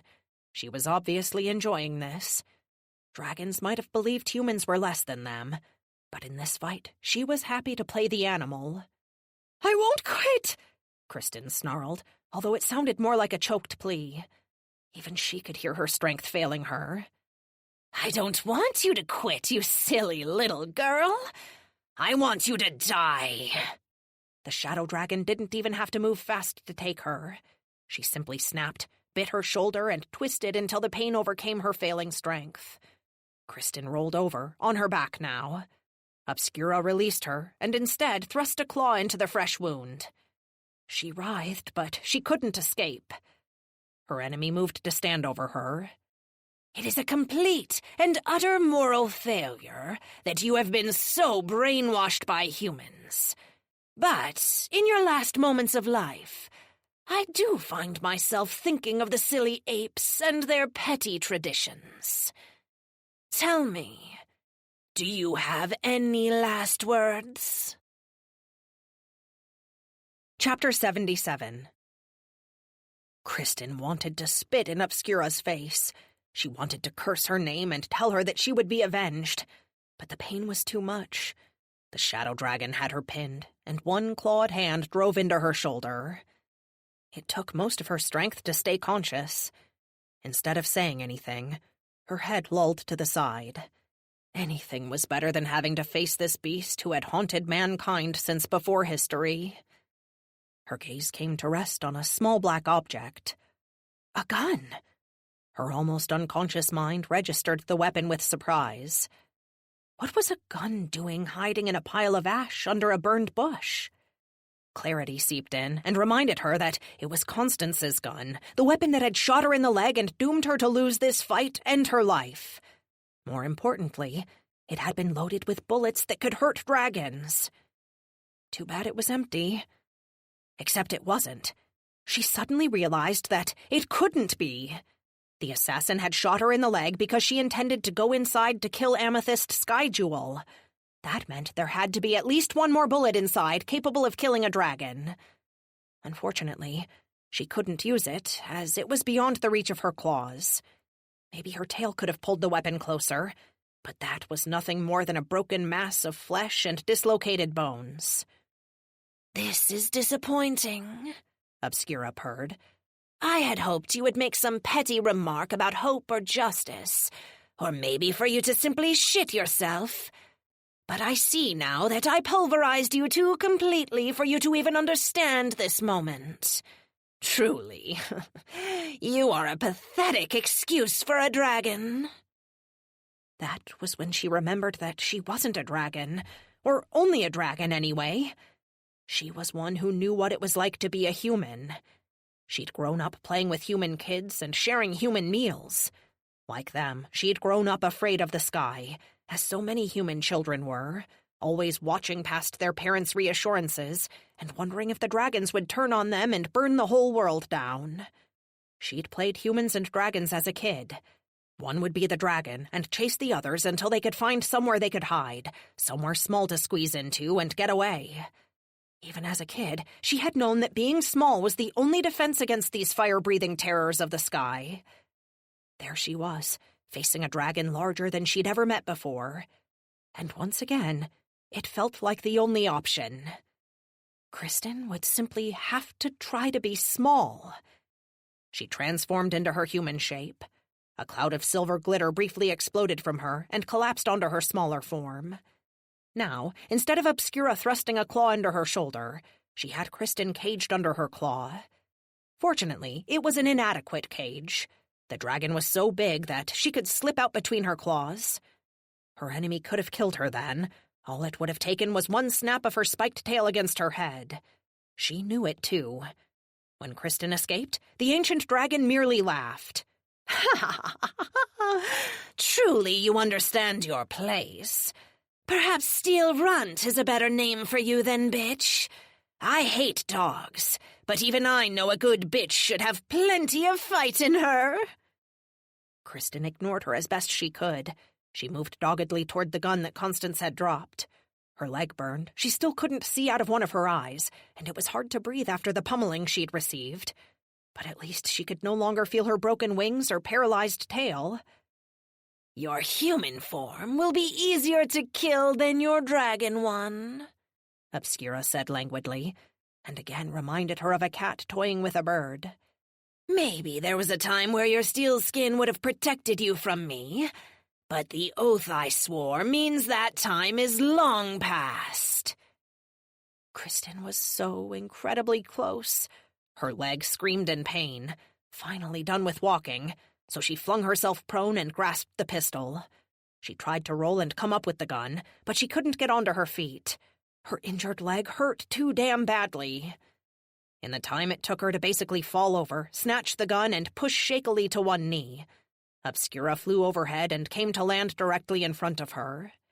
She sat on her haunches, wrapped her tail around her feet, and flicked the end of it ever so slightly, like the world's most powerful and pissed-off cat.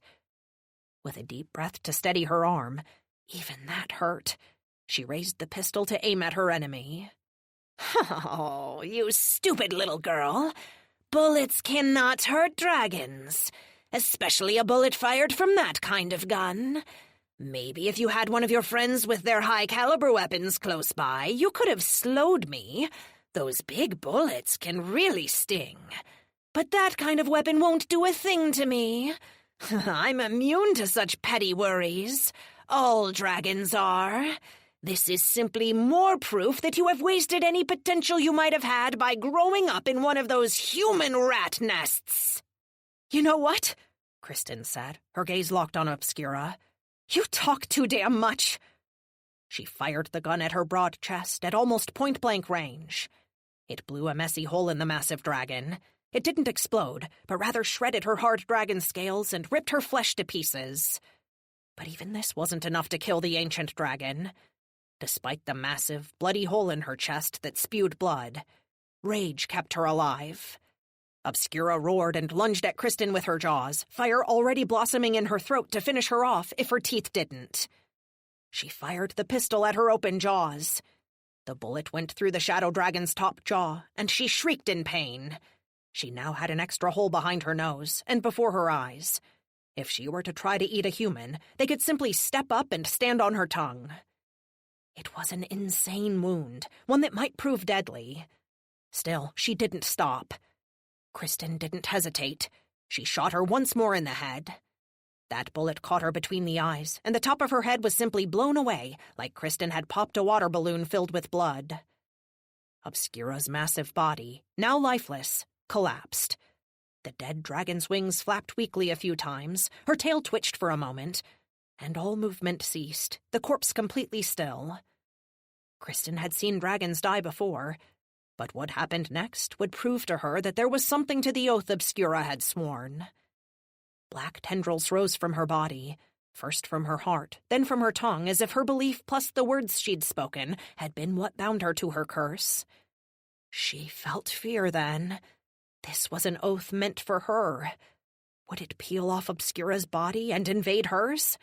Or perhaps bring the dragon back from the dead by healing wounds that nothing should have been able to live through? Would it simply kill her? If Obscura had failed sooner, perhaps she would already be dead. But it seemed the magic of this particular ilk wasn't interested in doing its master's wishes now that she'd failed.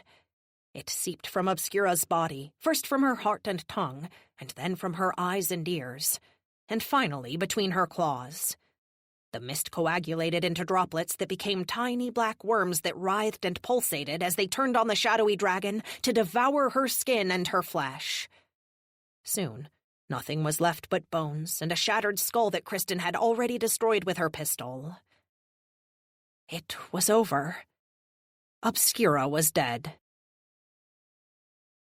Chapter 78. Kristen, hey. Her alarm clock was really annoying. Hey, Hall, snap to it! She opened her eyes to see Drew's face in front of a cloudy sky. She lay in the grass, her entire body basically on fire with pain, although she didn't quite remember how she got there. There's my little dragon. Are you all right? When she forced herself to smile, even that hurt. We have to hang out more outside of work. It looks like you won't be hanging out for a while, Hernandez said. Is any part of your body not broken? Slowly, she pushed herself up and blinked to settle her vision. She could see out of both eyes again, although the one Obscura had gouged out was still hazy. Hopefully, she told herself, it would improve with time. She prayed that was the case and forced her mind not to dwell on it. I'll be fine. I only need time to heal and some food. Can one of you do me a favor and see if there's a fucking bullet in my leg? Drew nodded and helped her to her feet. Hernandez dropped to one knee and looked at her leg. I have bad news for you, Hall. The bullet is definitely still under the skin at the back of your leg. It must have been stopped by your steel skin when it tried to go through. If you want, I can take it out. Get that fucking thing out of me, she replied. I would say this is gonna hurt, the woman said. But compared to everything else that's wrong with your fucking body, this might not be so bad. Just do it! Hernandez drew a knife, flipped it deftly in her hand, and stabbed her in the thigh. It hurt. There was no way to pretend that it didn't. But she endured it. After all, it was only another flesh wound. One of many. When the tip of the blade slid past the bullet, that definitely hurt. But when the bullet was removed, she felt nothing but relief. It was like aloe on a sunburn or water after a trudge through the desert. She knew that her body could heal now, although it would take time. More importantly, she would live. Before, she hadn't been so sure. The pain had been so intense, she hadn't known if it would stop. Even the rest of her body hadn't seemed to heal properly. Those bullets really were a force to be reckoned with. Something tells me pulling a bullet out of her won't do the trick, Butters said, and pointed at Obscura's corpse. Kristen immediately saw what he meant. It was almost laughably obvious. While she was all scratches, bruises, and breaks, the shadow dragon's body was nothing but clean, off-white bones. Only the skull was broken, shattered in 2 places from the bullets. The oath that she had sworn had taken everything else. The door to the manor opened, and Jim came out with his gun in hand. Amethyst is locked up tight in her safe room and... Holy shit! What happened out here? She looked around at the blackened landscape and vaguely remembered that, when they'd first arrived, it had been a verdant garden with bushes thick enough to hide security equipment. Now it was a wasteland. Virtually every inch of the ground had been scorched. Here and there, a few blades of grass were still green, but that only heightened the sense of desolation, a reminder that this morning the entire estate was a garden. The plants were all blackened stumps, and the weapons they'd concealed were either destroyed and bent out of shape, or melted into slag. There was the greenhouse, or what was left of it, that she remembered plummeting into. Apparently, Obscura had also pounded her against the side of the mansion, as there was a dragon-sized crater in the brick. "It's a long story," she said. "I'll say it is. When I went in, you confronted that human woman, Constance. A few minutes later, we have a dragon skeleton out here? Based on the size of that, I'd guess Obscura. How the hell did you manage that? I was only gone a few minutes." "Like I said, long story." Kristen limped toward Jim with Drew's help. "The kind of story that can only be told over a few shots if it's to be told in its entirety." "I'd buy the whole bottle of whiskey to find out what happened here," Butters said. She tried to laugh, but God, it hurt. Drew noticed and lowered her gently to the ground. He'd probably realized that he'd had to carry most of her weight. She had barely managed to walk. "Let's get that leg patched up. It looks like you've lost considerable blood," he said. Kristen nodded and stretched her leg out. He cut away her pant leg and gasped. "You know, I never cease to be amazed at your powers. You were shot, and the muscle is already reknitting itself. What about your eye? It's quite milky." "Obscura punctured it with a claw. If it's intact at all, I'll count that as a win right now." Drew placed a hand over her other eye and held up fingers for her to count. "How many?" 2. "Close enough," he said with a brief smile. Kristen knew it had to be hard for them to see her like this. Besides the grievous wounds in her leg and her eye, her neck felt absolutely ragged from when Obscura had tried to rip her head off. Her body was covered in wounds, too, bruises and beatings that had transferred over from her dragon form. But she'd still won. She tried to tell herself that meant something. Maybe it would in the morning. Better yet, maybe it would once she'd had a beer. They carried her to the SWAT van and put her inside. Drew told her Stonequest had called and said he was on his way. He wanted to stay until Dragon SWAT got there and secured the scene. "How did Stonequest know you were coming here? Have you guys been in contact?" she asked. "No, nothing like that." He looked kind of sheepish. "Dragon SWAT knows we are the Knights of the Steel Dragon," Keith shouted, cracked open a beer from a cooler and gave it to her. "We didn't make it in time to record your battle, by the way." Now he sounded sheepish. "It's great to know I have my own cavalry," she said. "Too bad you're all so slow." "So slow?" Jim looked incredulous. "I was inside for minutes, as in less than 5. "Like I said, too slow." The Wonder Kid merely shook his head as he looked around the destroyed estate. It really was an impressive amount of destruction. Obviously, the grounds had been burned, and the greenhouse was a pile of twisted metal and glass. But they'd done damage to the mansion as well. Apparently, when Obscura had hurled her into the roof, she'd taken a chimney and a few ornamental spires, plus a skylight and what had to be close to 100 bricks.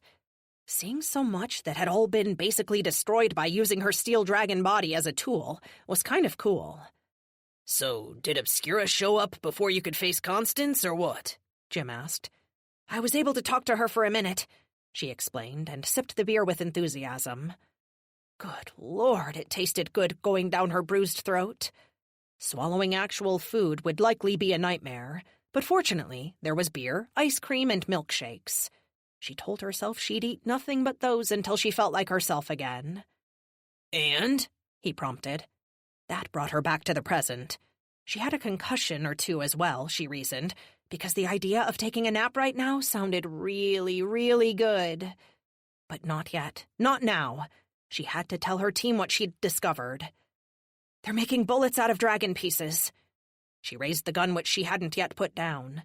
Even when she'd awakened, she had clutched it in her hand, unable to release the weapon that had saved her life.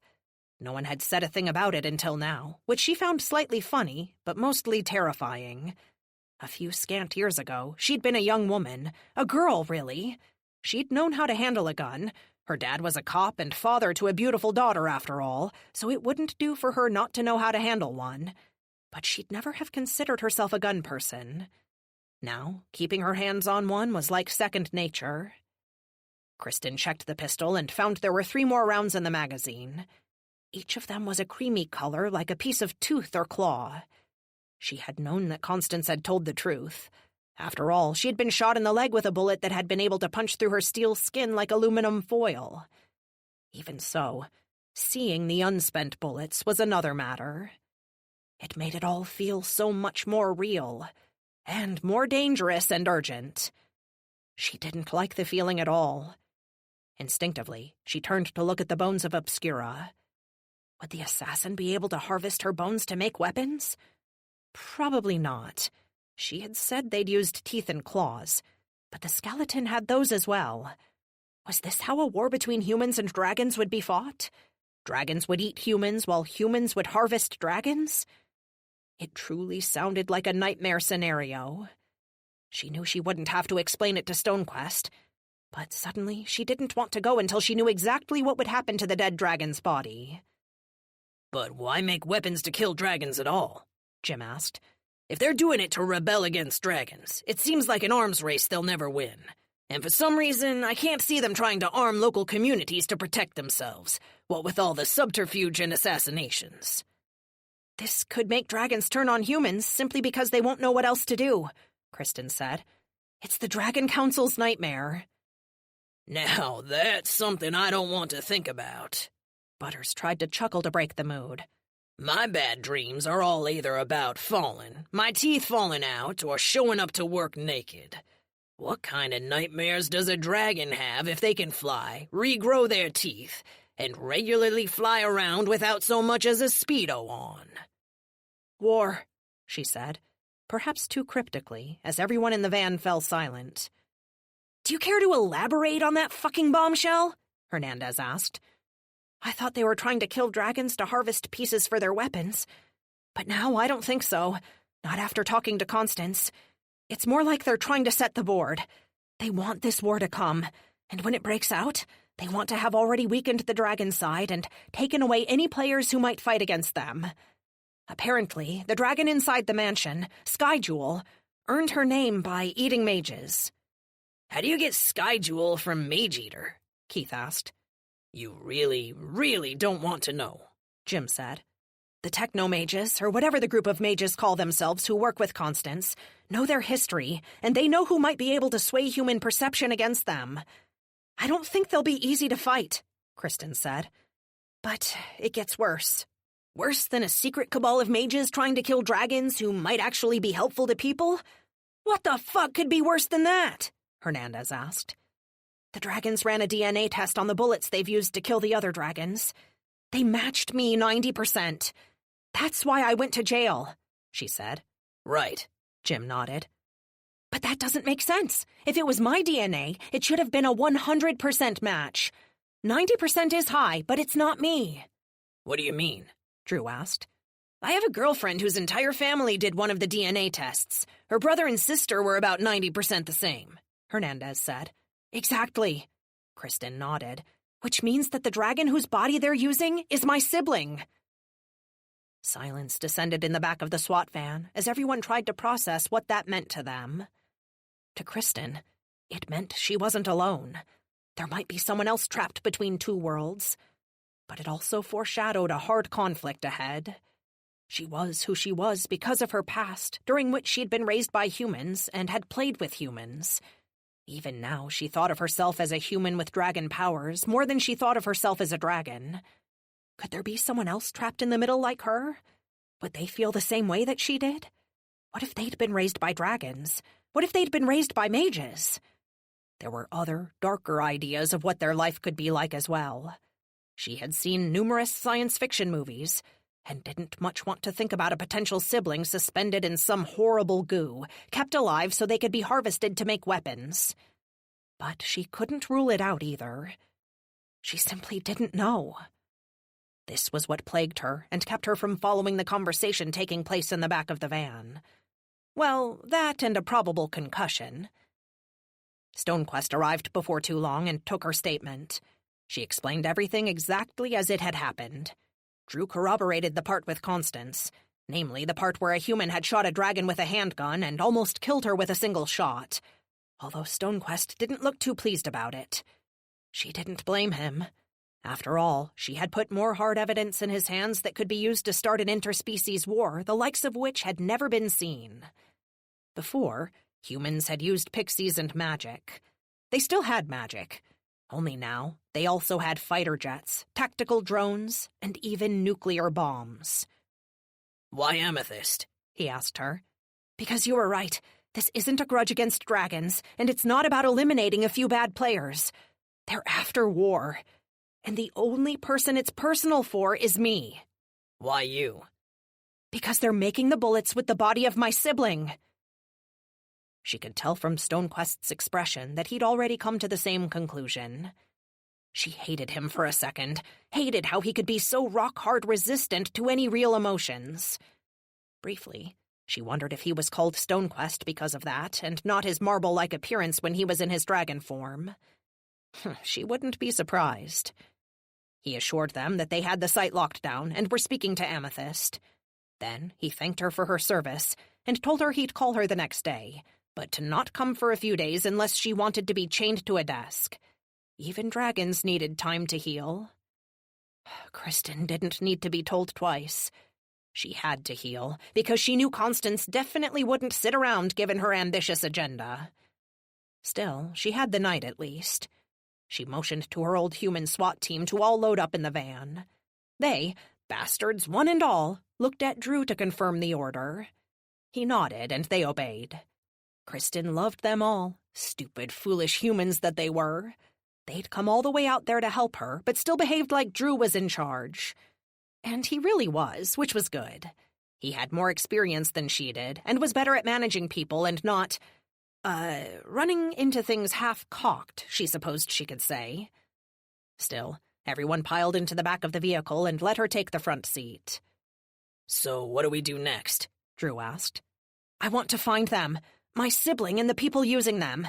I'll free whoever it is they've used to make these weapons, and stop these mages before they start a war that neither side can win." He nodded. "But first, I could really use a beer." This concludes Steel Dragon 2 by Kevin McLaughlin and Michael Anderle, narrated by Emily Beresford. Copyright 2019 by LMBPN Publishing. This unabridged audiobook is published by arrangement with LMBPN LLC and was produced in the year 2020 by Tantor Media Incorporated, a division of Recorded Books, which holds the copyright thereto. Please visit Tantor.com for more information on our growing library of unabridged audiobooks. Chapter 8. Kristen managed to actually keep a low profile for about a minute. That was how long it took before Ridgespine began to insult her again. "Crashing over ghosts. What did the steel dragon see?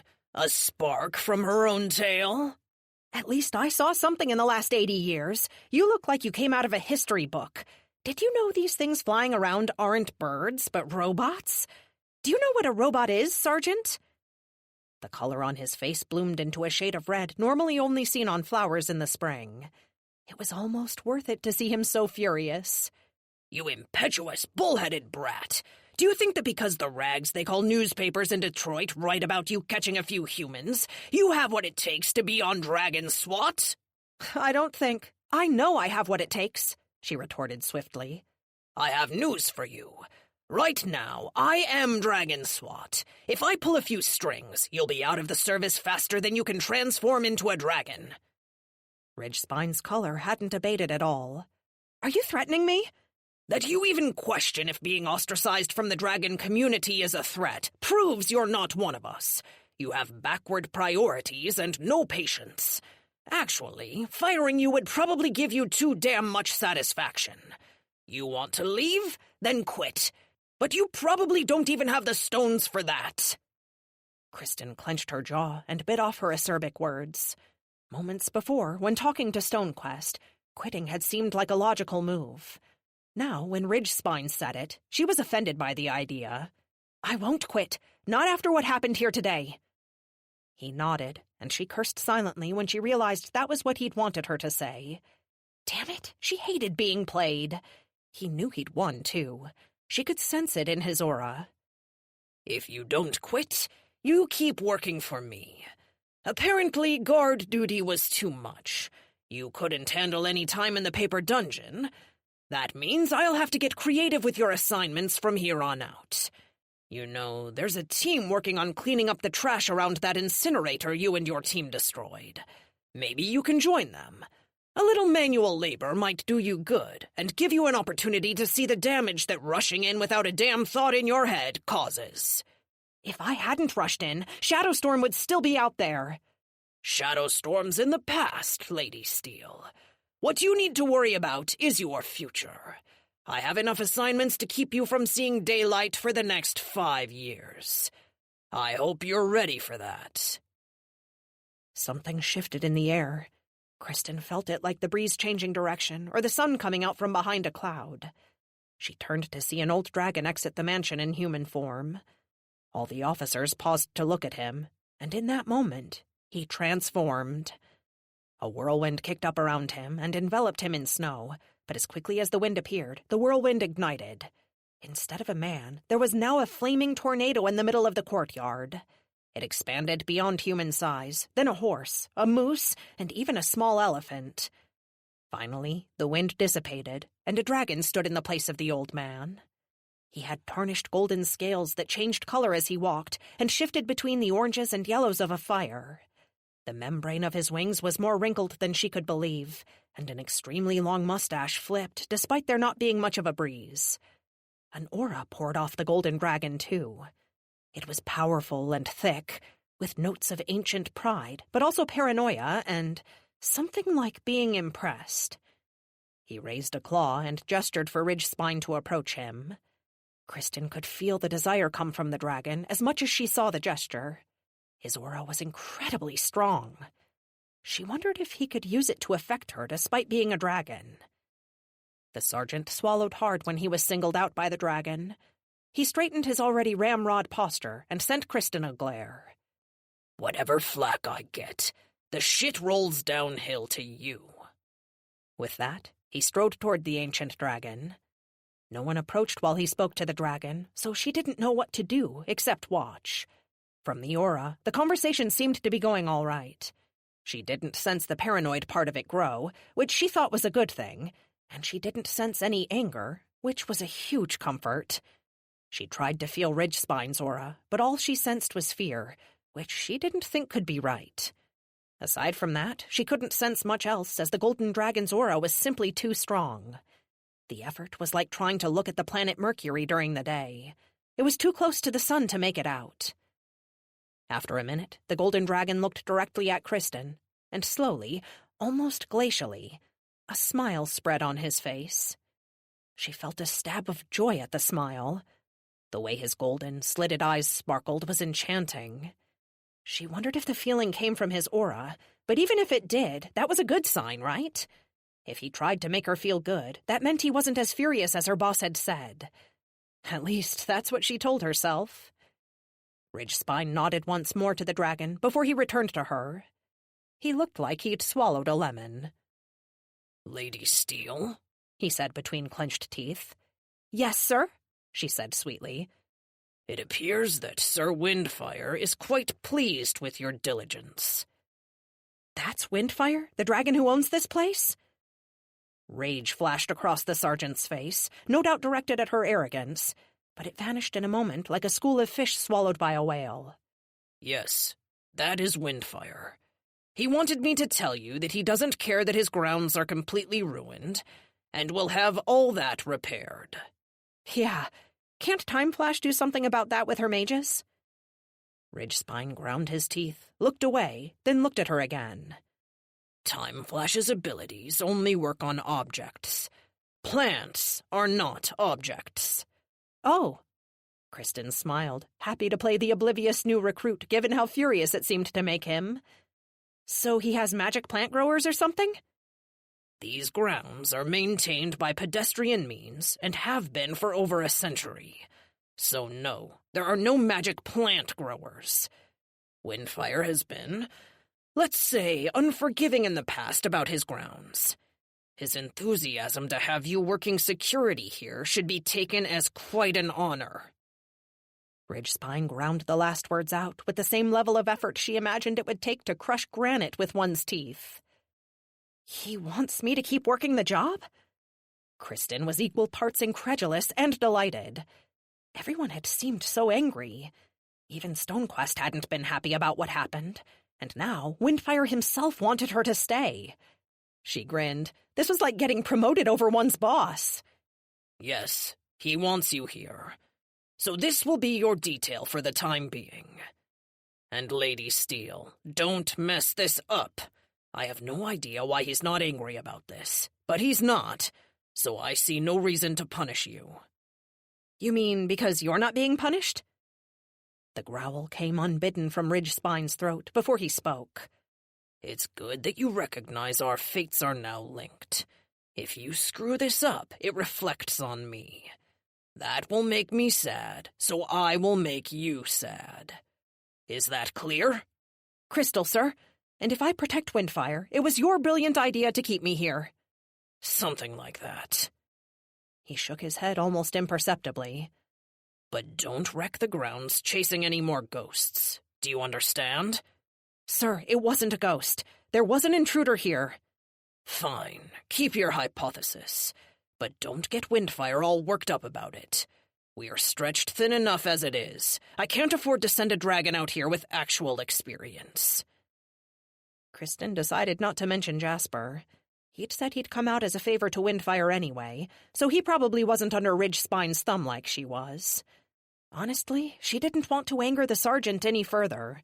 The dragon obviously had a short fuse, and she wanted to keep this post until she discovered who had attacked. She was absolutely certain that someone had. Someone had infiltrated these grounds, made it past one hell of a security system, and fired on her with a weapon that could have undoubtedly killed her. The other dragons didn't think it was possible that a dragon could have done this because of the lack of aura, but they also didn't think a human was capable of such a thing. When confronted with two impossibilities, the dragons behaved much the same as human beings. They made up a third option that was easier to digest. The rookie messed up. Weird powers and all that. Nothing to see here. Get back to work and keep your head down. But she knew she'd seen someone. She hadn't imagined being shot through the wing. Hell, Stonequest wanting her to keep quiet was merely more evidence that something larger was afoot. And with this assignment, she stood at its epicenter. Steele! Damn it, Steele! Are you listening? Ridgespine was yelling at her again. Yes, sir. Sorry, sir, Kristen said and snapped out of her train of thought. Apparently, to dragons, she would be known as Steele. She needed to get used to that. Then why are you still standing here? Sir? I thought you said I had the job. Yes, you do, but you're also a damn mess. Why you transformed into your uniform before rolling through the snow and dirt is beyond me. If you had stayed in dragon form, you might still be presentable. Sir, I told you I was shot. I don't want to hear it. What I want you to do is get a fresh uniform and a shower and return to duty. I don't think it's wise to abandon this post, sir. For the sake of Dragon's Breath. Despite me thinking it quite obvious that you made this whole mess up to cover your inexperienced little flying session, the higher-ups still want us to do our due diligence. We'll be here for a while yet. So, unless you plan on shopping and visiting the spa, you have more than enough time. How long do I have? Enough time to clean up, get a fresh uniform, and come back. Was the order unclear? No, sir. That is, you were quite clear. I merely wanted to make sure the estate isn't left with only Jasper. Whoever broke in here obviously anticipated his actions. They came in from the opposite side of the mansion. Just go get changed. I will be damned if one of my officers tracks mud across that mansion. There are rugs in there from countries that aren't countries anymore. Don't ruin them. Kristen nodded. It was frustrating that Ridgespine still didn't believe her, but she knew how dragons valued appearance. Besides, Stonequest was still there. If she hurried, she could be back within a few hours. Lady Steele, as she was beginning to think of herself when in dragon company, transformed into her dragon form and took flight. Chapter 9. It was a shock to find that Dragon Swat had already left the scene, even though Kristen had returned as quickly as she could. She approached a quiet mansion at dusk, the estate illuminated by bright halogen bulbs that flicked on and off as animals approached the well-secured perimeter, and wisely decided there was easier foraging available elsewhere. She soared over the defenses and noted that the drones came up to meet her and kept pace with her in flight before they settled again. It seemed logical that they'd run some kind of recognition software. Obviously, Windfire would have to be concerned about dragons as well as people, and yet she found it kind of amazing that the drones seemed to have recognized her in dragon form. Still mulling over this oddity, she landed at the front of the mansion. As soon as her wings had stopped kicking up snow, Officer Jasper came down the steps, a smile on his face and relief in his aura. Nice of you to come back, Lady Hall. Where is everyone else? He shook his head. I tried to persuade some of them to stay. I knew you'd be back soon, but they wouldn't listen. Most of them think you made it all up. Is that what you think? No, ma'am. I saw the intruder. I only wish I had seen them sooner. Kristen nodded. At least her partner believed her. Windfire asked me to invite you inside for tea. Tea? Shouldn't we maintain the perimeter? Jasper shrugged. The security system is supposed to do that. Plus, I don't think anyone will be able to attack again so soon, not without a plan to do something about the Steel Dragon. Also, our job is to protect Windfire, not his estate. That's probably done best if you're in the same room as him instead of half a mile away chasing raccoons that activated the motion sensors. Fair point. She transformed into her human form and ascended the steps to the mansion with Jasper and went inside. They found the Ancient waiting in an amazing library. Leather-bound books stood on shelves with trinkets that Kristen quickly realized weren't trinkets at all, but honest-to-God treasure. Between the books were crowns, globes that looked ancient yet were strangely accurate, informed by dragons rather than human explorers, she realized, plus scepters, candles, and pieces of bone here and there. In the center of it all, in a plush red chair, sat Windfire. He wore a gold smoking jacket that on anyone else would have been ridiculous, but looked quite appropriate on him. His thin hair was swept back. He had a mustache, Kristen realized, but it was far better tamed than the long trails he wore as a dragon. On the table at his side sat a small pot of tea. He gestured for the SWAT members to approach, and when they did, he poured her a cup. "Thank you, Jasper," Windfire said. Jasper bowed. "It's an honor to keep you company, old friend. Now, if you'll excuse me, I have a perimeter to maintain." Kristen shot him daggers with her eyes, furious that he abandoned her with their charge. The old man seemed nice enough, but she seemed to have made a habit of offending dragons. Her partner only chuckled, left the library, and clicked the door shut as he left. "I wanted to thank you for your diligence," Windfire said cordially. "You're very welcome, sir. I was merely doing my job," Kristen replied, the response automatic from dealing with stressed civilians after months and months of duty on SWAT. I wish all your teammates saw it the way you did. Most of them seemed to think I made the entire narrative of someone pursuing me up, as if I could pluck something so fantastic from thin air." "I believe you, sir," she said. It was true and would calm him, so why shouldn't she say it? "Thank you. But I must ask, did you believe me before you saw the intruder?" "We hadn't even met yet, so I had no reason to disbelieve you." "But the intruder convinced you?" "Yes." "Why?" It was an odd question. Of course she would be convinced by the intruder. Their very existence proved that something was amiss. But she didn't want to say something so obvious to Windfire, especially if his mind was starting to go like Jasper had said. "Well, sir, it was their movements, I guess." "You say there because you suspect it was more than one?" "No, sir. I don't want to assume it's a male. I had a look at their eyes, and if I had to guess, I'd say it was a female. Plus, the last time I saw something like this, well, let's say I don't want to be sexist to anyone, not even criminals. She reminded herself about Death being female, and her instinct told her that whoever had shot the dragon might well be a woman as well. In fact, the more she thought about it, the more likely it seemed that the intruder and sniper were one and the same person. So, it was only one? Yes, sir. Although I think, based on their movements, that there's a group of people studying your security system. The infiltration was efficient and optimized to avoid your cameras and security devices. And how was the intruder able to outrun you and your abilities? If the newspapers are to be believed, you're quite adept at using your dragon abilities when in human form. I don't know, sir. Do you have any enemies? My guess is that the intruder isn't a dragon, so maybe a mage then? Do you know if there are mages who can use their powers to augment their speed? Who doesn't covet what I've amassed and what I've done? Windfire said ponderously. I think there are groups we can rule out if that's what you mean. She frowned in thought. I believe a regular team of humans would avoid your estate on principle. We've already ruled dragons out, which means something in between. A group who knows dragon culture but is not part of it. Are there any organizations like that? She kept her gaze on her host. He hadn't answered her previous question. Would he answer this one? Throughout the ages, humans and dragons have collaborated on various projects. It's not unthinkable to imagine they've come together yet again, at least in some capacity.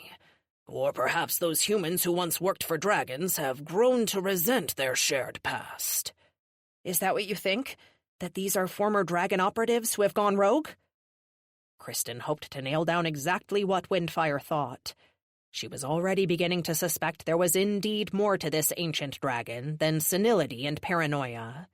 The way he constantly avoided her questions indicated that he wasn't merely building grand, unfounded conspiracies in his head. It also became quite frustrating. I don't wish to color your hypothesis, Lady Steele, he said enigmatically. I believe you are correct, though. Whoever is behind this assault knows dragonkind far more intimately than the average human. Kristen took a deep breath and tried to change tactics. She found it more and more obvious that Windfire knew something about his attacker. Usually, those under attack were far more willing to divulge their ideas about their assailants, but Windfire obviously didn't want to bounce ideas off her. Are you involved with any politically contentious projects?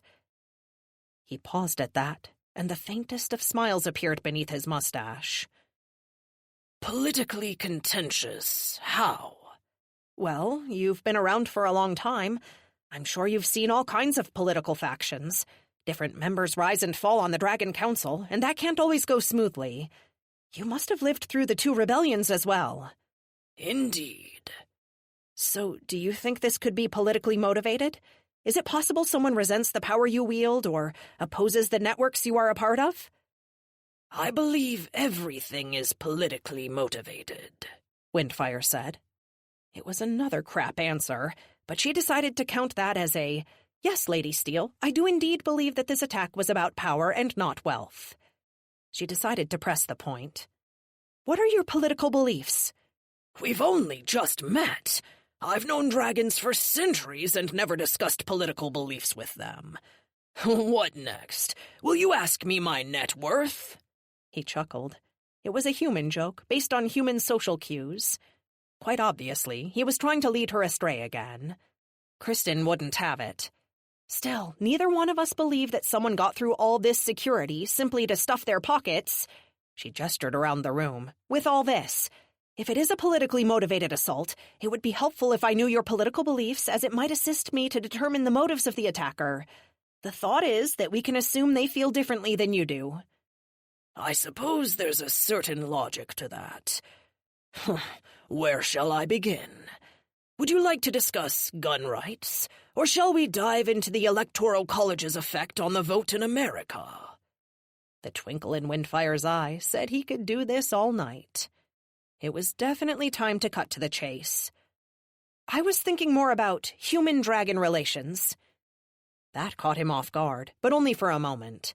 There was an uncomfortable blink and a shift in his aura before the facade returned, the aura confident and calm once more. What about them?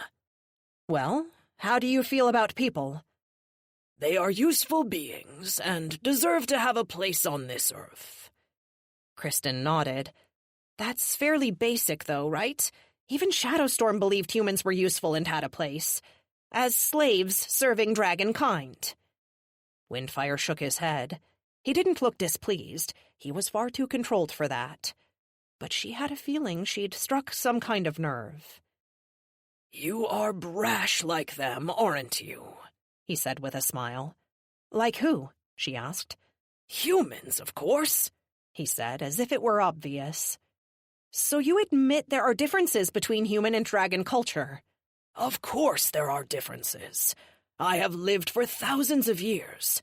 No human will have such a privilege. Should they? Should they what? If you could, Kristen began slowly, not sure how best to ask this question. Would you help humans with your abilities? I think I already have, many times and in many ways, Windfire said a little huffily. I have wielded my power to protect mankind from dragons many times throughout the centuries, with varying levels of success. If you are asking if I see human beings as cattle, the answer is no, I do not. But I don't see them as vultures either, waiting to swoop in and attack at our moment of weakness. What do you see them as?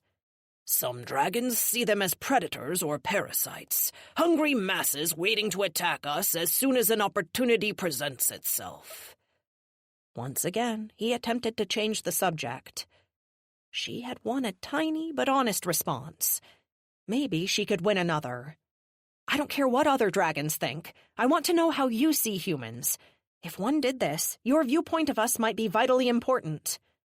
My viewpoint of them, Lady Kristen Steele. You are one of us, a member of the family, as it were, and a human no longer. Kristen shrugged. That viewpoint certainly didn't come as a surprise. Sure, of them. How do you view them? I think similarly to how some of you humans view the chimpanzees. There is potential in humanity. Great potential, in fact. You must only stop hurling feces at each other to realize it. She stared hard at Windfire as she tried to parse exactly what that meant. When she realized that the elderly dragon actually giggled quietly, presumably because he'd made a poop joke. Sir, if there's anything else you can tell me, she said, but already understood that the conversation was over. She'd seen enough interrogations to know when to quit. Indeed, she was right. Windfire swallowed the last gulp of his tea and stood from his chair. I'm afraid not, Lady Steele. I would be more than willing to answer more of your questions in the morning. But after all my millennia, I can't stay up like I once could. If you'll excuse me. Kristen nodded. She could feel the fatigue in his aura as it pulled up over his other emotions like a warm blanket on a cold bed. Without speaking, she stood as well, walked him to the door of the library, and when he insisted that he didn't need her help, she went to find Jasper and acquaint herself with the nerve center of the security system. Windfire knew more. In fact, she thought he knew far more. But she'd have to unravel it in the morning. She hadn't learned much in their conversation, but she felt quite convinced that the danger to him was very likely far more real than she'd first thought. The old dragon walked up the stairs, careful to keep his aura up to mask his true emotions. He couldn't believe the conversation he'd had. He'd had centuries of experience guiding conversations in the direction he wanted, and yet Kristen had still found a way to strike a nerve, and almost made him reveal more than he wanted to. In truth, he hadn't wanted to reveal that he believed humans were worth helping. Even the idea would be considered dangerous in the wrong circles of dragons. And Kristen, as sharp as she was, might use the knowledge as a blade. Steel dragon, indeed. Still, there was no way she would be able to untangle Windfire's involvement. She didn't get the answers she was looking for, and she hadn't yet asked the right questions. And why should she? She didn't know that he was her father, and that he was being targeted by the very forces that had made the steel dragon's existence possible. It had been a mistake. He had known that as soon as he'd made it, and yet he'd gone on with it because he felt guilty. Indebted, perhaps, like he could do something for the poor humans who for centuries had accomplished little beyond killing each other. At the time, he had thought that if new dragons, and indeed new kinds of dragons, came into the world, perhaps the old structures might begin to change. Based on that hope, he'd given them what they'd asked for. It wasn't much, all told. A trimmed claw, shed scales, hairs from his mustache, and a sample of blood. He hadn't understood what DNA meant. In fact, the concept of his abilities being coded into each and every tiny piece of him still seemed a little grandiose. But he saw what the humans had been able to do with them. They'd taken those pieces of him that he might have cast off without a thought, and turned them into something beautiful. They'd used Windfire's DNA to grow a dragon of their own. Instead of an egg, she'd been in something they'd called an incubator. Instead of a mother, she'd had a dozen. Instead of a father, she'd had him, absent her entire life, and yet responsible for what she was, if not who she was. A dragon. And now, after the life he'd helped the humans bring into the world, after they'd lost her and he had thrown himself into seclusion, shocked at how much losing the daughter he'd never known had hurt him, now, after all their history of mistakes and missteps, the very same humans he'd helped decades before were trying to kill him. And Windfire had little doubt about who was targeting him. Already they'd played their hand with a handgun that could hurt the steel dragon. Nothing else but the abominable weapons they'd created from his DNA without his permission could have done such a thing. They'd come to him years before, asking for more samples, and he'd refused them. After all, they'd lost his daughter. They hadn't taken his refusal very well. Those humans were why he had gone into seclusion, and also why he'd built a security system around him that was designed to stop beings besides only dragons. Windfire had inadvertently given a group of humans who were hostile to the dragon-controlled status quo the power to do something about it. They had asked him for his help to create life, and now they would use that same power to kill him. Or try to, anyway.